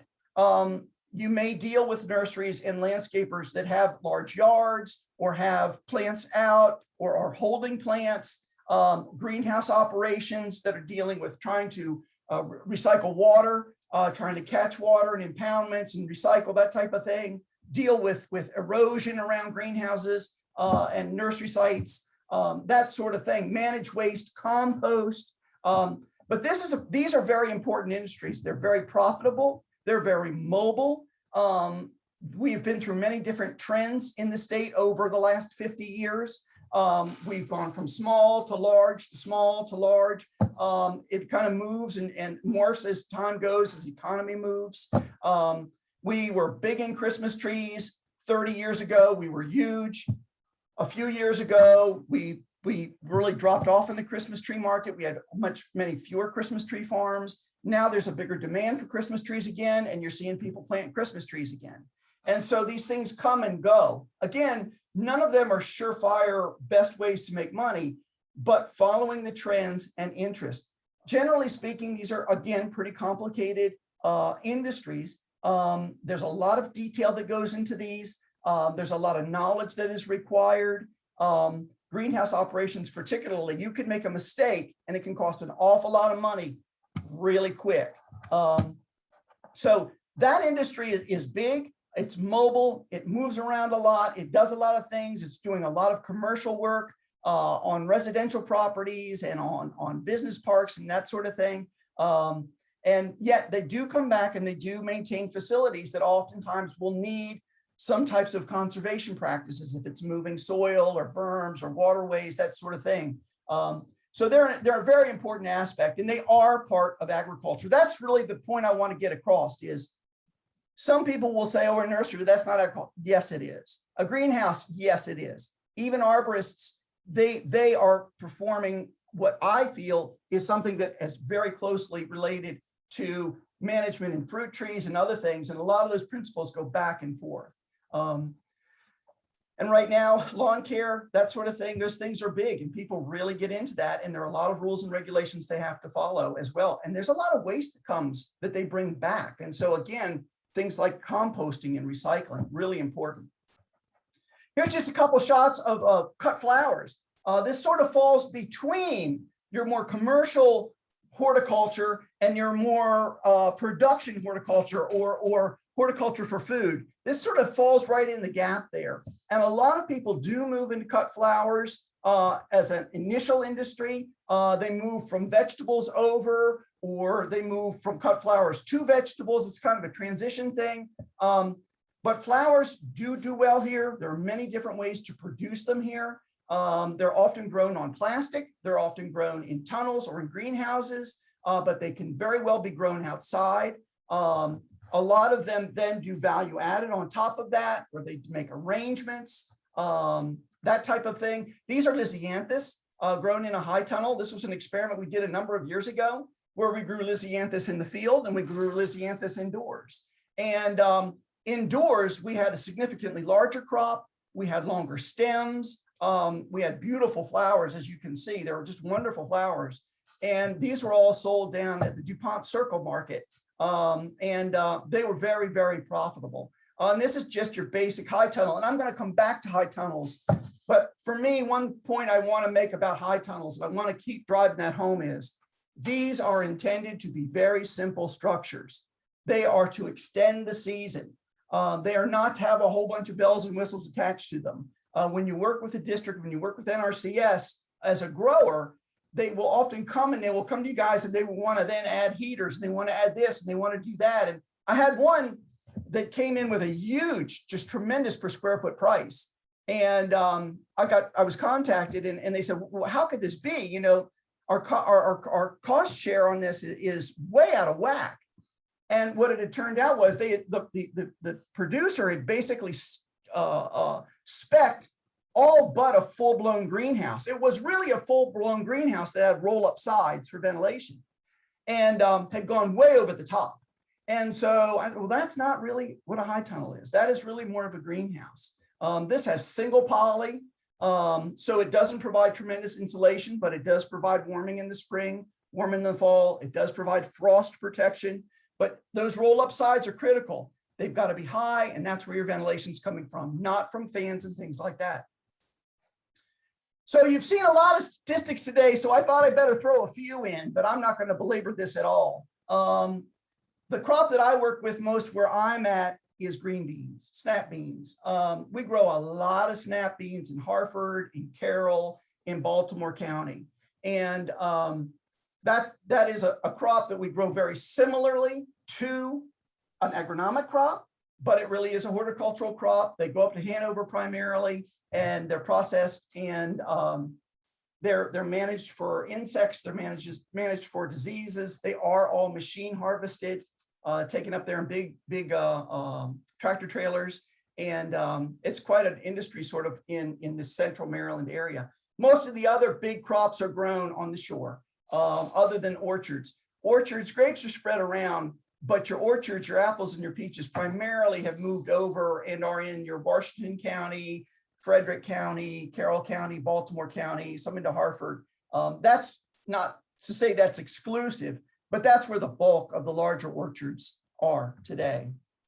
And this is a field here. I just want to show this picture because there's just a lot of diversity going on. This is an organic farm in Baltimore County. It is an old picture, but I could go there today and it would look exactly like that, 16 years later. But you can see all the diversity. This is the kind of diversity you're going to see in horticulture. Trying to do a nutrient management plan or a comprehensive nutrient management plan, or doing a conservation plan for something like this, generally speaking, is very challenging because you've got such a tremendous variety of crops growing in there and just pieces and sections and things like that. but that is the way it's done. They do this for pest management practices, for insects and disease. They also do it to help with their weed management. They do it because that's what the market dictates too. So you can just see there's a lot of diversity going on out there. They've got plastic mulch down to heat the soil. They've got floating row covers in there to help protect the crops from frost. This slide is one of those slides that's obviously sort of out of place, but really the important thing is here with horticulture. Horticulture is so diverse. It is very important to know the market. If you're working with a horticultural producer and they're trying to find their way, it's very important that they understand who they're selling things to and what people are looking for. It doesn't matter if you like yellow tomatoes or pink tomatoes. If that's what your market is dictating and that's what people are asking for, that's what you need to grow. If they want heirlooms and you don't want to grow heirlooms, maybe you should get out of the tomato business because you need to grow what they sell. This is a bison operation that ran for a number of years, and they were selling these stuffed heads, and they were very expensive, and they had quite a few of them. But not just everybody in a regular, normal suburban house can throw up a bison head over their mantle or over their fireplace and wants to spend thousands of dollars on that, you know. So having a whole bunch of them, you know, seemed pretty cool at one time, but it really didn't work out all that well. But another point I wanted to make here where we're looking at grass and animal on grass is a lot of pick your own operations they have more grass on their farm, more turf on their farm than actually crop ground, because they need to be able to manage cars. They need to be able to manage how people are getting in, how people are getting out, where people are parking, where people are standing to pay, that sort of thing. And so when you're working with a pick your own farm, a horticultural farm that's decided to go pick your own, you've really got to be thinking about how do you get cars in? How do you get cars out? Where do they park? Are they parking somewhere where it's going to be dry enough that they're not going to sink in the mud and get stuck? You know, you don't want that. You don't want them to park down a hill to where all the two-wheel drive cars can't back up out of the hill and get out. You don't want to be towing cars around. So you will notice as you go from one pick your own operation to another, you see a tremendous amount of grass around because they need that to park the cars. The numbers in these operations, the people that are going into them now become stifling. How many people will come for apples or a corn maze or for pumpkins or for strawberries in the spring or whatever. Pest control is huge. I mentioned this before from an IPM perspective, integrated pest management. You've got to be identifying your pests. You've got to be knowing, you know, what they look like, when they come, what kind of damage they do, what are the thresholds, how many can you tolerate? Can you have a whole bunch and it's really not that big of a deal? An example would be two-spotted spider mite. If you have mites on apples, it can do it can look bad in an orchard. You see a lot of bronzing or the leaves turn to an off color, almost whitish. And it looks very bad. And it is not great for the plant or for the apples, but it's not devastating. But a population about 1/3 that number in hops will defoliate the whole plant and all the foliage falls off. And so the threshold in hops is much lower than the threshold of apples is. And so you need to know your crop by crop. But once these decisions are made about what your pests are and what you're dealing with, how do you deal with pests? People often don't understand as they go into horticultural crops. They think, you know, that I'm going to have a wheelbarrow and I'm going to have a rototiller and I'm going to have a hoe and a rake and this and that. And, you know, it's going to be fine. Well, if you're doing weed control, if you're doing control of insects and diseases, you may need some other tools. This is an air blast sprayer. They are available, but you just don't go into the grocery store and buy one of these. You know, you just don't go down to the corner, you know, equipment store and buy an air blast sprayer. A lot of times you really have to do a lot of research, size it up with your operation, size it up with your tractor, make sure that it's big enough to handle the crops that you're working with, understand how much water it holds. So how many loads are you going to make? How many times do you have to refill this thing as you go across the fields? But air blast sprayers are very effective at controlling pests, insects, and diseases primarily in crops like this is grapes here. but in raspberries and blueberries and apples and peaches, pears, plums, cherries, hops, all those types of crops. Not an inexpensive tool, but not a whole lot of options. If you're not going to have something like this, the options aren't real good. You're not going to get good coverage. You know, you're not going to control the pests. You're not going to control the damage from the pests, and therefore you're going to have crop loss. How mechanized do you want to be? This is a mechanical grape harvester. Now, this operation is not growing grapes anymore. This operation spent a lot of money because they were trying to manage labor. But in this case, it didn't really work out very well. The machines were not that efficient. They didn't do a very good job handling the crop. This was for grapes. It was a lot of loss. You're losing a lot of grapes on the ground. You're cutting up a bunch of grapes, smushing them, not getting things picked, and then having to send people back in. But it was a gamble. They wanted to be very mechanized, and so they made that risk. Other crops, the same type of thing. If you're going to grow apples, do you want to grow them on a trellis or do you want to grow them freestanding?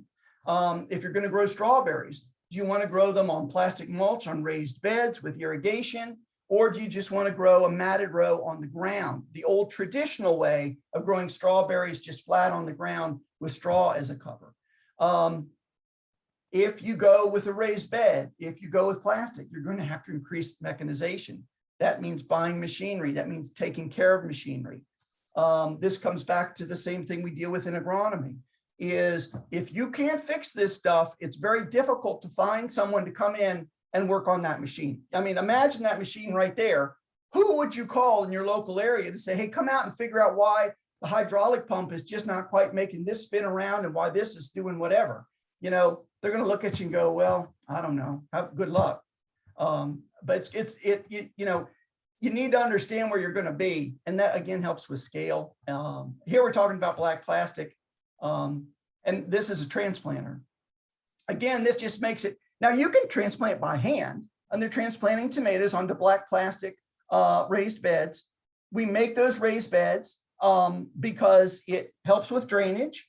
It helps to warm the soil. It helps to mature the crop more quickly. It helps to control weeds. And so it's a really great way to go, but you've got to have a plastic layer that can make beds. You got to have a tractor big enough to pull it.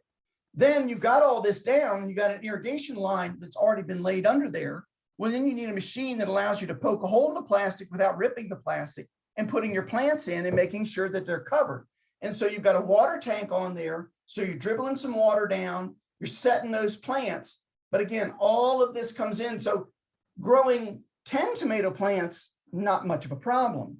But when you say an acre of tomato plants, now we start needing to look at equipment like this. We need to start thinking this way, or we're going to spend forever doing that. Getting these beds prepped, you can see also, you know, when as a service provider, you're dealing with a lot of, you know, corn and beans and wheat people that are doing no tillage ever. You know, 30 years, they haven't tilled their soil. This has been plowed, this has been disked, this has been cultipacked, this has been rototilled. This has been pulled up into beds. Then it was rebedded with plastic over top of it. It's had a tractor run over it multiple times. And that soil has really been worked hard to get that ready for these high value crops. So you're losing organic matter, you're losing carbon, you know, you're really beating on that soil hard. So then developing plans to get this back into cover crops, maybe get some manure on it at some point, but you don't want to deal with the weed issues. But certainly using these fields in rotations so that you just don't beat them to death, because it does require a fair amount of management to the soil to get crops, high value crops like this, to really perform at their highest level. Talking about mechanism again, this is a platform for pruning and for harvesting apples. We're moving this way in the tree fruit industry. You know, when I was a kid, we had an orchard and the trees were about 20 to 30 feet tall, and they were spaced 40 by 40. They were big, they lasted forever, and you climbed on ladders to get into them. You pruned them from ladders. You know, they were just giant balls of leaves and branches, and then the fruit you just kind of dug out of there. Now we're planting about 3 feet apart in the row with 12 feet between the rows, with the trees being supported with a trellis very similar to a grape trellis, just taller. It allows for much higher production. It allows for a much smaller tree. It allows for much more intensive management. Again, now a mistake in an intensive management situation can lead to a big disaster. But if these are handled properly, they will really make a lot of apples. I mean, tremendous production per acre. It's really quite amazing what this will do versus the old-fashioned orchard. But then as you become this intense, adding something like this platform, now this platform runs, it's got sensors, it's got its hydraulic motors and everything. And basically once it's set, it drives itself down the row, allowing pickers or pruners or whoever on the side panels there to step off and to do whatever manipulation they need to make as this thing drives itself down the row. Gets to the end of the row, then that bin comes off the back and then can be loaded onto a tractor. And so you can just keep moving and moving and moving. So highly mechanized, very expensive, but these are actually coming into use. They're being used a lot in Adams County, Pennsylvania, and in Frederick County, and in Carroll County, and in Washington County. These are starting to really become a thing. They were space age 10 years ago, and now they're coming into a pretty common practice. I mentioned that mulch layer, making that raised bed and pre-bedding, getting that soil pulled up together and making that 8-inch tall bed, and then laying plastic over that bed. This is the tool that does that. This is not an inexpensive tool and is not a tool that can be pulled by a particularly small tractor. We're looking at sort of a minimum of 50 horsepower with 4-wheel drive. If it's 2-wheel drive, we're going to need more horsepower. But we need to be able to keep moving with an implement like this, and pulling all that soil up and stopping and starting is going to make a real mess. So you really now start looking at a larger piece of equipment from the perspective of a tractor, something very reliable, to be able to pull something like that, to lay those plastic beds, to make those beds so that you can have that high, nice bed that drains well, has irrigation in there, and then has that plastic for weed control and to heat the soil. This is a plastic lifter. If you've ever, it's one thing to put plastic down. I don't want to say it's fun. It is fun when it works well. For those moments when everything comes together, it's very rewarding to lay plastic. It is never rewarding to lift plastic. There is no fun part of lifting plastic and getting it out of the field. And so this is a tool here that splits the plastic and then rolls it up on rollers. Again, it's just another machine that you need to buy for a larger operation, or as you become more intense, or you just decide I'm only laying 3 acres, but I don't have the labor to pull 3 acres of plastic up at the end of the season and get it out of the field. But removing plastic is very, it's just a task that there's just not much more I can say other than, boy, it is just not very fun. It is hot no matter how cold it is. It is wet no matter how dry it is. It is muddy no matter what the soil condition is. And you will get stung by everything and get everything in your eye and get mud in your shoes, and it's a mess. So this tool does really make it a lot easier, but it's expensive, and that's the drawback. Here's a shielded sprayer used to be able to apply something like Ramoxone or maybe even Roundup between the rows of plastic so that you can go over the plastic row, not touch that crop, but spray between and keep the rows clean. So that would be something you would do before the pumpkins started to run, if you grew pumpkins on black plastic. But again, another specialized machine for horticultural operations. This is a machine that nobody has, but is kind of cool. This is to pull the stakes up from staked tomatoes and drive down the row, and it just picks the stakes up and pulls them out and then puts them in a bin neatly. If you've ever had to pick up 2 or 3 or 5 acres of oak stakes out of the ground in the fall with all dead tomato residue on it, and then keep them neat and orderly and put them in a stack so that they can be reused next year, this type of a machine comes in awful handy, awful fast. I've mentioned this before, but it's a very important thing that a lot of people don't consider. They see the side of horticulture as high value. They see that the purple cone flowers or the hemp or the hops or whatever, they're high value. They're worth a lot of money in these smaller units. But what is your labor force? Are you going to use pick your own to do most of your harvesting? Does that not really fit? Do you have people that can work for you that are just going to think this is fun and I like to do it? Are you hiring labor? You know, how skilled is your labor? That's another thing that's a real big issue in horticulture today. So as you're working with people and people are talking to you about what they want to do and you know where they want to go with something and you know how they want to lay their fields out and so forth, talking to them a little bit about what they're using for their labor is really important. How are they going to get this picked, or how are they going to get that set up? How are they going to do these tasks that are often repetitive, often done in either really hot or really cold weather? You know, if you've ever pruned a fruit tree, you're primarily pruning your fruit tree in December, January, and February. Woohoo! That's a fun time to be standing around in the freezing cold, getting whipped in the face by branches. Everyone enjoys that. If you're picking things like apples, you're picking them now. Now's beautiful, but the week before last wasn't beautiful. It was about 1,000,000 degrees when we were harvesting gala apples, for example. And so that's no fun. Or when you're picking peaches, or when you're picking strawberries even, that can start out cool and get real hot. So knowing what your labor force is and then knowing what skill level they have. Can they help with integrated pest management? Can they help you run an IPM program? Can they help you control pests? Can they help you control weeds and that sort of thing? I got a call today. It's my favorite call. I've been getting it for a long time. I have the sprayer loaded with water.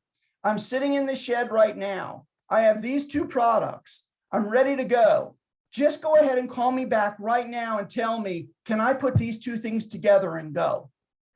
And that's not really the way to plan an integrated pest management program. It would really be better to think about it and to have read the labels and to have made sure that you knew what all the indications and the contraindications are before going and doing something. We have a lot of people that make mistakes at the last minute by mixing things they shouldn't or applying things at the wrong time.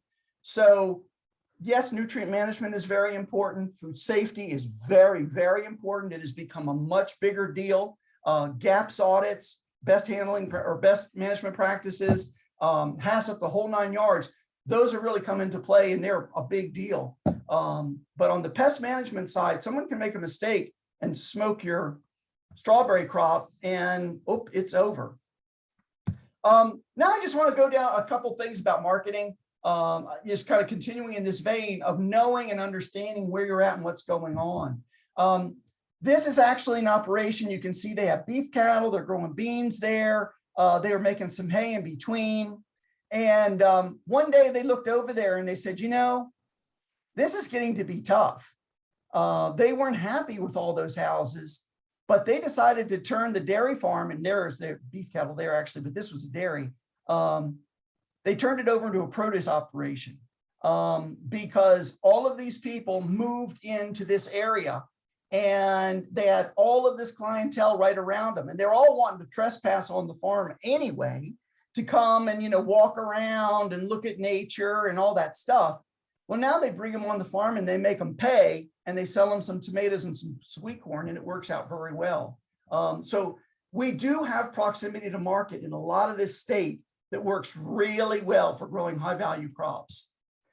But it's important to know what your advantage is. What can you do better than somewhere else? So if, yes, imports are a problem, you know, food coming from other places is a problem. But if food coming from Chile to Jessup and being wholesaled and going onto someone's market and they open it up and it's got botrytis all over it, that is not very delicious produce. It doesn't matter. You're not going to sell that for any amount of money. But if you're growing raspberries and strawberries on the farm and you can sell them fresh right there on the spot, maybe that can give you an advantage. And maybe adjusting your time of cropping can give you a better advantage because you would use a high tunnel, for example. And this is why so many of your clients want high tunnels, because they can grow strawberries and raspberries later and compete with Chile, and they can have something fresh and something local and something that's not going to be covered in botrytis when they open it up, when it comes back from Jessup as a wholesale product.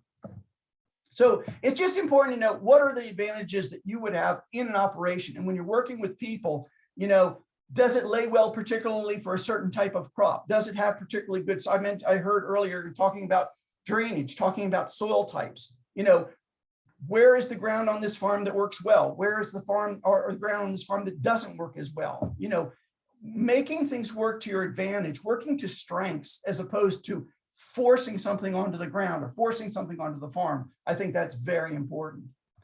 As I mentioned before, location, location, location. This is great. This is so cool, right? It's right on the road. I mean, this is so neat. Now, look at the parking spaces and then look at where the road is. That is exactly where I want myself to be backing out of a parking space onto that road. It's a double yellow line road. It's like a 35-mile-an-hour speed limit. It's a great location, kinda. I mean, you can really see the heck out of it, but you don't want to pull into it.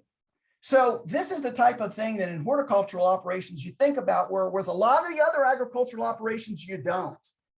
But you do think about it in this type of operation. If it's a pick your own, or if it's any kind of vegetable operation or fruit operation that's selling anything, if it's a nursery, if it's a greenhouse operation, and you've got a sales room, this is really cool, but boy, it's awful close to the road. This is a little bit better scenario, I think, here. That actually was a freestall barn. And back behind was the milking parlor, and the milking parlor turned into cold storage, and the freestall barn turned into a market. And everybody's like, oh, you know, this is one that happened many years ago. This is one of the early adopters that switched from dairy and switched to higher value crops. And a lot of people thought they were crazy. You know, this started out as a gravel parking lot, but they paved it because it made it easier for the customers. It made it easier for someone walking with a cane or in a wheelchair to be able to get in there and to move around, or for people to use carts to carry larger amounts of produce in and out. So they made it easier for them to. And these are all things that we consider when we're looking at horticultural operations. And then how does this fit into the plan? Can we retrofit existing buildings that were already there that would be very useful? Looking at the commitment to the land, you know, again, I want to just go back to this annual versus perennial. This was a grape operation that spent an awful lot of money for a very long-term project that in a few years decided they didn't want to do it anymore. And then they have this, and it's a mess. It has to be cleaned up and gotten rid of. So when you're working with people, just kind of making them think about your long-term commitment. How many years do you want to do this? You know, how, you know, does someone else in the family want to take this over for you? Do you want to sell it intact? But commitment to the land. Annual crops, you're in and out. But perennial crops, you're going to be there for a while. And if you're not there for a while, you're not going to make very much money. You're not going to recoup your investment, let alone make any type of profit. And I mentioned, you know, before about land and soil type and that sort of thing. This is just kind of a nice distance picture of a layout. High value crops is eggplant and peppers and tomatoes, all on black plastic with straw in between the rows. This is an organic situation here. You've got your high tunnel here for your early tomatoes. You've got had some strawberries in there. And then you've got stuff moving outside to continue and extend that season, and then more ground prepped to just keep moving down the line. A lot of times in organic production, you might plant tomatoes 2, 3, 4 times at different times so that you don't have to try to keep them healthy all season. As diseases and insects move in on them, you rogue out the older tomatoes. They've had their crop, they're out. And the newer ones coming on are still healthy and they produce tomatoes, and you just move through. So that's what's going on here as they're moving from left to right. I had mentioned soil prep. compost. There's a lot more plowing, a lot more heavy tillage that goes on in horticultural crops, way more than goes on in agronomic crops. But it really does help to get the soil prepared to do the kind of things that we need to do. And using things like compost obviously is a huge resource. Sorry. Nutrient management, writing comprehensive nutrient management plans, or just straight up nutrient management plans. They're very different for high tunnels and greenhouses. They're a lot more detailed. We're really being a lot more careful and really trying to very precisely apply nutrients in horticultural crops. We kind of get things dialed in generally on the soil, and then we're foliar feed and or fertigate as needed. And this is an injector here in the box there, just hooked up to a high tunnel and allowing us to put on just what we need when we need it, as opposed to throwing out 150 pounds of N before the corn crop and just hoping everything works out by the end of the season. Not to say that's what anybody does, but just saying. Anyway, irrigation, you'll work with a lot of these farms that don't know anything about irrigation. They're very overwhelmed by irrigation. Trickle irrigation can be the most simple thing in the world. It really does not have to be terribly complicated. It may not run perfectly, but you can turn lines on and off. The biggest thing is backing the pressure down low enough from a hydrant so that it doesn't blow the lines up, and then making sure you can see your lines. In this case here, in a high tunnel, we're laying the irrigation on the ground so that we can see it, and we can see where there are leaks, and we can see what we're irrigating. And again, these systems do not have to be highly complicated or highly technical. Once a person starts to work with them, they really aren't hard to work with. But it's introducing people to them and breaking them in, getting them used to using trickle irrigation, and then moving forward. Again, we're just putting on the amount of water we need, where we need it, and we're putting on nutrients as we fertigate, again, just when and where we need it. We're not worried about irrigating where you walk. We're not worried about that. We don't want it there. We just want it under the plants through that root system. Strawberries, very attractive. Key thing to remember here is that's the 28th of April. So that's in a high tunnel, and those are pretty good berries. Those are Flavor Fest berries there. Just a shot of strawberries coming in, being planted in the fall. This is what's going on right now in the large orchards that are planting annual strawberries. Just a shot there of how simple some horticultural operations can be, with buckets running down to header line to the trickle irrigation on landscape fabric. Very simple, no big fuss or muss there, but effective watering and using a limited amount of water and putting it where you want it and making those crops go.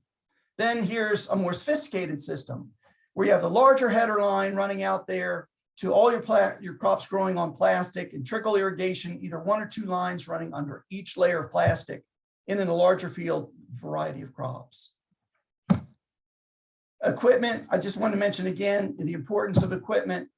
Here I'm just throwing in some different plastics. A lot of work has been done with different colors, plastics, different types of row covers, a lot of different angles on extending seasons, on pest control. There's always a lot going on. But one of the things that seems to always come back is black plastic on a raised bed, possibly a floating row cover to give it a little frost protection. That's the best way to go. Oops, sorry. Here's just a couple of different season extension types of tools, tools that have been worked with. The one on the end, the big here, a high tunnel. I talked about it again as just being a low cost microclimate, low input, low cost. And this is really, when you're working with the NRCS program and putting high tunnels on farms, this is really what they're intended to be. Single layer of poly, roll up sides for ventilation, being used to start planting things. In our area here where I'm at, we start planting in early March, and to be able to harvest through up to maybe like Thanksgiving time, mid to late November. And then that's it. We grow greens in them over the winter, maybe do some greens production or over winter greens, but really your things like tomatoes and all, That's really more summer and extended periods. They do help a lot with disease and insect control, and they really are great tools. And I think this is a big reason that NRCS has supported this so much. But I just wanted to show a slide. The lower one is less than ideal. The sides really don't have, they're not very vertical. Water can get in there. You get water in there, you get humidity, it defeats the purpose. Also, that can catch a lot of snow. That picture there, that tunnel did eventually fall down, with the upper one there.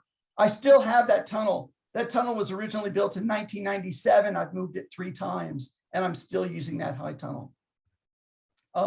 Just to throw in a couple of different pictures here and ideas about what tunnels can be used for. Again, this is what we're trying to do. We're really not trying to build people greenhouses. We're really not trying to have them producing tomatoes year round. We're trying to make production better. We're trying to make integrated pest management easier, to make pest management better. We're really trying to create almost like a California-like environment here in Maryland, and we can pretty much do it. Just a couple shots of working in the high tunnel. There's a high tunnel there with some more modifications to extend the season even more. Same information there. There's some greens growing there. Those are grown all winter, and then we put tomatoes in. Here's some stepping up, and this is again where people, they start putting heaters in, they start putting fans in, and that's when you start stepping to the next level. That's a double poly top with fans, horizontal air fans or half fans, and heaters, and that's when it starts to step up to the next level, and that's really for the producer to do later as they advance. Here's growing in gutters. It's kind of cool. And then just a couple shots of pumpkin production and tomato production and raspberries. These are fall raspberries or primocane bearing raspberries. They bear on 1-year canes. Here's some blueberry production, and to pick your own blueberry farm. And here's some more strawberries on annual plasticulture at the top, and a peach orchard there at the bottom. Here's an apple orchard here on the trellis, just to give you a shot of that trellis. And then sort of as the season wears on, you can see here the trees on the trellis, and they begin to fill in. And those trees right there are about 8 feet tall.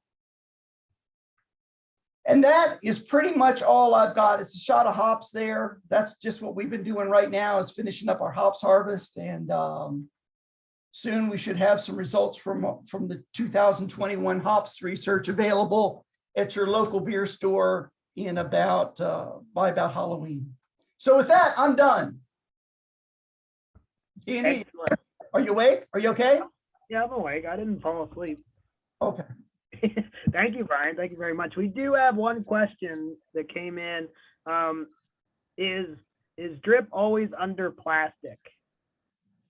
It is not always under plastic, no. I often will put it on top of landscape fabric, and it can lay on the ground. The critical thing, though, is that if it is not under plastic, it has to be secured to the ground, because what happens is over the course of a day, it cools and it heats. And what it will do is get up and walk away. And I literally mean that. As it cools at night, it contracts, and then it expands during the day, and it will move around, and you will have to go reset it.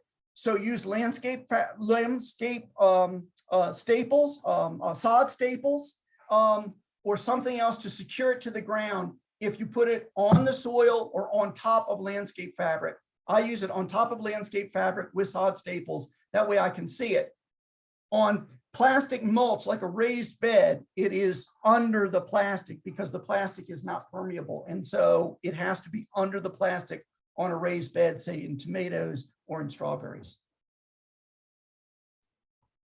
Excellent. Thank you, Brian. You're welcome. I don't see any other questions for Brian, but if anybody has any, feel free to type them in or unmute yourself. I also see Jenny is still here as well as Erica. So if you have questions for them real quick, you can ask them. In the meantime, I'm going to share my screen because I have contact information for our speakers that I can show you in case anyone wants to email anybody.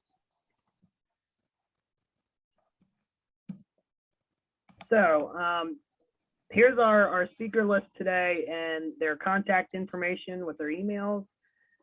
If anybody wants to send them an email. Also, just as a reminder, please be sure to complete the post-course survey, which we will email to you after tomorrow. So at the end of after tomorrow's program, we would ask you to complete that. So just a reminder.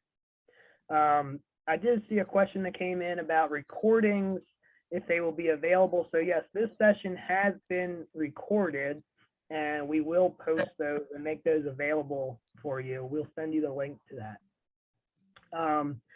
Again, just to thank USDA and NRCS for sponsoring this program, and just a couple of quick notes about tomorrow. So go here. So just as a reminder, tomorrow we're going to meet at 9 o'clock at the Central Maryland Research and Education Center. So that's at 4240 Folly Quarter Road, and that's in Ellicott City. And then after, so we'll spend about 3 hours there. Then after lunch, we will actually be taking a tour of Country Spring Nursery, which is at 1587 Frederick Road in Woodbine, Maryland. So that's about a 20-minute drive, and we'll spend about an hour there. So when you guys come to the research farm tomorrow, this is just an aerial shot. Just you find a place to park. There's some spots around these areas that I've circled where you can probably find a spot. Just be sure to pull over and stay out of the driveway there, because we want to make sure everything is free and open for any equipment that's moving in and out, because they could be chopping corn at that point. So just don't block anything. But we do have some information in your email box about all of this for tomorrow. So look for that. It includes the address and everything. If you have not ordered your food, please do that for tomorrow. I think everybody has, but just as a reminder about lunch. So also keep in mind that we will be on farm, so dress appropriately. You know, closed-toed boots or shoes are preferred for sure, and just be prepared to do a little bit of walking, and we'll have a good day. So with that, is there any questions before we log off? We want to respect everybody's time and not hold you too long. So I'm not seeing any. So with that, we will close out, and we'll see you at 9 o'clock tomorrow. Thank you to everybody. Thank you to all our speakers. And if you have questions between now and then, just shoot myself or Erica an email. So thank you all very much.